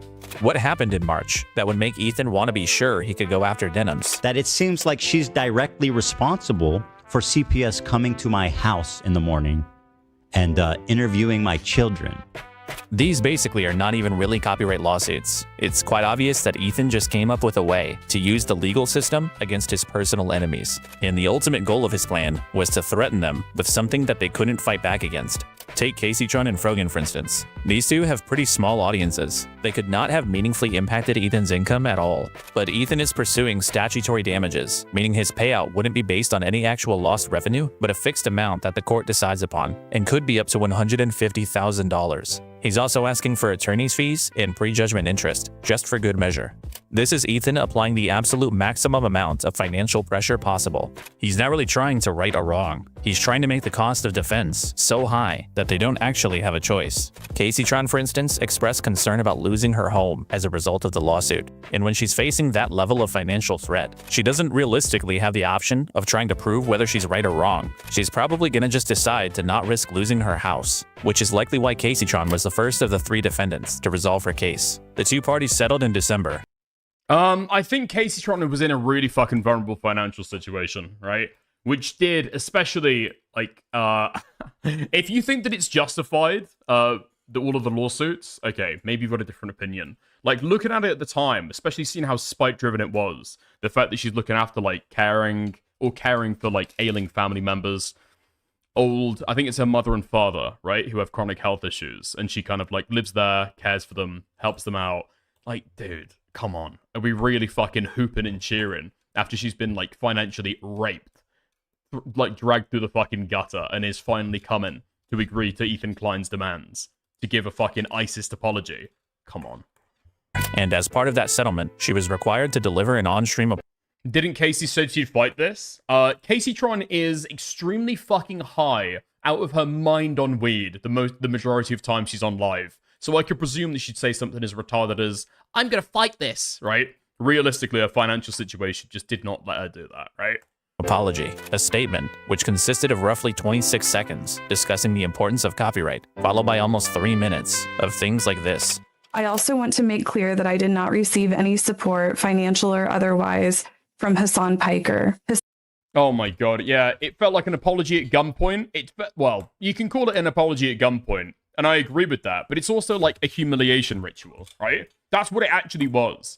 Ethan's getting Caseytron to say something that had absolutely no connection to the fucking case, apologizing to Asmongold about comments that she made about his mother a long time ago, nothing to do with this lawsuit at all. Things about Hasan, things about Denims, things about the hatery Snark, things about anti-Semitism on Twitch. Nothing to do with it. Literally, it's just using Caseytron, pretty obviously, as a fucking puppet to be able to, like, say everything Ethan believes to her.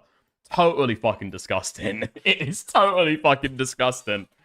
Yeah, Ethan Klein, puppeteering people in the media ecosystem to be able to say the things he wants, echoes his talking points, the approved lines. Very disturbing stuff. And then the thing is as well, Ethan Klein was chastising people for doubting whether or not it was actually her words. Like, bro, you think she's actually all of a sudden apologizing to Asmongold? You fucking high. Are you retarded? Obviously it's not her. He's like, oh, I can't believe people are doubting her. I can't believe people are doubting her. These are her words. She wanted to say this. Never even reached out to me privately to offer words of support. I also want to take the opportunity to acknowledge other misconduct and bad behavior I have exhibited online. For example, weaponizing the death of Asmongold's mother was inexcusable. AB, along with his wife Lena, have done more than I have ever done for the Palestinian people. I apologize to Ethan and Hila personally. I have said extremely mean and cruel things about both of them. I also want to acknowledge the pervasive problem of anti-Semitism in leftist spaces. No fucking way! Of course, Caseytron, of course. It should concern all of us. I condemn it and will not participate in it. To that end, I wish the Klein's success in enforcing TED Entertainment's copyright and protecting the legal rights of online content creators. Ethan claims that these lawsuits weren't about the money, and he did this to protect the wider commentary community. Even though theoretically I could sue a lot more creators and rake in millions of dollars, the purpose of this is not financial gain. I don't want to chill the reaction community into fear. Actually, the opposite. I hope that we can all unite against this type of egregious behavior that not only... Oh my fucking god, I totally forgot that Ethan tried to make this argument. This stuff is so long ago. I completely forgot that Ethan tried to run with this code Does anybody else still believe in this stuff, by the way? I actually can't remember. When's the last time that I heard somebody else echo this sentiment that, well, Ethan just wanted to help commentary? I'm pretty sure even Ethan's top sweepers didn't even buy this shit. Only makes us all look bad, but could destroy the commentary community as we know it. But when he was able to point a dollar bill-shaped gun at Casey Tron's head and force her to say whatever he wanted, even his intellectual property became an afterthought. He was almost exclusively interested in humiliating her, sucking up to Asmongold, dunking on Hasan, and otherwise just trying to win his little interpersonal online battles. Oh, and then boldly fucking lying afterwards that he had sympathy for Casey Tron and that the apology was genuine. I think ultimately her apology was heartfelt and sincere. You would have to be a total idiot to actually believe that. It's incredibly stressful.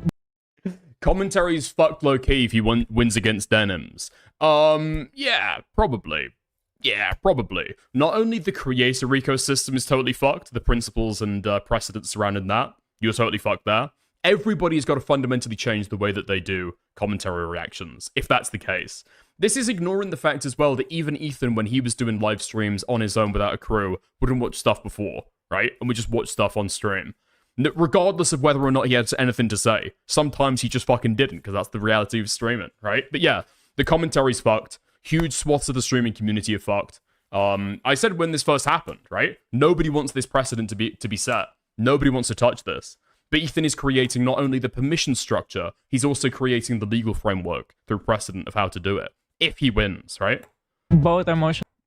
I think, well, I don't think anyone's even fucking engaged with this. I think I remember at the time hearing, what did Deorio say about it at the time? Did he say something like, well, I'm not really worried about that too much. I'm assuming this will all get settled before it goes to court. Really? Really? Are we sure?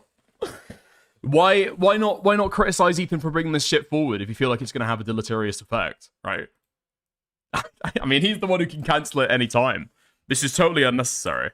And financially to go through a lawsuit. It is, Everybody and I knows appreciate the situation she's been in. You're the one putting strain on her situation. Ethan even made Casey Tron declare her willingness to help him pursue the H3 Snark moderators, who he claims colluded with the defendants to promote their streams. For the record, I have agreed to cooperate with the Klein'S in their litigation against the H3 Snark mods for promoting my live stream to the extent that I am able. But his evidence for this is just this Reddit post listing publicly announced streams that were going to be reacting to the content nuke. She's working directly with the Snark subreddit moderators to siphon views, and their intentions couldn't be clearer. But there's been no evidence presented of any two-way communication between the defendants and H3 Snark. So Ethan... Oh yeah, I remember this at the time. I don't know if Kilo's going to go into this, but Ethan Klein alleged in his lawsuit that there was a conspiracy between this random French streamer, or they French-Canadian. Anyway, they were incomprehensible. I'm not sure of exactly where they fucking live. But there was speculation that he was a H3 Snark member, and he had had a conversation with Denims. If you went and took a look, he said that he sent stuff to Denims. He never got any response back. There was no two-way communication going by what he said. And even worse than that, this guy was never a Snark moderator.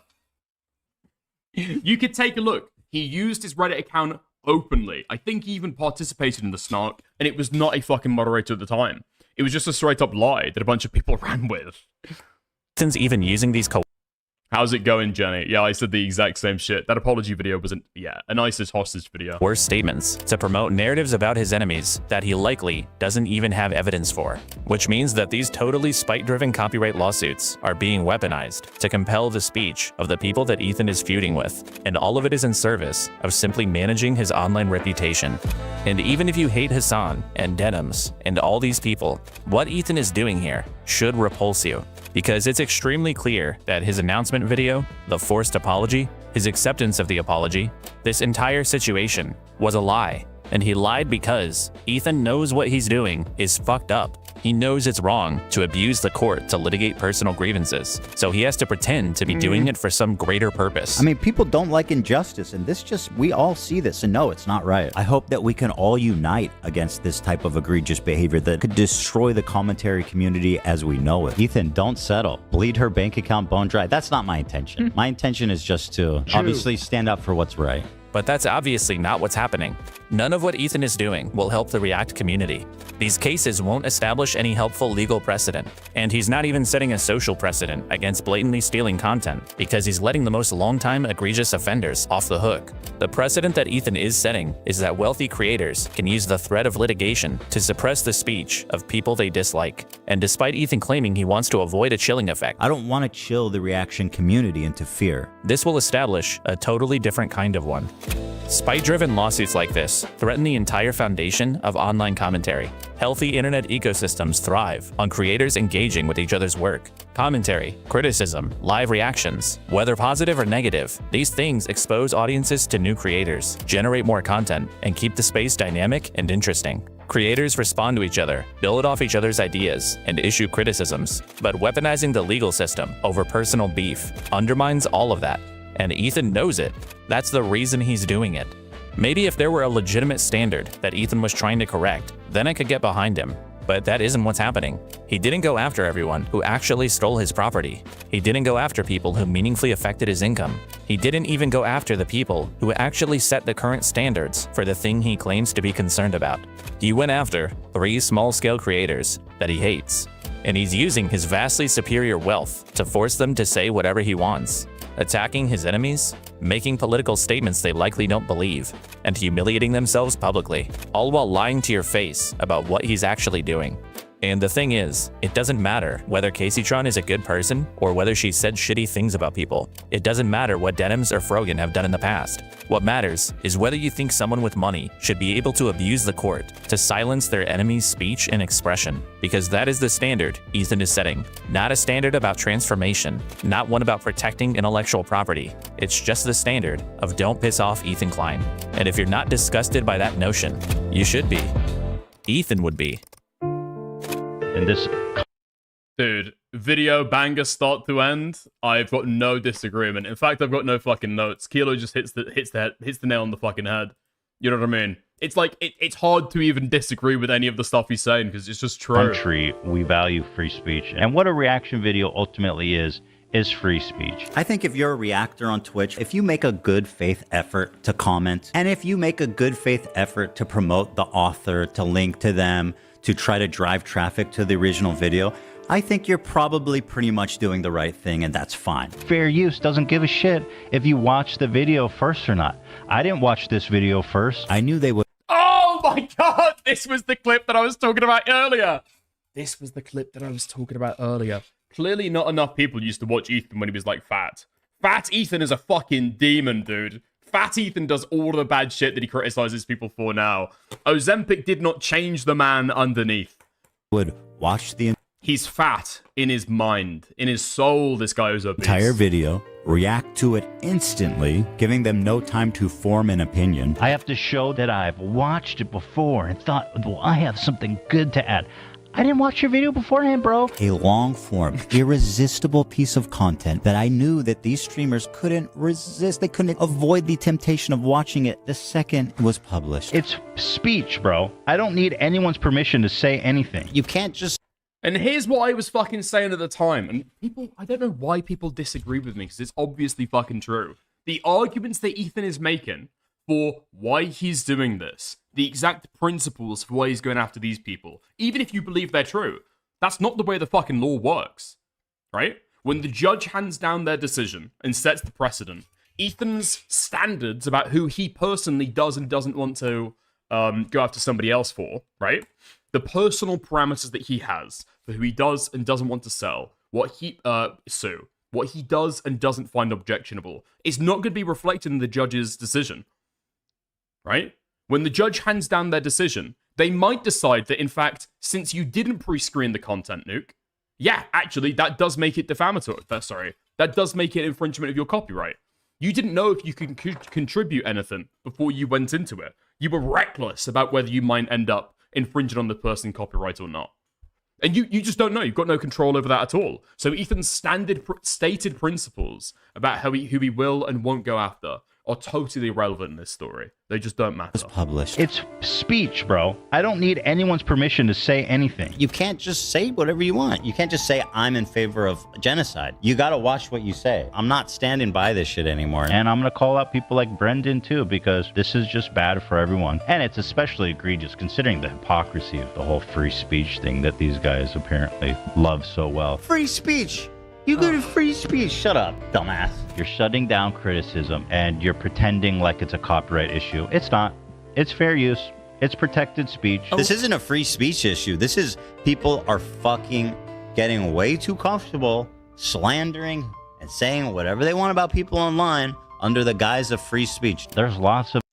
Didn't the Dark Viper guy say people who watch videos were like rapists in the 8th page or something? And Ethan said that guy was fucking insane. He did. Yes, I remember Dark Viper saying that. I believe it was actually 14 pages, not 8 pages. But yeah, I think 8 pages is Slenderman. That's where that comes from. But yeah, he did. It's crazy how Dark Viper has become an impeccable fucking litmus test. You compare how people spoke about Dark Viper, what he said, what he did at the time, all right? Dark Viper is like the epitome of the petty, childish, asshole fucking creator. He will go and say the most retarded shit. Watch how creators spoke about Dark Viper back in the day, and see how they talk about Ethan Klein or other topics now, okay? Take a look at the way that Willie Mac Show spoke about Dark Viper Ray used doxing allegations against Chud's community. And look how now he speaks about Queeman and others. I guess me included. Take a look at Ethan Klein, how he spoke about Dark Viper in the day. Take a look at the things he's doing now, right? People can recognize these things in people that they hate, and then they'll go and do the exact same shit. It's like so fucking insane. The video shitting on me on the internet. You know, I wish I could just delete them off the internet. You know, wouldn't that be nice? Wouldn't that be just convenient? But you know what? You can't do it. That's free speech. You know, and free speech is tested when it's targeted at you. You can't just say whatever the fuck you want. It's time to start holding people accountable for the shit they're saying. I fight every day to protect free speech. I put my money on the line, I go to court, and I'll do it as many times as I need to. You guys have been doing this for years. It's the jig is up. You're gonna have to tell it to a judge, literally. By the way, this guy likes threatening to sue people. All over fair use and my right to free speech. And if I wanted to sue you, I probably could fucking ruin your whole life. It'll be great to sue them. I'd love to sue her. I'd love to sue him. I'm gonna sue you. It's not a threat. I'm going to sue you. We get to pursue legal fees for this garbage, anti-free speech lawsuit. And to all the detractors who are saying that I'm a hypocrite for suing for copyright infringement, I just have this to say. I don't care. It's easy to defend free speech when it's got nothing to do with you, right? When it makes you look good. But when free speech makes you look bad, then let's see how much you defend it. But the moment online criticism became too difficult for him to handle, all of those principles went out the window. And not only has he completely abandoned those principles, he's become the thing that he spent so much of his career complaining about. As an example, look at the initial complaints for the lawsuits. These were over 80 pages long and contained things like a comparison between Hasan and Haj Amin al-Husseini, a notable Nazi collaborator during World War II. And yeah, this is clearly partially intended to waste opposing counsel's time and rack up the defendant's legal fees. But Ethan's been on the receiving end of litigation like this before. He's doing a spite law. I'm not sure if that's the case. Is it there to like waste opposing counsel's time? I'm not actually sure if that's what it's intended to do.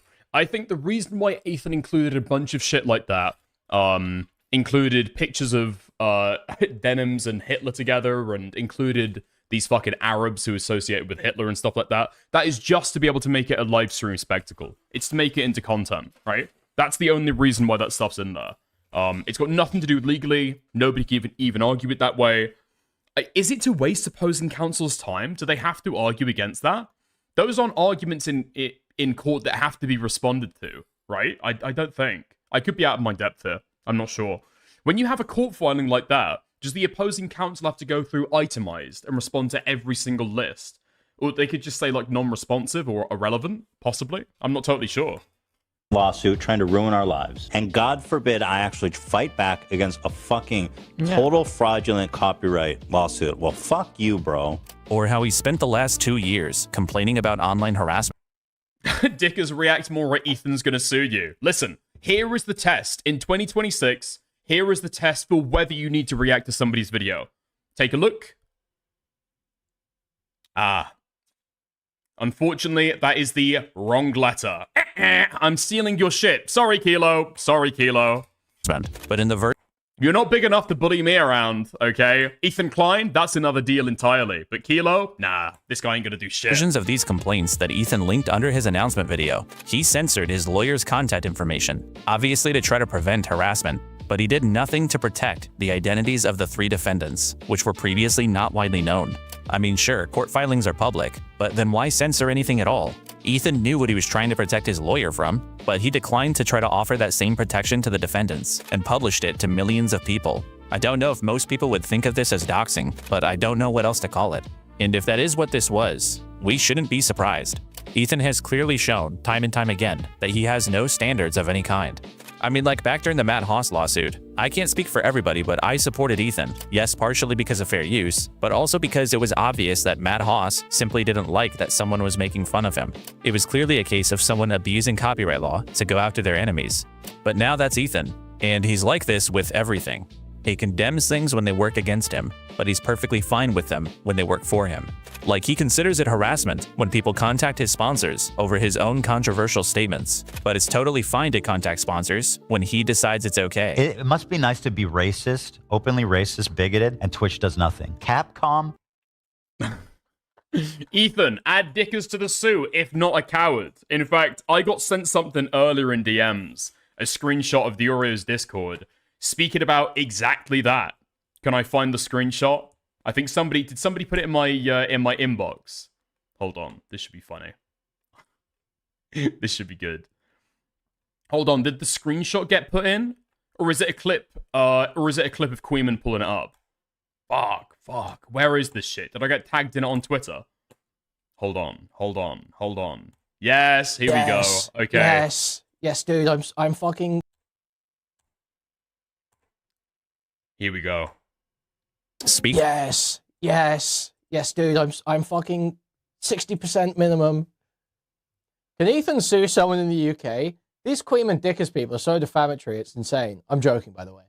What's this Dickers guy was given the grace and opportunity to do EFAP while averaging 50 viewers, and he backstabs Deorio with his bullshit Queen and shit. Lost all respect, TVH. You and me both. I'm new to Dickers. I was watching while waiting for Nick to go live. Seems like he's just bought into the Queen and smear campaign, so something along the lines of how Deorio was supporting forced DMCA takedowns, whatever, which is just a blatant lie. Speak. Yes. Wait, that's all? That's the end of the clip? Dude, I'm gonna get added to the fucking defamation lawsuits, dude. Me and Noah Sampson gonna be standing there in the fucking witness box. He's gonna be crazy. Also, I don't know why people are surprised by this shit. I mean, I know that I'm a small streamer, okay? I'm a small content creator 100%. I have had these takes about Ethan Klein. I've had these takes all along. I don't know why it's a surprise to some people that I disagree with Deorio on topics. Obviously, I disagree. I've disagreed since this shit started happening, right? Samsung and Chevron should absolutely know about what kind of content Twitch is putting in front of their logo. Or how he thinks Snark is the worst possible thing on the internet, but he didn't have a problem with it when it was someone else. His own community is basically Hasan's Snark at this point, and they're just mimicking his own behavior. And he's the type of guy that keeps his girlfriend a secret. I'll just spill the beans. I don't care at all about him. I said, why do you keep your relationship with Valkyrie a secret? And it was his decision. He likes everybody dreaming of being with him. That's obviously why. He hates people bringing up personal, sensitive stuff, like talking about his dead dog, but he'll readily reveal intimate, private details about people whenever he wants. Seriously, how do you think Ethan would react in 2026 if someone made an entire website dedicated to comparing him to, I don't know, how about convicted mass murderer and child rapist John Wayne Gacy? Which I did do, by the way. So I guess we'll see. Anyway, the point is, this whole thing between Ethan and Hasan, it was never about Israel or Palestine. It was never really about harassment. This was always about a 40-year-old former online hero who torments himself over what people online are saying about him, and who completely loses his mind over not having control over it. He's been losing subscribers and obsessively coming up with massive conspiracy theories to explain why, instead of facing the obvious, which is that he pretends to be honest and stand up for things. But he's a giant crybully whose only principle is self-preservation, and he'll sell you any lie that he can to try to uphold it. which makes Ethan A fucking Weasley little liar, dude. A fucking Weasley little liar, dude. For his efforts, Ethan Klein's the winner. Okay, El Kilo. This video's dog shit. And the reason why is he doesn't include the end of the clip where he starts slamming the desk. Of our first Weasley Little Liar Award, the Sort of a Piece of Shit Award. Mazel tov. So you'd probably think that vexatious lawsuits, lying, doxing, and harassing smaller figures into silence would be met with widespread condemnation online. But actually, Ethan is surrounded by a gang of similarly dishonest creators who've been clapping like seals at somebody who has the time and the money to go after Hasan and his orbit. These people have a variety of motivations. Some of them are clout hungry, some of them feel personally slighted by Hasan, and some of them are perhaps just mentally disabled. But all of them deserve to be recognized for helping usher in this new online meta where there are no standards of behavior whatsoever, as long as the person on the other side is named Hasan Piker. Time for the awards ceremony. Let's take a look at Cameron F305. Okay, nice. Wait, do we still have Jelly in chat? I don't know if we do. I guess she's not a commentary person, so she might have clicked off. Okay. Yeah, like I say, gonna watch like an hour and a half of it. We might watch some other bits later in the week. We're gonna spread the content out a little bit. Spread the content out. Jesus Christ. Okay. Jelly is commentary. What do you mean? No, she's not? What do you mean? Okay, never mind. We might be talking about different people. We are talking about different people. I'm talking about Cameron F305's Jelly, not whoever the fuck you're talking about. Okay, nice. Dude, W. I think there was a clip going around on Twitter saying that I was literally seal clapping at Kilo's video. I was, in fact, literally seal clapping at Kilo's video. It's good shit. He did a fucking good job. You know? It is what it is. There we are. Okay, you know what? We'll move on. We'll move on. Oh, I did see. I think Femios wants to, like, argue with me. Yeah,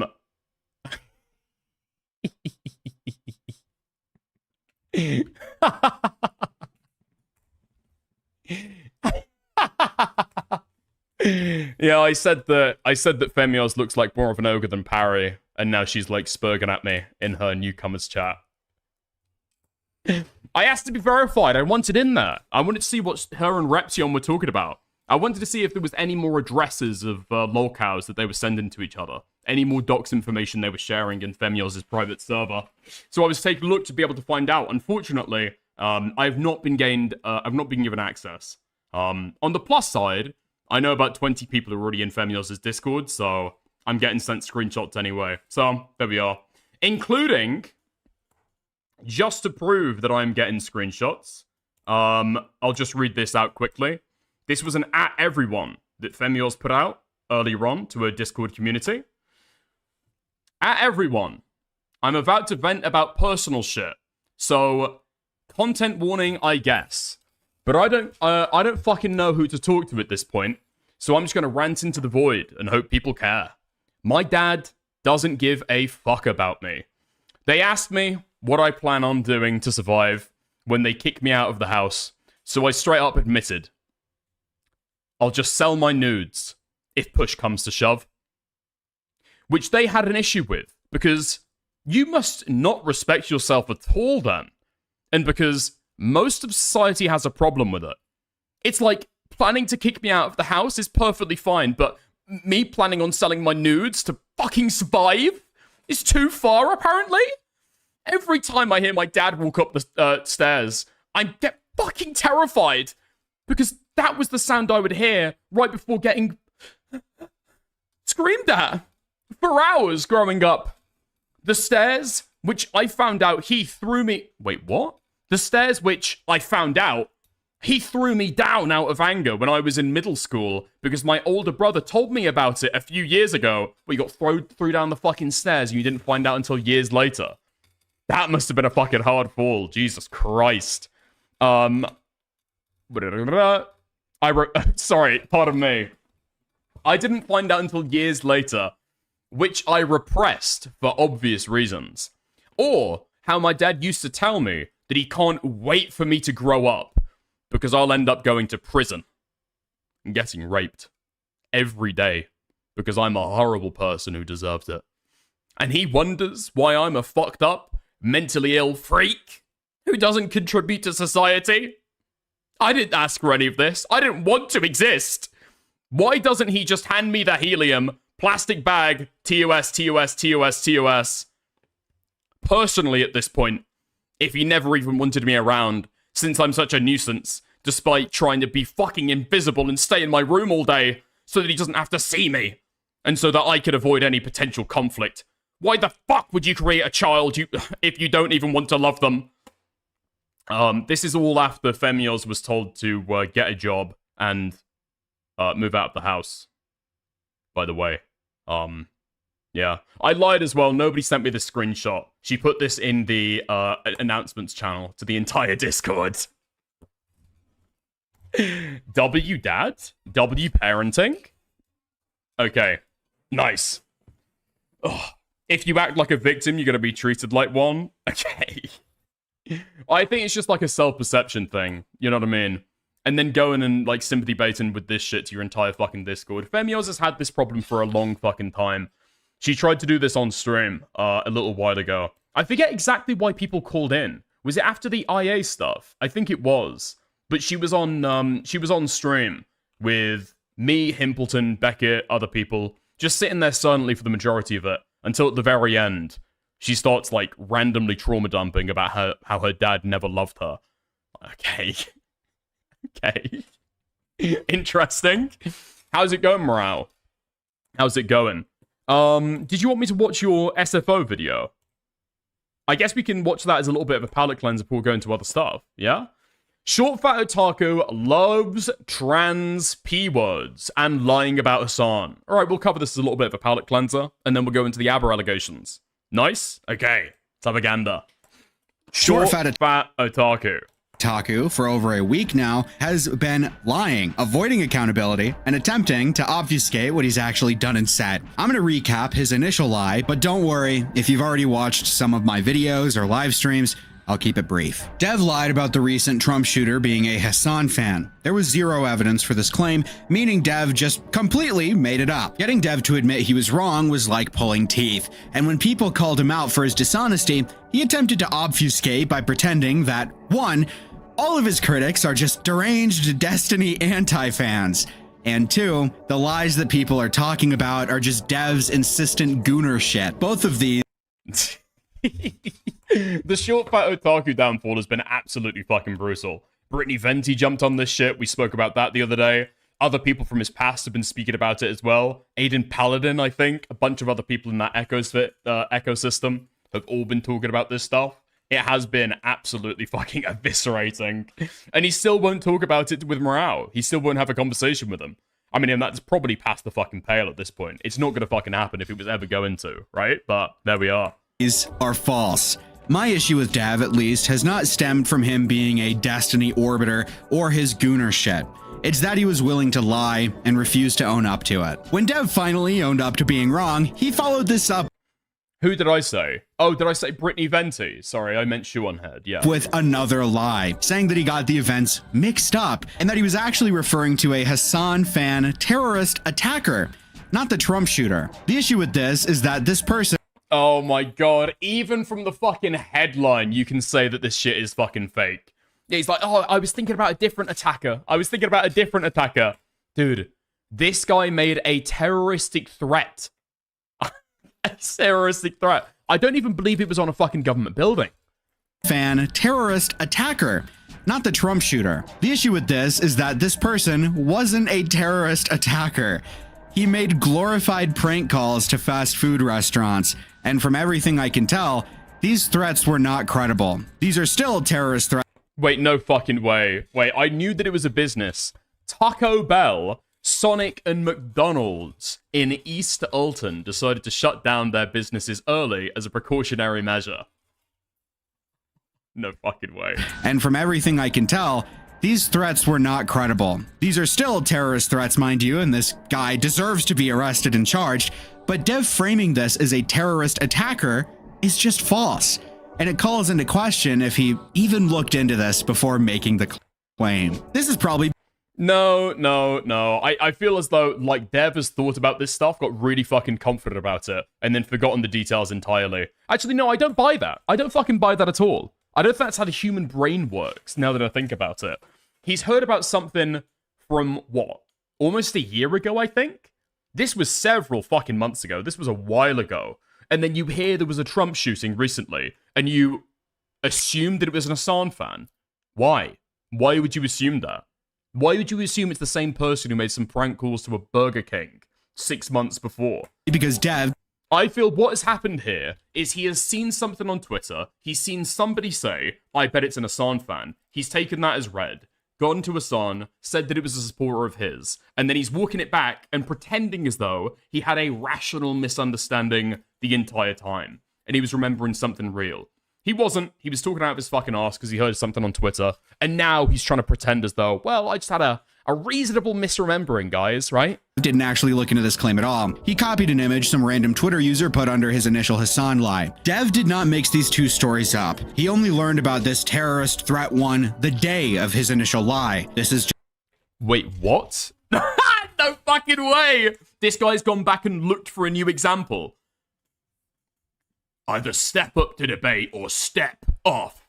This pussy Twitter safe space shit got old 10 years ago. Yeah, I'm just gonna leave this here. No! No fucking way. Copied an image some random Twitter user put under his initial Hasan lie. Dev did not mix these two stories up. He only learned about this terrorist threat one the day of his initial lie. This is just obvious post-hoc cope. Dev lied about the Trump shooter being a Hasan fan, then lied, saying he actually mixed two stories up, and then lied about the story he claims to have mixed up. The idea... Dude, Morale gets it. Morale gets it. Morale sees through the fucking code. That Dev could have even mixed these two stories up is also quite nonsensical. One is a president having an assassination attempt done on them, and one is some guy from 7 months ago doing terrorist threats to a McDonald's and Burger King. Dev also... Well, I mean, assassinating the president, threatening the Burger King. I mean, I can understand how those things could get mixed up, to be fair. Said the difference between terrorist threats and terrorist attacks is splitting hairs. It doesn't take a genius here. You know, Secret Service had to get involved, deployed the secret source. I can see a lot of parallels here. I can understand. Figure out that this is complete cope and is just Dev embarrassingly attempting to dodge the fact that he has, yet again, lied. Threatening to do a school shooting and actually going through with a school shooting and ending with a death count are incredibly different things and hold significantly different weights. But hey, anything to justify this pathetic lie, I guess. Dev also tries to pull some truly unseen and frankly phenomenal tech, asking if his lie actually affects Hasan. Yes. The guy who prides himself as being principled is trying to justify lying by saying that it actually doesn't affect Hasan. Truly some genius stuff we're working with here. Dev desperately tried to pull the whole I'm not on Twitter card to justify him not admitting to his initial lie sooner. This is also a lie. Discord user Jakeef did the math and Dev's tweet count per day comes out to around 72. That's right. Dev claimed to not be on Twitter constantly, all while tweeting over 70 times a day. And he has tweeted over 200 more times since my last video. This is just really strange to lie about. Why own chasing girl cock but not being chronically online? It just does not make any sense. Dev is inconsistent about what happened with him making Shoe on Head uncomfy in her Discord server. First off, this screenshot is from 2020, 6 years ago. So the fact that Dev spurred the fuck out over this so hard is beyond me. Dev says, I didn't pay to get in. She offered free invites during COVID. She responds saying, he's literally lying right now. Oh my fucking god, 250,000 people weighing in on the short fat otaku drama. Discord server was never free to get in. Dev responds by saying, she was just lying. During COVID, she temporarily disabled monthly payments for her Discord via Patreon. Notice how Dev's claims have changed here. It went from free invites to her private server during COVID to her canceling reoccurring payment for people currently inside of the Discord server. Now, honestly, who are you supposed to believe in this situation? Shoe on Head, who seems to be consistent. Wait, what? Yeah, the implication here is that he got in for free. What? She offered free invites during COVID. This was from years ago. And so presumably he entered the Patreon Discord for free. And then here, she stops charging people who've already gained access. Honestly, who are you supposed to believe in this situation? I mean, I don't even understand what he's saying is the lie here. He's literally lying right now. My Discord was never free to get in. I don't know why he lied about this 6-year-old drama. He's saying Shu's lying here. During the initial lockdown wave of 2020, she temporarily disabled monthly payments for her Discord because she said that she understood people were having a rough time with money. Okay. Shuan Head, who seems to be consistent throughout her tweets here, or Dev, who has a history of lying, obfuscating, and forming dishonest narratives, who is currently being inconsistent about his own story here. Ultimately, this is pretty low stakes, so come to your own conclusions. However, Dev really doesn't like the idea of him making women uncomfortable. As he tweets out, unfortunately, I didn't catch it myself, but in this deleted Doomer Media stream, he apparently was trying to craft a narrative about women finding me creepy and watching clips of Naomi and I clearly being chill on stream together. Guess that plan didn't work out. Seems like that stream clip of Dev is a bit of a soft spot for him. Dev also attaches a screenshot of his Discord chat with Naomi where she promises she won't break up with him. This guy totally isn't an insecure freak, by the way. Regardless. No fucking way. Wait, what? Yup. He was watching a video trying to frame it as you and Naomi aren't doing very well. And when she was clearly comfortable with you in the video, the streamer himself said you clearly aren't breaking up. So what's the allegation here? That she was uncomfortable? Yeah, she seemed uncomfortable in that conversation. It was clearly terse, right? It was clearly terse. She's talking about the fact that you've been going around on Twitter, in her words, cheating, right? Saying that you want to fuck trans women. Saying that you wanted to be all up in their guts. It was clearly an uncomfortable conversation. Was Morale trying to allege that this was somehow sexually inappropriate? I don't really know how you'd get that from that clip. But listen, maybe Morale was trying to claim that. Oh my god. The private property of Dev says, yeah, I have no plans of breaking up with Dev anytime soon. Lol. Discord user says, he still just keeps on talking about, man, fuck this guy, though. Anytime soon? Yeah. As soon as you can me like 80. It's fine. Okay. Regardless, it's extremely normal to private streams in order to edit out copyright or YouTube terms of service content with YouTube's studio editor. So I'm not exactly sure why Dev tries to frame this as some sort of malicious action. This stream is now unlisted and will be linked below, so you can come to your own conclusions on it if you want.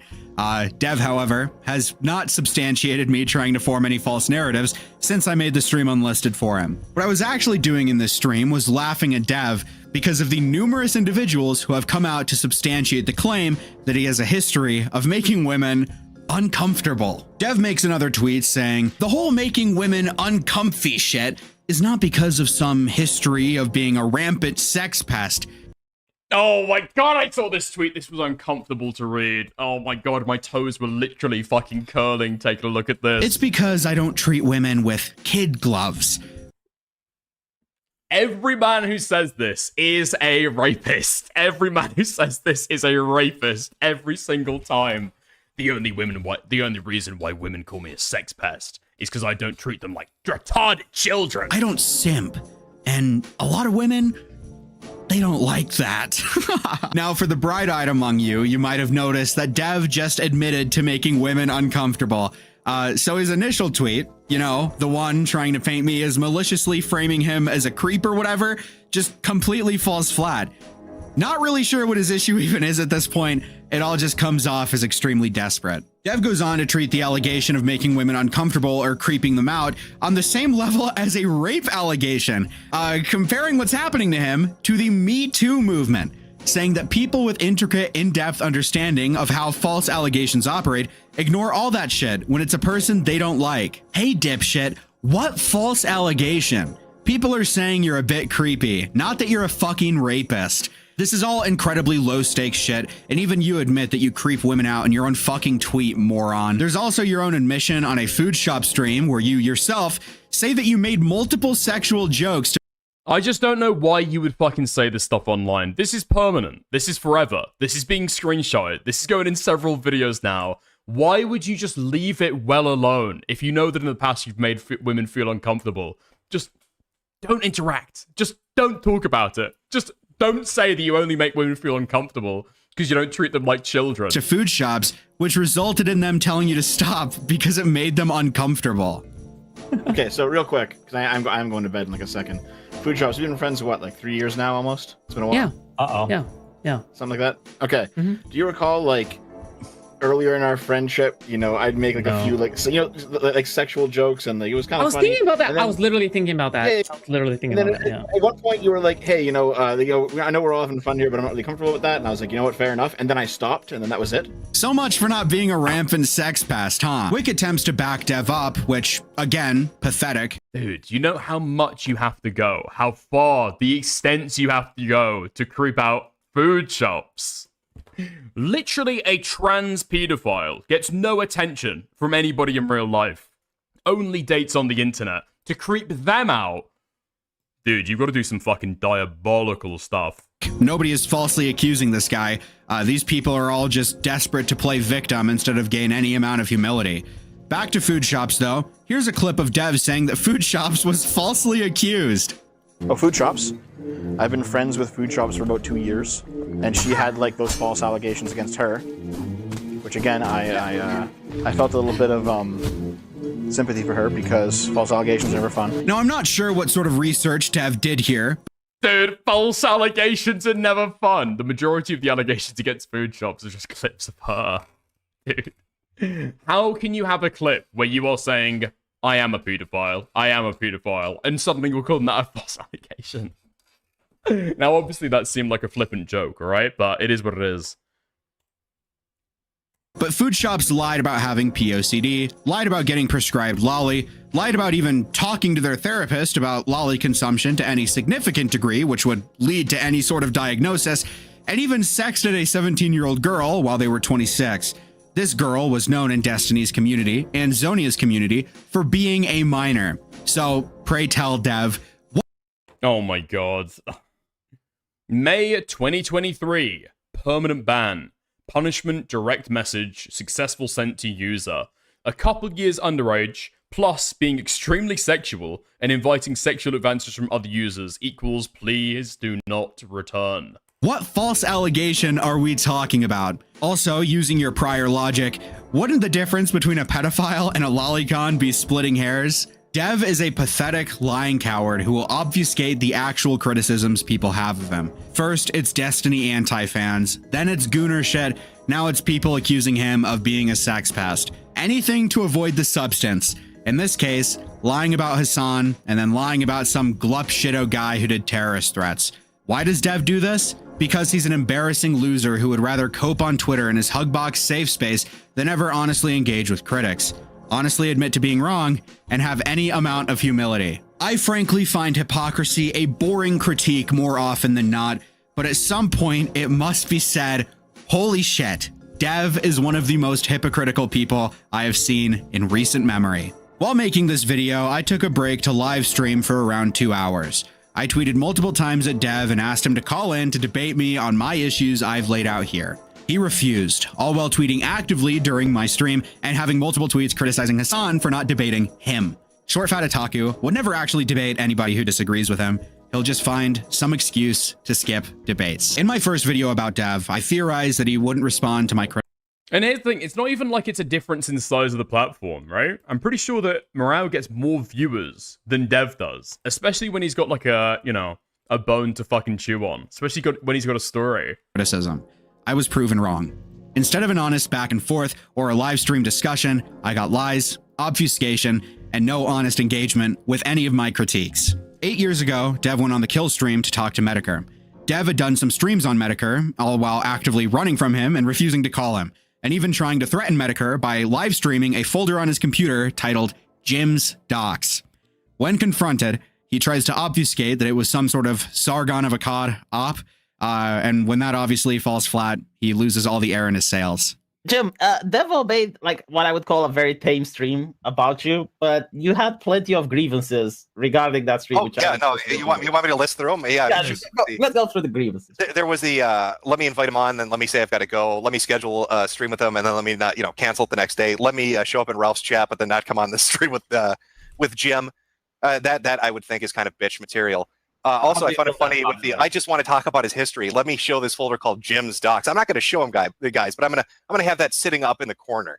Like, come on, I mean that's so fucking obvious. It's so transparent with that kind of shit, and then try to play it off like this isn't a doxing stream. I'm not trying to send a message, but I do have this folder front and fucking center called Jim's Docs.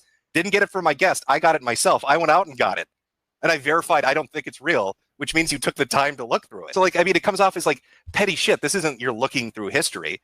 I don't know what your fucking issue is, but it's been ongoing for a while. And I also like the life coach advice.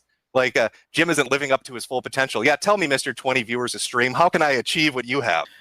Regarding the life coach, that's more Latman than me. I don't really care too much about that. The other stuff, though, that was entirely a liberalist plot coming from Sargon himself.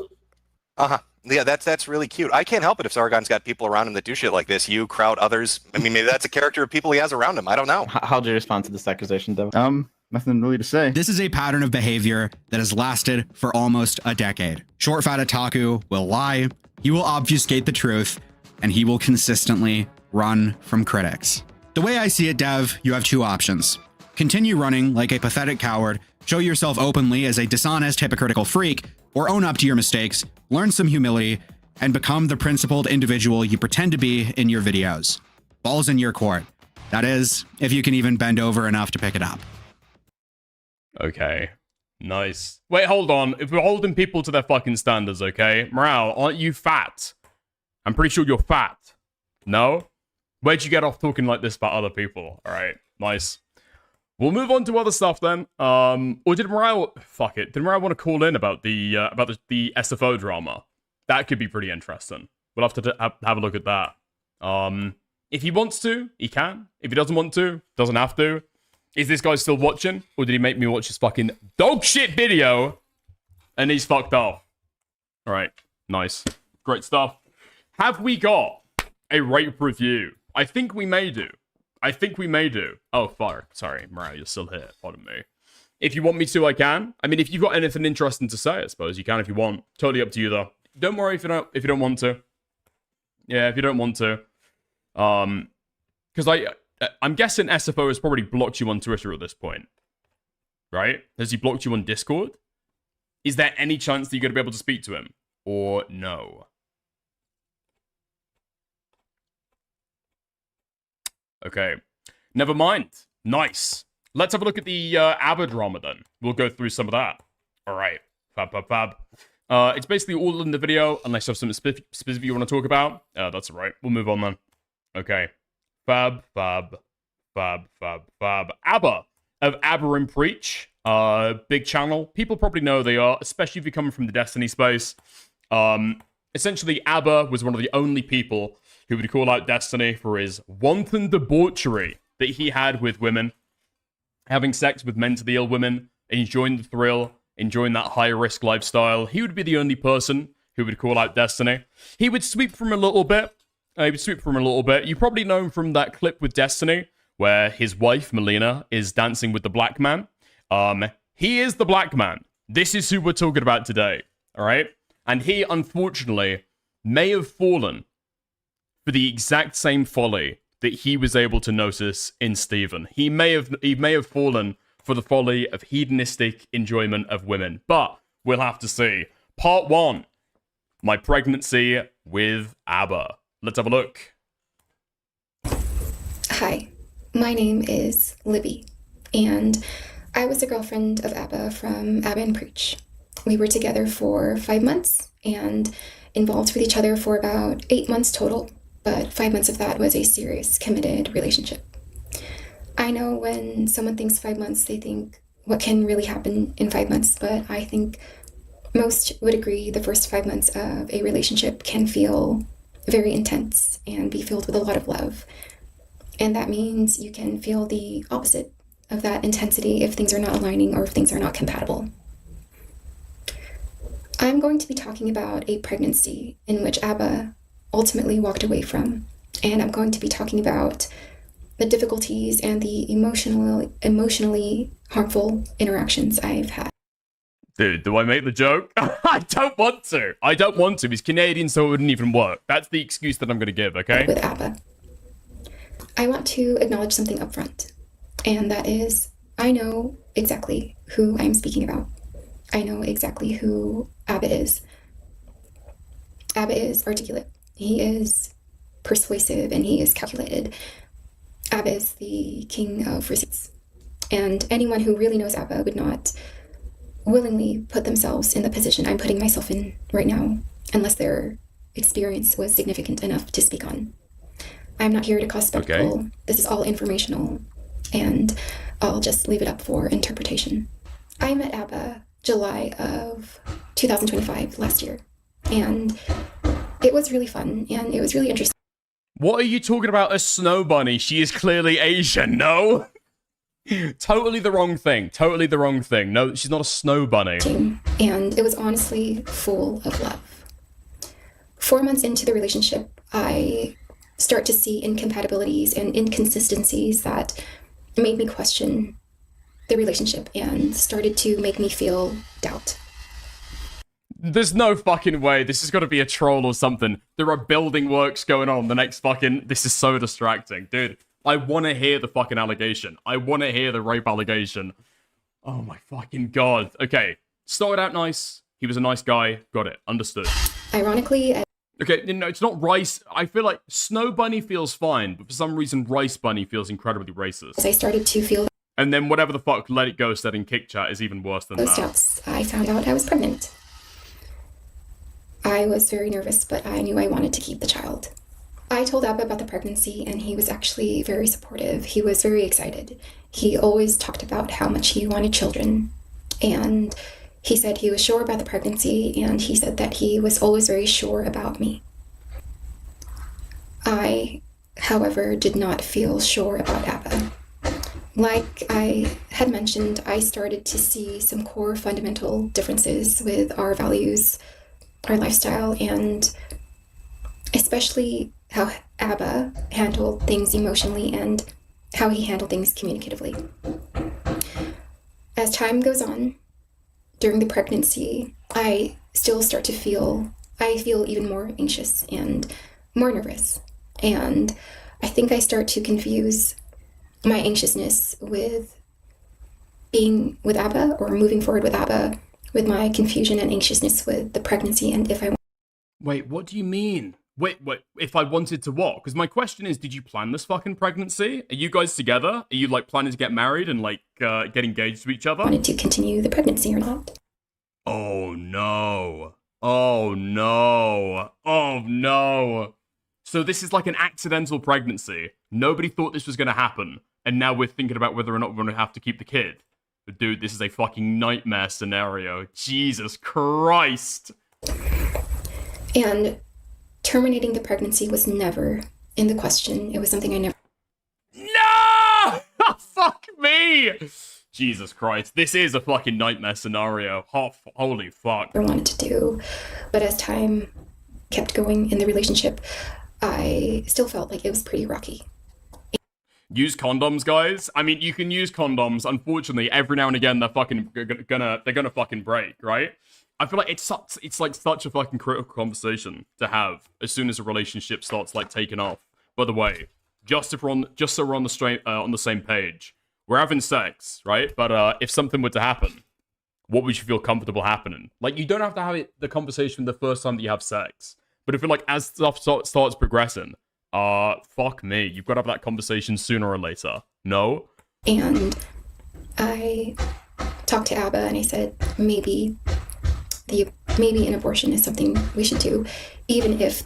Oh my god, dude! They were literally just having sex with no doomsday plan in order at all. That isn't what I wanted at all. And Abba was not happy with it. Abba was quite disappointed, and he tried to support the decision as much as he could, but you can tell that he was struggling with it a little bit. We make our first appointment for the abortion, and Abba visits me to be there for me, and we don't go through with it that day. And when he leaves, I make another appointment, and I cancel that one. And I think in total, I canceled 3 abortion appointments. And I think, maybe I should give it more time. And me, dude. I mean, yes, okay, somebody's going through a pregnancy. It's hard on both people. I'm gonna need to hear exactly what happened from his side. Like, what exactly did he do? Because if it's emotional, if it's being, emotionally closed off, that's just the situation. That's just the fucking circumstances. If he's abandoning you, I can understand that being something you need to talk about. See if my feelings change. And so I set an appointment for after. But I mean, nothing would kill a relationship quicker, no? That's the make or break moment. Are you guys gonna live together forever and, get married? Or is he gonna fucking walk off and you guys are broken up? The trip I had planned to Montreal, to visit Abba. I visit Abba in Montreal and we get into our biggest fight. And this was a real turning point for me.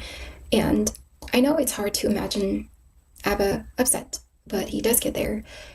And not only does he get there, he goes past the point of the threshold of where anger should stop. Abba resorts to name-calling and degrading language and resorts to ridicule and mocking, and it does teeter on the emotionally and verbal abusive side, and I hate to put a label on it like that, but that is truly what it felt like. And don't take my word for it. I will be posting examples in this video or the next video. After that trip, I realized that I always wanted to keep the child, and it was the relationship that needed to be looked at. And so I cancel that last appointment and I call Abba. Fuck me. Wait, so it doesn't sound as though he's pressuring her into it. At least that's not the vibe that I've got. Correct me if I'm wrong for everything that you've heard. But it sounds like these guys, well, it seems like Abba wants an abortion. She's not sure quite what she wants, and she's backing out at the last minute. Dude, that is fucking brutal. And I tell him, I'm so sorry for the back and forth, but it was never in my values to terminate the pregnancy. I think I'm anxious about us. Okay, what I'll try to do is turn on the noise suppression so you guys don't have to hear the background music, okay? And that's the way we'll be able to do it, okay? Let me know if you can still hear the fucking saw blade in the background. And I think it's better if we co-parent. And I was thinking about the kind of environment I would like to raise my child in and everything like that. So Abba's really upset. And we hang up and he tells me to get the abortion. And he tells me, no, she's got the fucking receipts. I don't have anything to say, just get the abortion. And I'll wait for the abortion. Okay, so he says, please respect my wishes about not wanting to receive any more long messages. She says, I won't anymore, because you asked me not to. I'll wait for updates on the abortion. And I said, I will consider keeping you... I will keep you updated. I will consider what you said over the phone about having the abortion. My values were to ultimately not get it. And he said, just so we're clear, if you change your mind for the 10th time, I will not be involved. And then I kind of snap. Bro, oh my fucking god. I mean, it's got to be emotional torture, right? It has got to be emotional torture. If somebody's saying, I am going to get an abortion, I'm not going to get an abortion, I am going to get... no, I'm not actually. And you keep on changing your mind. Dude, that has got to be mental fucking torture. Now, from her side, obviously, an abortion is a really fucking scary thing to go through. Especially if your values are, unaligned with it. It's not necessarily something you want to jump into with both feet, right? Nobody's excited to get an abortion. But Jesus fucking Christ. Okay. Back a little bit, and I'm like, then don't be. And then he blocks me. And he blocks me for an entire day. And I'm so sorry for the construction in the background. I have to make sure to speak loud. Sorry about that. Okay. If I decide to have it, you won't be involved. Got it. Hello? Hello? Hello? Hello? Hello? Hello? I said, hey, I need to talk to you about the baby. I'm still blocked. And I tell my cousin to unblock to... How's it going, Martin D. Monroe? Telling me this hoe never had a pregnancy scare in the past? If Abba was her first boyfriend, or first boyfriend she'd let hit raw, I don't know, if these guys were hitting it raw and they never had the conversation, I mean, I would say if you're having casual sex, there's always going to be a risk of it. You should probably have the conversation. What happens if you accidentally get pregnant, right? Or if you're a girl, what happens if I accidentally get pregnant? How do you feel about that? Because sometimes guys will be, Sometimes guys will have certain issues around that stuff as well, right? But you have the fucking conversation. If he's literally like busting in our raw and they haven't spoken about it, fucked. Message him to But that, to be fair, that's not a failure on her. That's a failure on both of them, right? unblock me. And he says, hey, I unblocked you for a second to say, stop contacting me. Regardless of what you choose, I will never decide to keep in contact with you. You're not my responsibility. Now don't reach out to me again. And then if you guys are reading this, I'll mention what's going on here in a minute. But I said, why did you block me after you went? Wait, what? Why would we... we need to read some of these, I think. I feel like there might be a reason why we don't get to read these. Hey, I unblocked you for a second just to say, stop contacting me. Regardless of what you decide, I'll never keep contact with you. I blocked your cousin. Deal with this on your own. You're not my responsibility. Now, don't reach out to me again. Now you're threatening me because I don't want to speak to you. Something your cousin sent me weird blackmail threats. You can end the relationship. I'm within my rights to not want contact. What the fuck is going on? Wanted updates, he says, because I don't want updates. Sorry I wasn't clear, so I'll be clear. I don't want to ever hear from you again. Wait, hold on. So, I'm guessing, from what Abba's saying there, at least from the vibes that I'm getting, he's thinking that this girl is doing this as a way to be able to keep him in the relationship, right? He's on the fence about the relationship, and maybe he's getting the vibe that she's keeping the pregnancy to make sure that they stay together, because he thinks that if she gets the abortion, he'll fuck off after that. I mean, that's a plausible excuse for what's going on here, right? Because realistically, he can block her, he can do whatever. His name is going to be on that fucking birth certificate. He can't get his way out of kids' lives. He says, keep it or don't. I don't need updates. If you do this solo, good luck. If you don't keep it, great. And then he blocks me again. And I am so exhausted at this point on how Abba handles conflict and how he resorts to shutting down and avoidance and stonewalling, and especially at a time that is very critical and sensitive. I just want to show you this. So this kind of will show you an example of Abba's volatility a little bit. I think within the span of 4 months of our relationship, I think I was blocked like 100 times. And I typed in the word block in my search history for my messages. And the first time he blocked me was in August. So in the beginning of August, and I think we met in the middle of July. And this was just 3 weeks after we met. And so then he blocks me again at the end of August, and then a few times in September, and then October and November and December. And anytime that you see the word blocked on my end, I'm just telling him like, hey, can you unblock me? You still have me blocked from Instagram or something. And Wait, what did he say there? Hold on. I blocked the new number you're using. You're not blocked. See that you blocked me. You may not even get this. I'm grieving painfully tonight, and I will be for a long time. Grieving painfully. Wait, grieving for what? Is there a chance here that she's pretended as though she's got the abortion, and she's grieving for the child, and so wants to reach out and contact him then? Unblock me, you still have me blocked from Instagram or something. And that doesn't stop there. I now type in the word blocking, which... I mean, dude, I'm just going to have to ask the question. Why did this guy block you? Because depending on what the answer is, that might be completely understandable. It's different from blocked, but I still have a bunch of where he's like, I'm blocking you here. And I put blocking here because I didn't block him here. I was telling him like, hey, you keep blocking. And yeah, so now I'm blocked and I'm upset. I am 9 weeks pregnant. I'm feeling emotional. I'm hormonal, all these changes. Wait, how long? 9 weeks? 9 weeks this shit's been going on for. So when he's talking about blocking you, 9 weeks pregnant. And so a lot of these blocking instances aren't from when you're pregnant at all, right? This is not when you're pregnant. You've only been pregnant for the last 2 months. And, yeah, so now I'm blocked and I'm upset. I am 9 weeks pregnant. I'm feeling emotional. I'm hormonal, all these changes. And I don't want to blame it on that specifically because I knew that I was also exhausted from the dynamic of You're getting too big for your Hello, boots. Gunnar. Thank you. Who is this LARPing Ardidifoid? Thank you for the 2. I hugely appreciate it. And I. And so this is a blemish on my part in all of this. But I pretend to send a screenshot of Abba's message saying that he doesn't want to be a part of this anymore. I pretend to send it to Myron Gaines. And I never do it, and I never did do it, but that was just to like, I was fighting back a little bit. But again, I never did it.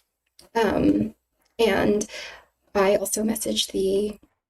Oh my god. Wait, she messaged the Abba and Preach Instagram account. I mean, she's reaching out to him, I guess. It's understandable. Did she read this? Abba and Preach page. And I tell him this. I'm not going to read it, but I'll leave it up here so you guys can view. Hey, blackmailer, stop reaching out. Why is he calling you a blackmailer? I bet this is an important part of the story that we are just not getting here. She sounds crazy. She sounds absolutely fucking bananas. You and pause if you like. And I will. Okay. I'm pregnant. And despite is being in a relationship or not, you said you don't care if I keep the baby or not. And you won't be a part of it. You told me you'd never walk out on the child if I got pregnant. And you lied.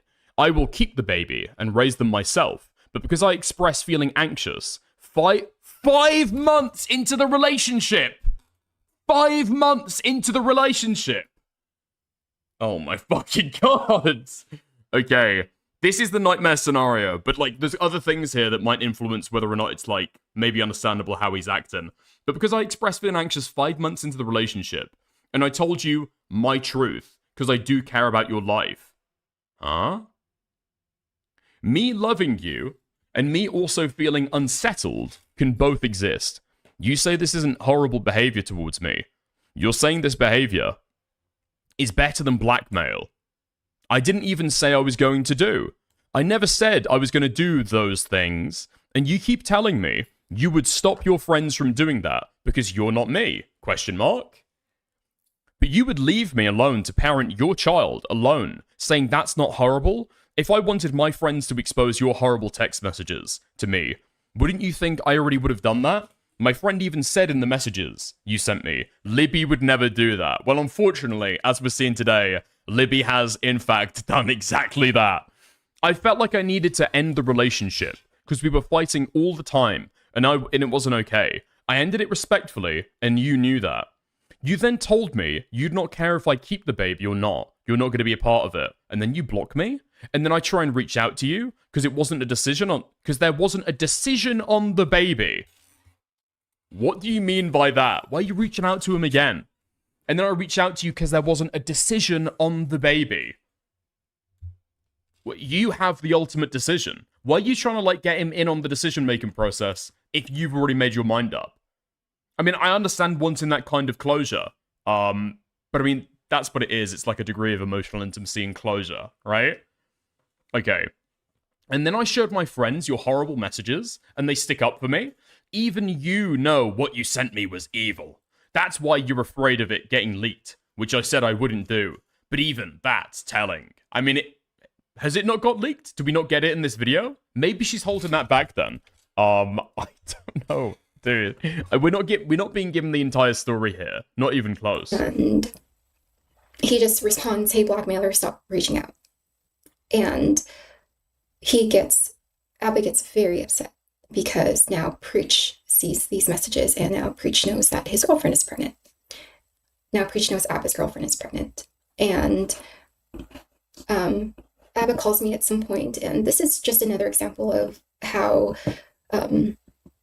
Wait, what do you mean? You weren't paying attention because they were only together for 8 months? She said 5 months there, no? Unless she's talking about a previous event. That might be what it is. Abba does talk to me when he does get upset, so I don't answer because I'm trying to get something to eat. I'm hungry and I'm like sick. I'm in my first trimester and I don't answer. And he says, "I don't care, bye, blocked. I'm trying to eat. Hey, I was really trying to get something to eat. I haven't eaten." He says, "Parasite, I don't care. Eat, shit, sleep. I want my peace back. I want you gone. So hurry up. You made 9 accounts harassing me and blackmailing." So he's talking about my cousin reaching out and sending him messages and... well, it sounds like you've got a different number as well, so that doesn't seem like we're getting the entire story there. He calls again, and we finally get on a phone call. This is the most Please tell me you have it recorded. Please tell me you have it recorded. Brutal phone call. And it does reflect everything that I had mentioned before, that it was verbal and emotionally abusive and contained a lot of dehumanizing language and degrading language. And I actually have the phone call right here, but I cannot play it because ABBA can file legal action against me. And What? In Canada? No, what do you mean you could... I'm pretty sure it's the recording of the phone call that's illegal, right? I don't know if it matters in some cases whether you actually transmit it or not. Canada, can you record a phone call?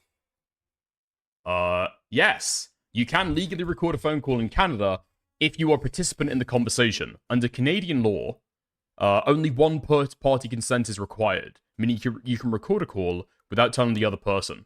However, this is for personal use. Business recordings and legal admissibility have different rules. So yeah, this is for personal use, right? She's telling a story on YouTube. Yeah, she would be able to release this. in this phone call, he also says, I will never meet the baby. I will never look at the baby in the face. I will never know its name.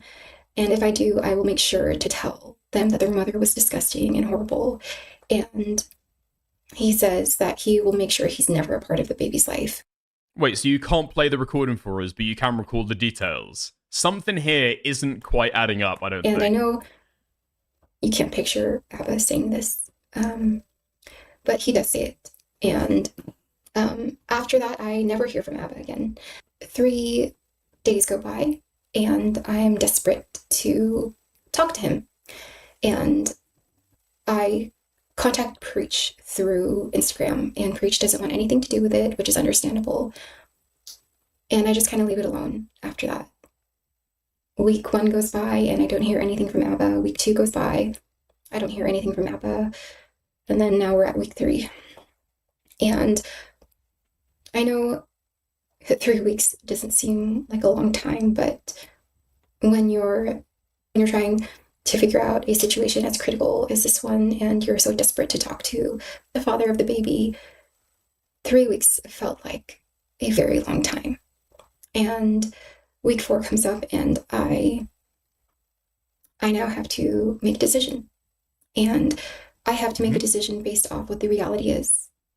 The reality is that ABBA completely left me for dead. And ABBA walked out on the pregnancy, and he is now absent from this entire thing.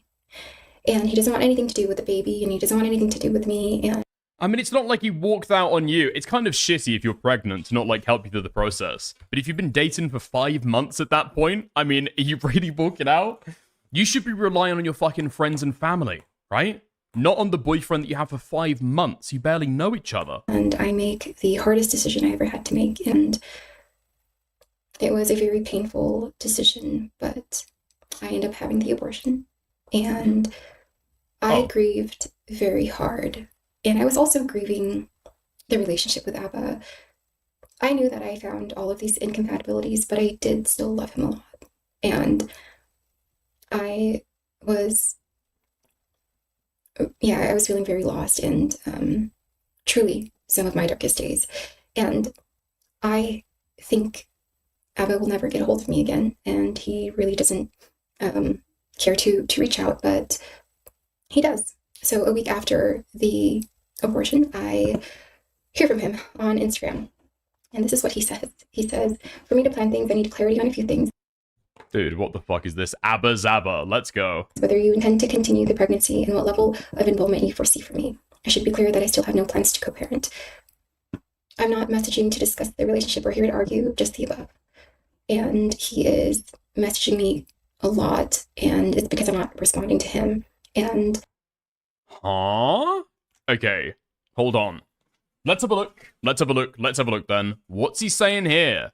So I'm not messaging to discuss the relationship or here to argue, just the above. Preach just sent me, right now, what you sent him after our last chat. So that is, what, like 5 hours later? I'm not messaging to discuss the relationship or here to argue, just the above. Okay. And then, I'm guessing that's 2 hours later. There's another, he calls her to try and get in contact with her. Tried calling a few times. I want to resolve where we fully part ways as soon as possible. But if you're intent on not giving this and continue to contact people around me, why are you messaging people saying you're my partner? No fucking way! Okay. There's a little bit of something else going on here. Why are you still messaging people saying you're my partner? Hi, Preach. I'm Abba's girlfriend. I'm sorry to be introduced to you under these circumstances. I'm seeking help. I know you'll have to let Abba know I reached out to you eventually. If you do, would you please do it after I show you a few things first, if that's possible? And then he sends a bunch of images as well. Days after your behavior wasn't ceased, So what do you want me to do? And then this is later on the same day. I have no idea how to put an end to this. I don't understand why you're going to such great lengths to undermine me and tell folks bad things, and then want to co-parent. I wish I was capable of the same blackmail tactics. Contacting your job, what? Hitting up people close to you and other nonsense, I'm not. I don't get even. Sorry. I can't get even. And I don't want to do so. So, do you want money? Do you want an apology? What do you want to get your win? But you keep reading, unwilling. Huh? But since you keep reading unwilling to give a simple answer, I'm assuming this is part of your ploy. Oh, so she's reading these messages as they're happening. Right. Just know all of this makes me more certain of why I will ever, I guess never, be involved with anything relating to you. Okay. Was a lie that you're human enough to end this nonsense. Hope you enjoyed all this. Okay, you win. If this is how you want to handle things, I'll do the same. You want to drag me in the mud with harassment, blackmail, and contacting people close to me? I'll send your job the evidence of your ongoing blackmail campaign. I'll contact the cops in your area and start the police process. Don't worry, this is something you started when all I wanted was to separate from you without conflict. What the fuck am I reading? What the fuck? Okay.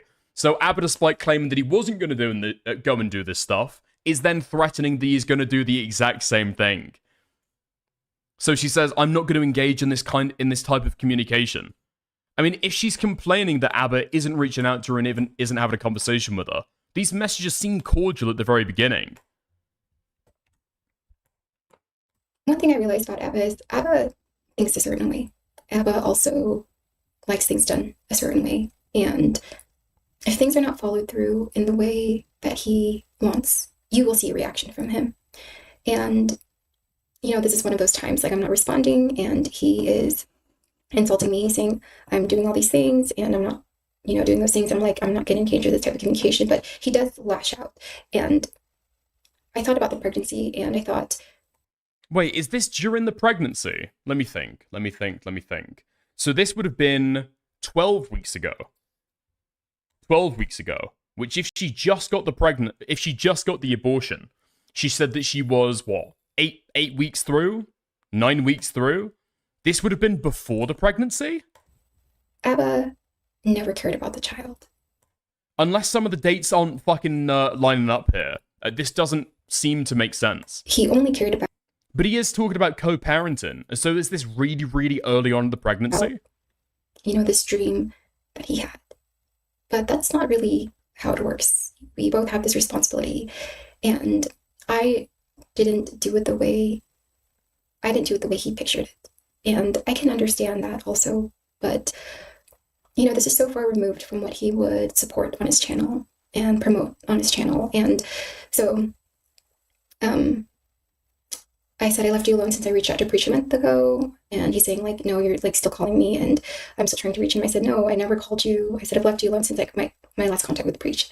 I said, you didn't want anything to do with the baby. I said, okay. I said, I'm not going to engage in this kind of communication, Abbas, because... That was January 13th. You didn't want anything to do with the baby. Okay. I'm guessing what she's talking about is she's talking about previously. So she's not saying the timeline is leading up to now. She's presumably had the abortion, what, several months ago, I'm guessing. Okay.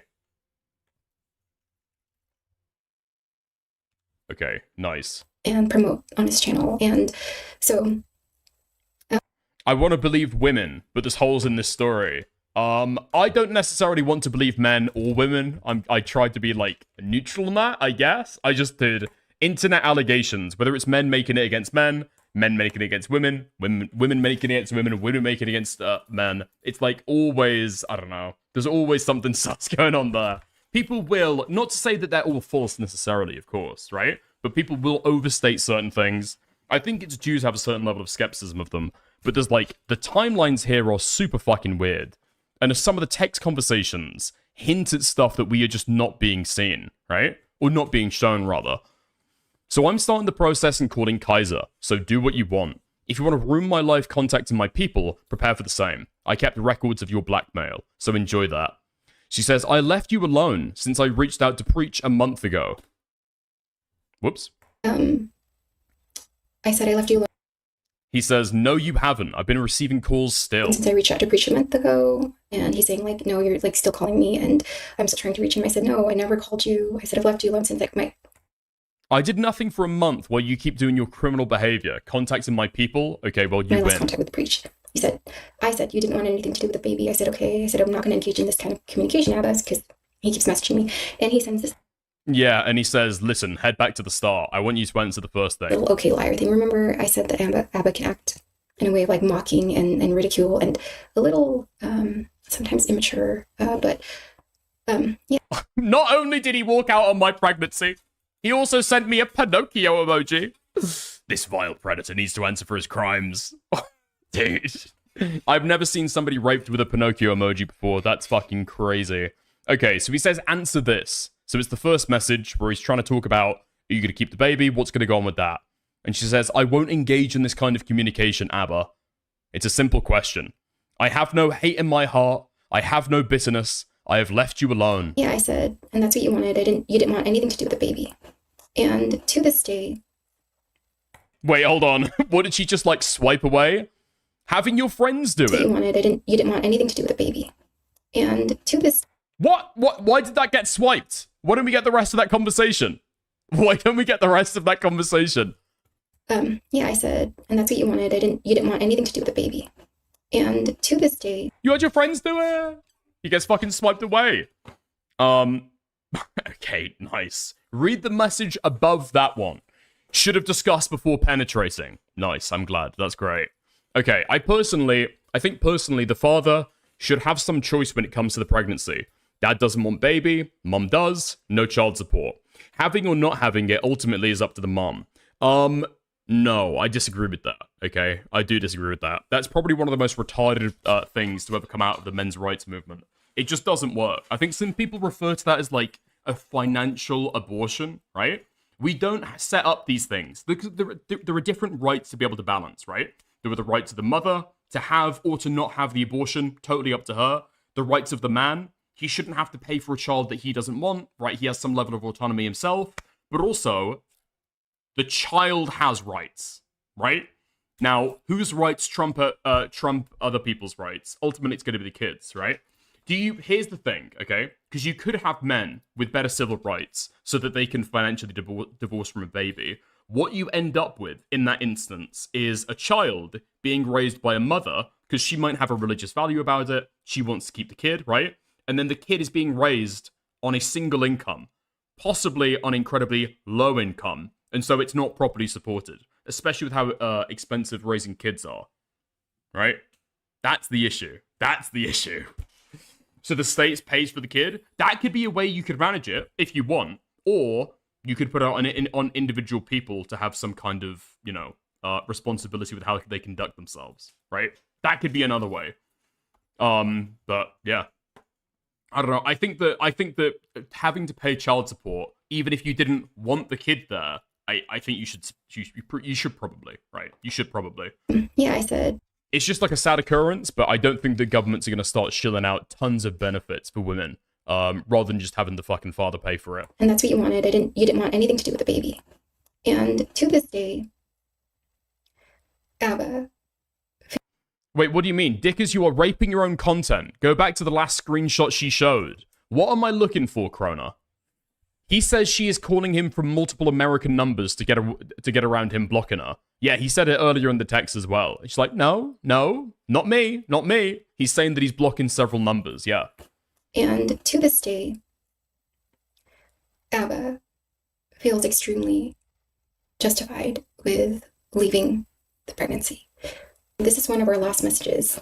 This was about a month ago, and there was a little tension in this conversation, and we were going back and forth a bit, and I said, you still haven't apologized for abandoning me and our baby. I only apologize. And he said, because it's your fault. You cut me out of the relationship and the fatherhood. I'm saying, I have to go now, okay? And he said, I have always believed that it was your fault. I said it was a responsibility that was both of ours. And I said I needed more. Even if you don't want the baby, it's yours. It should be half dependent on each wage. Yeah, I think you'd end up in like really fucky situations as well, where what if a low-income family, right, they decide to have a child, the father, on paper, has a financial abortion, so the mother receives extra money from the state, and they stay together. What do you do in that instance? Do you force couples to break up and stay broken up? Or what do you do? How the fuck do you even monitor that? You get into really fucky scenarios. I understand it does feel unfair, but at the end of the day, it's like an unworkable solution, and the right to the child triumph every time. Security from you. And he said that you didn't want the baby, and he's talking about when I was going back and forth from... Okay. Here's the new texts. Okay. I can't be this something. Address your something. It's what I thought. She says, you still haven't apologized for abandoning me and our baby. I only apologized because it's your fault. You cut me out of the relationship and fatherhood. Interesting. I have to go now, okay? I've always believed that was your fault. It was your responsibility. That was both ours. And it was. No. I need more security from you. I don't want the baby. And what does she say there? Are you fart? Oh, and you left. And you left. Right. And he said that you didn't want the baby, and he's talking about when I was going back and forth from before the Montreal trip. And when I realized... I think it's weird to have a mother have all the say. I mean, that reaches a really fucking weird scenario as well, right? If the woman consents to having the baby, and the man does not consent, what are you going to do? Are you going to force an abortion on a woman? That's also like an unworkable thing. It's unfair, right? These are really like complicated social issues where people are like undoubtedly vulnerable. While you're pregnant, you're super fucking vulnerable. When you're a child, you're super fucking vulnerable as well, right? But it's like the solutions are worse than the problem. This relationship is probably not sustainable. And this is something okay, we're locking back in. From, and something I think about often, and I'm still grieving. And I do feel like it was wrong. And I did feel like it was wrong at the time, but after some time passes, I really think that this wasn't the way it should have gone. And I'll be posting more examples of my interaction with Abba and the dynamic and this repetitive cycle I experienced with him. So yeah, thanks for watching. Wait, what? There's like so much more of the fucking story. There's so much more of the fucking story. Okay, has Abba responded to the video? He has, okay? He has, and that's what we're going to go through next. She tries to offer a little bit more context, so we'll go through this, and then we'll have a look at Abba's response, okay? Note. I am completely aware that Abba can deny or refute everything I'm saying. I walked into this knowing that. I would not put myself through this publicly unless I was confident in what evidence I have. I also understand people can be skeptical of me, question who I am, and I understand that perspective. This will not be my only video. Also, a bit of context. So at 14:33 minutes, I was not afraid to show the Instagram thread of Abba accusing me of harassing him, contacting his job, contacting people around him, and going to great lengths to undermine him, because those things did not happen. I was confident in showing that, and in saying this, because I'm completely aware that Abba can refute all my claims. If Abba can provide evidence of me trying to contact him, or anyone, since the last conversation with Preach a month before, and between Abba reaching out to me on February 4th, then he would be able to show that. I mean, what it sounds like is you're trying to contact him, he's blocked you, and then he's getting random calls from a bunch of American numbers, right? That seems to be what's going on there. Or he's getting messages from your cousin as well, which you don't refute, right? Okay. This is what is happening in these messages is Abba is lashing out because I'm not responding. He's trying to provoke a response from me. In this case, when I refuse to engage, his responses escalate. My responses are repeating things like, I'm not going to engage in this kind of communication because I know he's upset. And I learned not to match Abba's energy when these heated moments occur. To be clear, the only people I've ever reached out to were Preach a month earlier, and that's it. The 9 accounts he's talking about was cousins and my friend trying to get his attention to unblock me. My cousin sent the Myron thing to get Abba's attention. I never did it. The Myron thing. We're going to learn that later, I guess. And to be honest, I can be sure that there weren't 9 accounts. And to be honest, I can be sure there weren't 9 accounts from what I remember. Could my behavior on trying to reach Abba that night be a bit much? I'll admit that. Again, I was pregnant, I was emotionally overwhelmed, and I'm being constantly stonewalled. I also did not want to mention the blocking thing, which he may mention. I'd say every 20 blocks from him, I'd block him back once. I might not be completely innocent here, but again, it was from frustration. Now, I mean, stonewall? I don't know if it's stonewalling. Stonewalling usually describes when somebody wants to raise an issue with you, a legitimate concern, and instead you just completely fucking block them out, right? And so over time, they don't even feel able to be able to communicate with you. That's like textbook stonewalling. This just seems like a relationship where people are arguing and there's like terse relationships, or there's terse communications going back and forward, you know? But let's have a look at Abba's live stream, okay? And then that's going to be the last thing we look at. To me, I would wake up and if... Whoops. Okay, let's go back.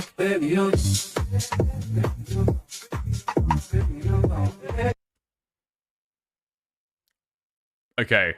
I have not watched this, although I did click on a timestamp halfway through to see if he brings up any receipts. He does, and Abba and Preach joins him in a little bit. Dude, what the fuck is this guy doing? What the fuck is this? Okay. Great stuff. When he stops dancing, where is that? Y'all ever been in a relationship where you start forgetting yourself a little bit? You know what I mean? Who you really be, what you like, what you love. That's what this individual stole from me. So that's why I made that song right there. I'm still working through it. All right, we're gonna have a 5-minute version eventually. Gotta work through it. But let's get to it. A lot of folks been like, "Abba, you hiding? You terrified?"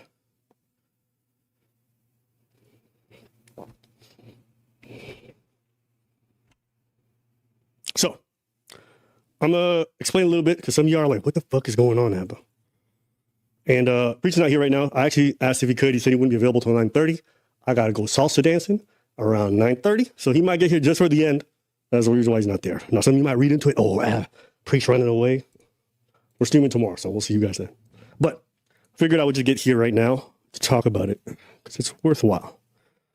Now, some of you who've been following us all year know that around the end of the last year, going into this year, I was pretty stressed out. I was dealing with a lot. Shit, your boy was showing up with some soju, not because I wanted to be an alcoholic. I was just drinking one, but it was still a pretty stressful period. And the reason why it was stressful wasn't because I pulled a Fresh or a Walter. The reason why it was stressful is because I was involved in a relationship where the other individual, how would I put this? You know, guys, today you guys are going to see me be a bit vulnerable. And what do you mean, watch the whole thing, no skip?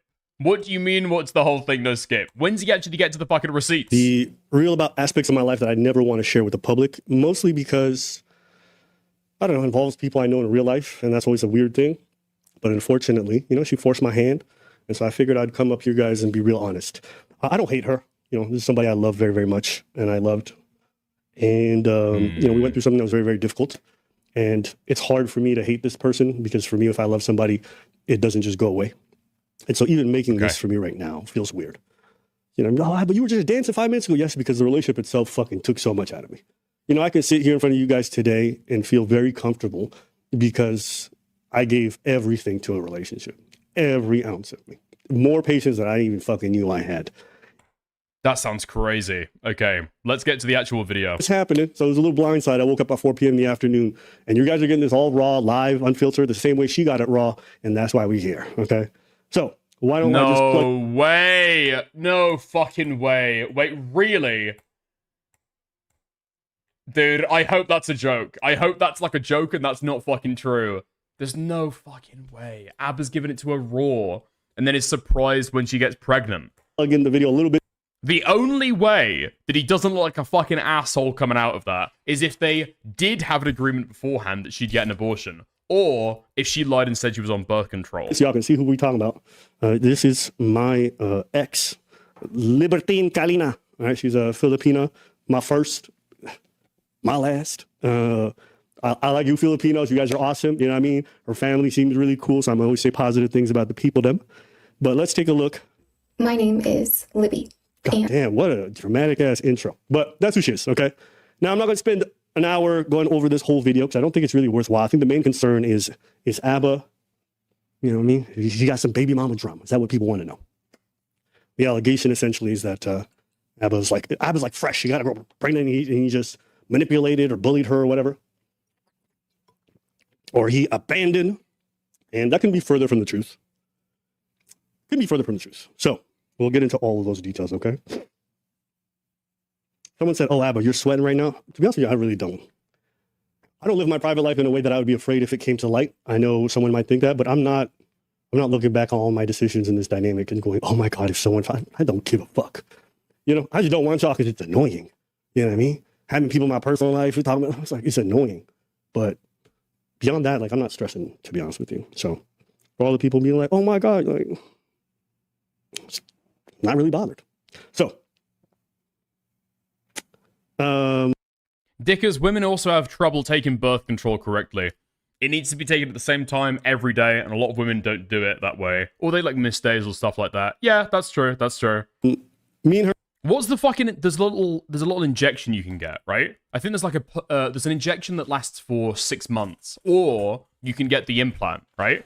That shit just stays in your fucking arm. It's kind of painful. You can almost like feel it in the skin. It's like super fucking gross, but it means you don't have to take any birth control every single day. It's great. Her dated for some time, and we talked at length about what we would do if she got pregnant. And both of us landed on we would keep the child. And the reason why we would want to keep a child is IUD. Because oh wait, was that urinary device? Something like that. I mean, that's always made me feel really fucking uncomfortable, right? The implant seems like cool, it makes sense, it's like a little kind of like pill-sized thing that gets injected into your arm, boom, great. The copper coil, like the horror stories that you fucking hear about that slipping, and then it like tears your fucking walls, dude, that is fucking gross. It's like, ugh, makes me so fucking uncomfortable. That coming loose and then like being inside of you and like tearing you up. Ugh. Obviously, listen, get whatever reproductive health care you want to get, okay? Don't take it from a male streamer, all right? But the horror stories that I've heard about that, no. It's not pill-sized. Well, it's like a big pill, right? It's like one of those big capsules you can get. For her, she presented herself as a Christian, someone of faith. For me, I'm pro-choice. You guys know that. But at the same time, I tell myself, like, you know, if it's my child and it feels right and we're in a union, then I'm more than willing, even if it's unexpected, to assume my responsibilities and do what I got to do. The three things that she presented to me that surprised me in all this was, thank God I'm a man. The only thing I fear is testicular torsion. You are clearly not paying enough attention to the to the possibility of a girl getting pregnant then, dude. Or you're a virgin, or you're a priest. Mad respect. That one, she said she would never quit. She's not a quitter. You know what I mean? So that to me was reassuring because I want to work through problems, want to work through issues, fights, everything. And pre-cum can have some semen, no? Pull-out may not help. I'm pretty sure, I could be wrong. The thing about pre-cum and having sperm cells in, that is true, but it's not as true as people say, I don't think. So I think the pull-out method, if you do it correctly, is like as effective as natural family planning. So like having sex around like the optimal times in your cycle to be able to avoid pregnancy. I I think it is quite effective. It's like mistakes that people make, you know? I value that in a partner. Second thing she told me was that, she wouldn't get an abortion. For her, keeping children really important. So I'm like, cool, it's not my faith or anything like that, but I get that and I respect that. And the third thing is that she's not a cheater and she doesn't believe in courting the attention of other men. Okay. And this third one turns out is the reason why we're here today. Okay. She presented herself as somebody who, if I'm seeing somebody or whatever, I wouldn't even let another man come up to me and talk to me. I think it's disrespectful. She presented herself like as one with such strong boundaries and not, entertaining other men. It almost was a lot. For me, like if I'm seeing somebody, if they're exclusive with me, that's all I don't need you to know you said goodbye to someone because he said hi to you at the gym or you ran away. But she felt the need to explain to me it's a big deal to her. So I said, fantastic. Now, let's get to the first thing. We had these conversations about keeping children or not. And I should give you guys a little bit of background. Now you're going to get medical information, okay?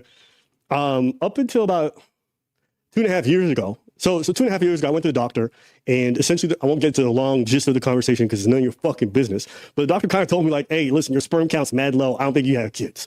So in my head, I'm like, shit, I didn't get no fucking way. a vasectomy. That's like kind of good news, but I wanted kids. Maybe I didn't know, but part of me was like, maybe I won't. So I meet this girl. We hit it off. Relationship's going great. It's crazy. You guys have never, ever seen any person I've been in a relationship or dated. And yeah. So this is my ex, okay? Libertine Kalina. Whoa, what the fuck? Okay, does she link to that shit on her fucking YouTube channel? Hold on. Dude, what the fuck? What are we fucking doing, man? What are we fucking doing here? Holy shit. Okay. Oh, okay. No. She does have a full name in the original YouTube video. Alright, I'm fucked up. I was overly cautious. No, she does have her full name linked in her fucking YouTube video. Okay. All right. And this is the profile that I saw about her. Okay. So here she is. You know what I mean? Nothing crazy. You know what I mean? She likes archery. She's a family person. You know what I mean? Nothing too crazy. So this is what I know about her. Okay. She cute. Yeah. I might have some beef with her now, but I'm never going to say she was ugly. She wasn't a Chinese escort. Following in Destiny's footsteps? No. I was just overly cautious, okay? I'd rather do that and be wrong, though. For what?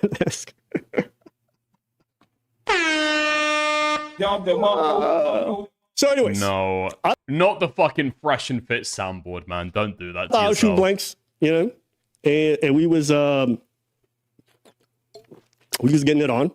And it turns out I wasn't shooting blanks. Big surprise to the both of us.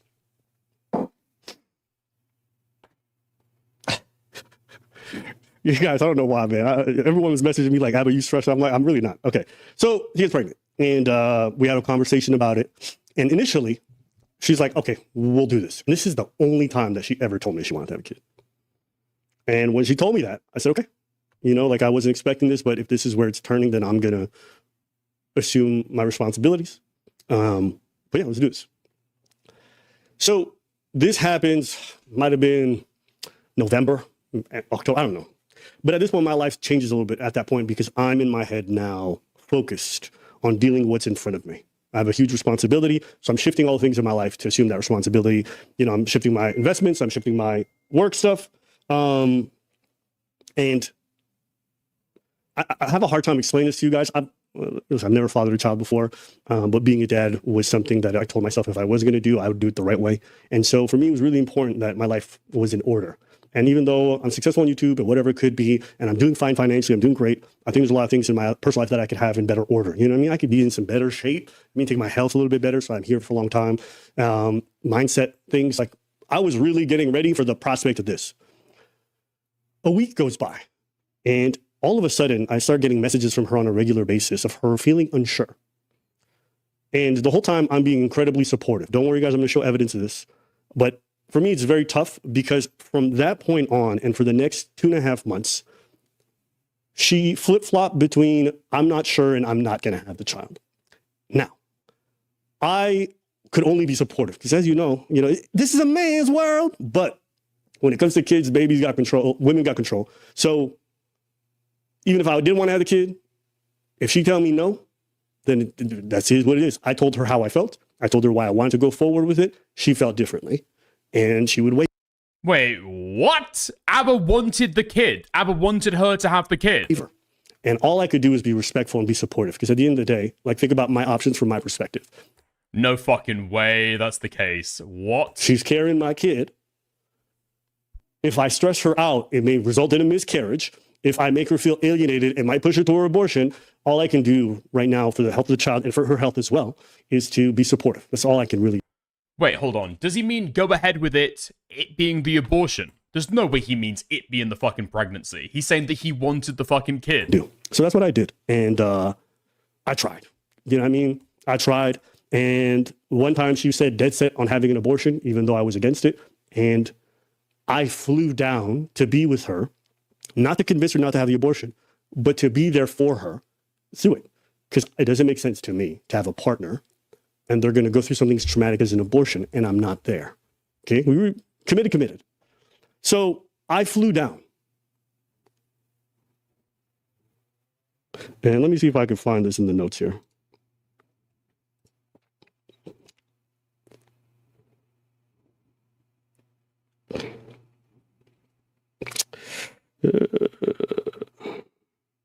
Sorry, boys and girls. Here it is. So I go down to like, let's say here.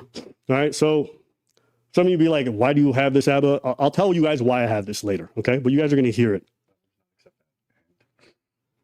I know how you feel about it, and I understand. So right now what you guys are going to hear, this is a conversation that me and her had months later after most of this happened, okay? Yeah, continue going on. And you're going to... I knew you to know that, like, you're saying, like, you knew what I was going, like, explain, like, the debilitating decision making, like, I was doing every day. I was going back and forth every day. I was just trying to figure out what to do. And I regret the way I handled it. And I feel like the first few weeks, I was like thinking about you first. I feel like I was like in a triangle of like, okay, if I don't have the baby, then things can continue going on with Abba. But if I have the baby, then it's just like all this pressure with someone, you know, I understand that's what you thought in your head, but like, I think the frustrating part for me is I literally flew down to be there for you for the abortion. I don't know how things were going to go afterwards, but like, I would have supported you regardless. But it didn't seem like that. It didn't. You kept saying like you're never going to be the same. But that's just true, right? Like you are not going to be the same either, and that's okay. Like I wasn't going to lie to you and tell you I was going to come out the other side one way, but I told you I'd be supportive and I'd be there for you regardless. I didn't go down there to convince you not to do it. I went down there believing you were really going to do it. I mean, there's a fine line here, right? Between, on one hand, trying to be supportive and trying to help somebody who you have got pregnant, right? You together have like created a baby together. So wanting to be supportive of that and supportive of the person going through it, but at the same time being honest about your feelings at the time, right?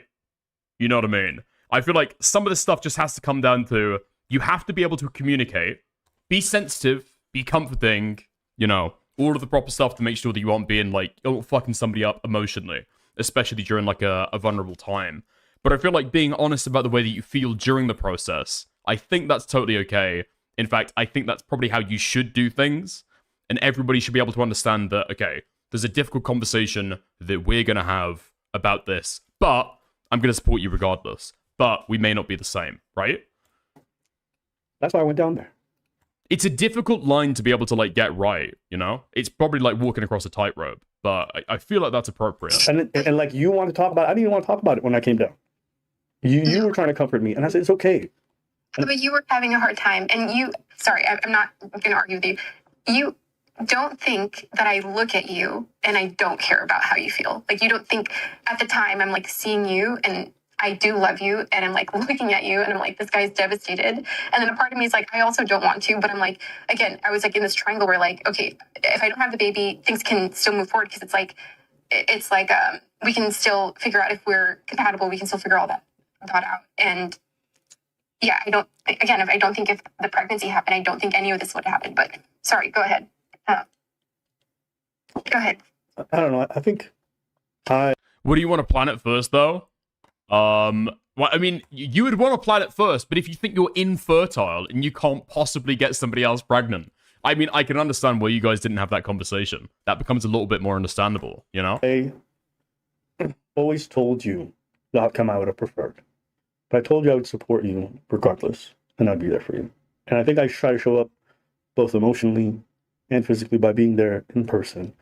I think I went out of my way to try to make that clear to you. And I also didn't lie to you. I didn't tell you I'm going to be fine, everything's going to be great. I told you, like, it's going to be tough on us. It's going to be tough on you, it's going to be tough on me. I don't know how I'm going to change afterwards. I can only tell you that I'm dreading it. And I think that's a reasonable and, like, mature response to the whole situation. You know, I don't need anyone to coddle me or anything like that. Like, I know these things are going to be difficult. And who knows, maybe it does break us. Who knows? But I would never force you into parenthood before you're ready. And I always told you that. So what I'm saying there is because she didn't want to have the kid, and I was saying I did, right? I told her, though, like, I'm not going to sit here and convince you to be a parent. I think that's weird. That is not what she said in her video. Like, I can't force someone to be a parent. So if I'm having a kid with somebody and I'm the one who wants it and they don't want it, I'm not going to force them into parenthood. So I told her what I felt, and then I stopped. I stopped trying to convince her to keep the... Dude, what the fuck? Is it my... Wait, hold on. Maybe she didn't lie, and I just assumed falsely what was going on here. I thought that after watching her video that he did not want the kid, and she was going back and forth between, okay, I'll have an abortion. No, wait, actually, I might want to keep the child. Did I just make that assumption, or did she lie and say that that's the way that it went? The kid. She didn't want to keep it. So, you know, I just accepted it and tried to be supportive, but I was in this really weird position, so I'll keep going. Always. And I understand you may have not felt that way, but I think you don't know from my perspective, like, I really tried to convey to you what I wanted whilst letting you know that I would have your back to the best of my abilities, whatever you choose. And I understand you might have felt differently. I'm just saying what I said and what I tried to do in terms of actions. Okay? Right? Because you didn't want me there for the abortion. Remember? I had to convince you. Yeah. Yeah. So I wanted to be there for it. And I told you it's my responsibility. It was not to convince you. When I got there at the hotel, I was not trying to talk to you about it. And I know you were trying to say sweet things to me to tell me, like, we'll have more kids in the future. I was like, you don't have to say this stuff. It doesn't make me feel good. And it's okay. Like, I'm going to be there. We just got a big day tomorrow. Let's just get through it. And, like, that's me telling you I don't like what's happening, but I'm here because I care about you. You understand? So yeah. I think what's tough for me is, like,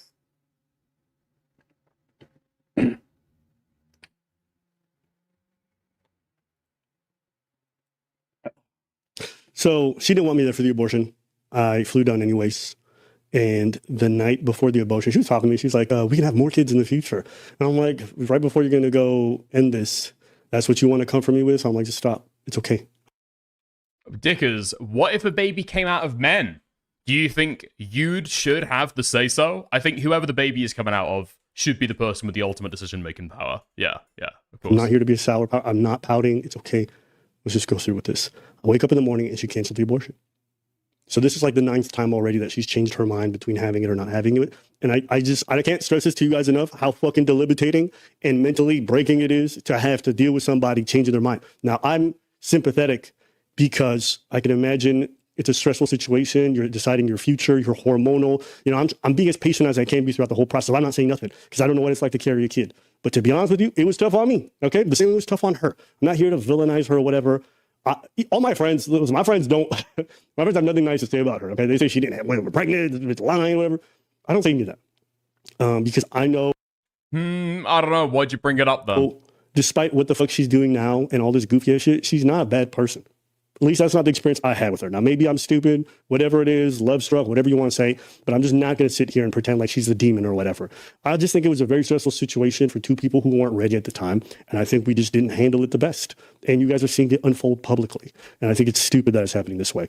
But this narrative that I didn't want to have the kid or some baby drama, it's not real.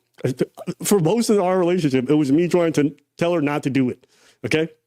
So, that's what it is. And the reason why I just didn't want to do this vid or talk about this is because, like, it's personal and it's pretty traumatic. To be honest with you, I'm still grieving that whole experience and I haven't been good afterwards. It's a tough thing to deal with, thinking you're going to live life one way. And it's like very difficult. And I'm probably going to mourn that for a long time. Okay. And I don't want to talk about that with you guys, but here we are. And I'm okay with people making rumors about me. I've heard all kinds of rumors, all the craziest things you can imagine. But seeing my ex do something like this is like, to me, it's a bit loserish, to be honest with you. And it is disappointing, but I think I understand. No, I don't get why, but it doesn't matter. Let's keep going with this, okay? Okay. You know what I'm going to do? I'm going to make the executive decision, especially because of how late it is for me, okay? What we're going to do, I'm probably going to take this, summarize the allegations that she made, go point, okay? Maybe summarize some of the beginning with ABBA, and then we're going to talk about this tomorrow, okay? That's the way I'm going to chop up the segment.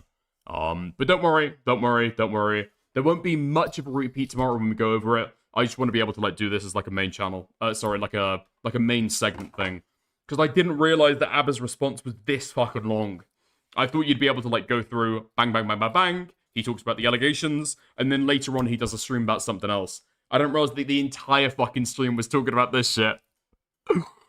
Yes, I know. I'm ending half-cocked, okay?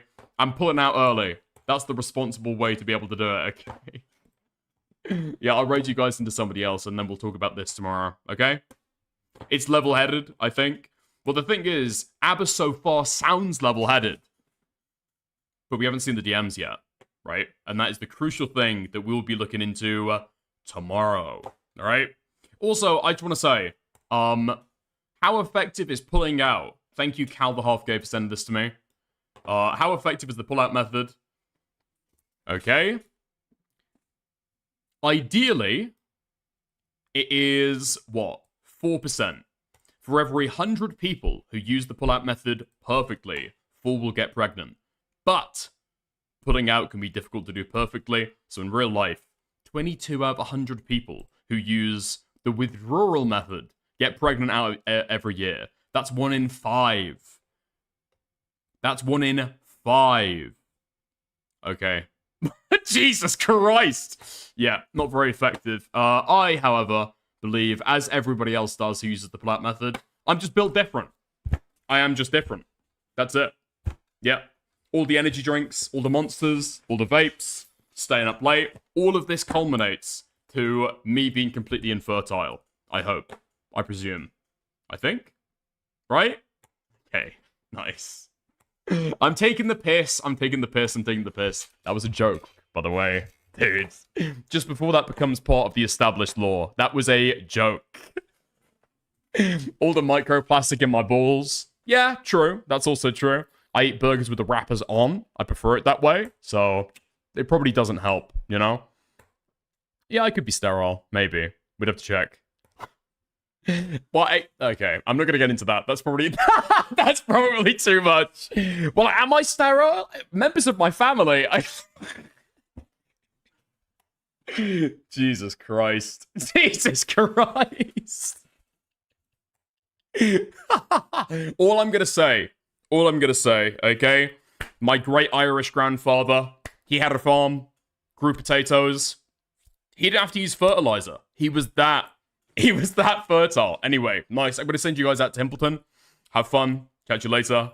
See you tomorrow, where we will finally go into the story and get to the bottom of it. Right? Nice. Catch you later. Send you into Himpleton. All right. Have fun. See ya. Bye.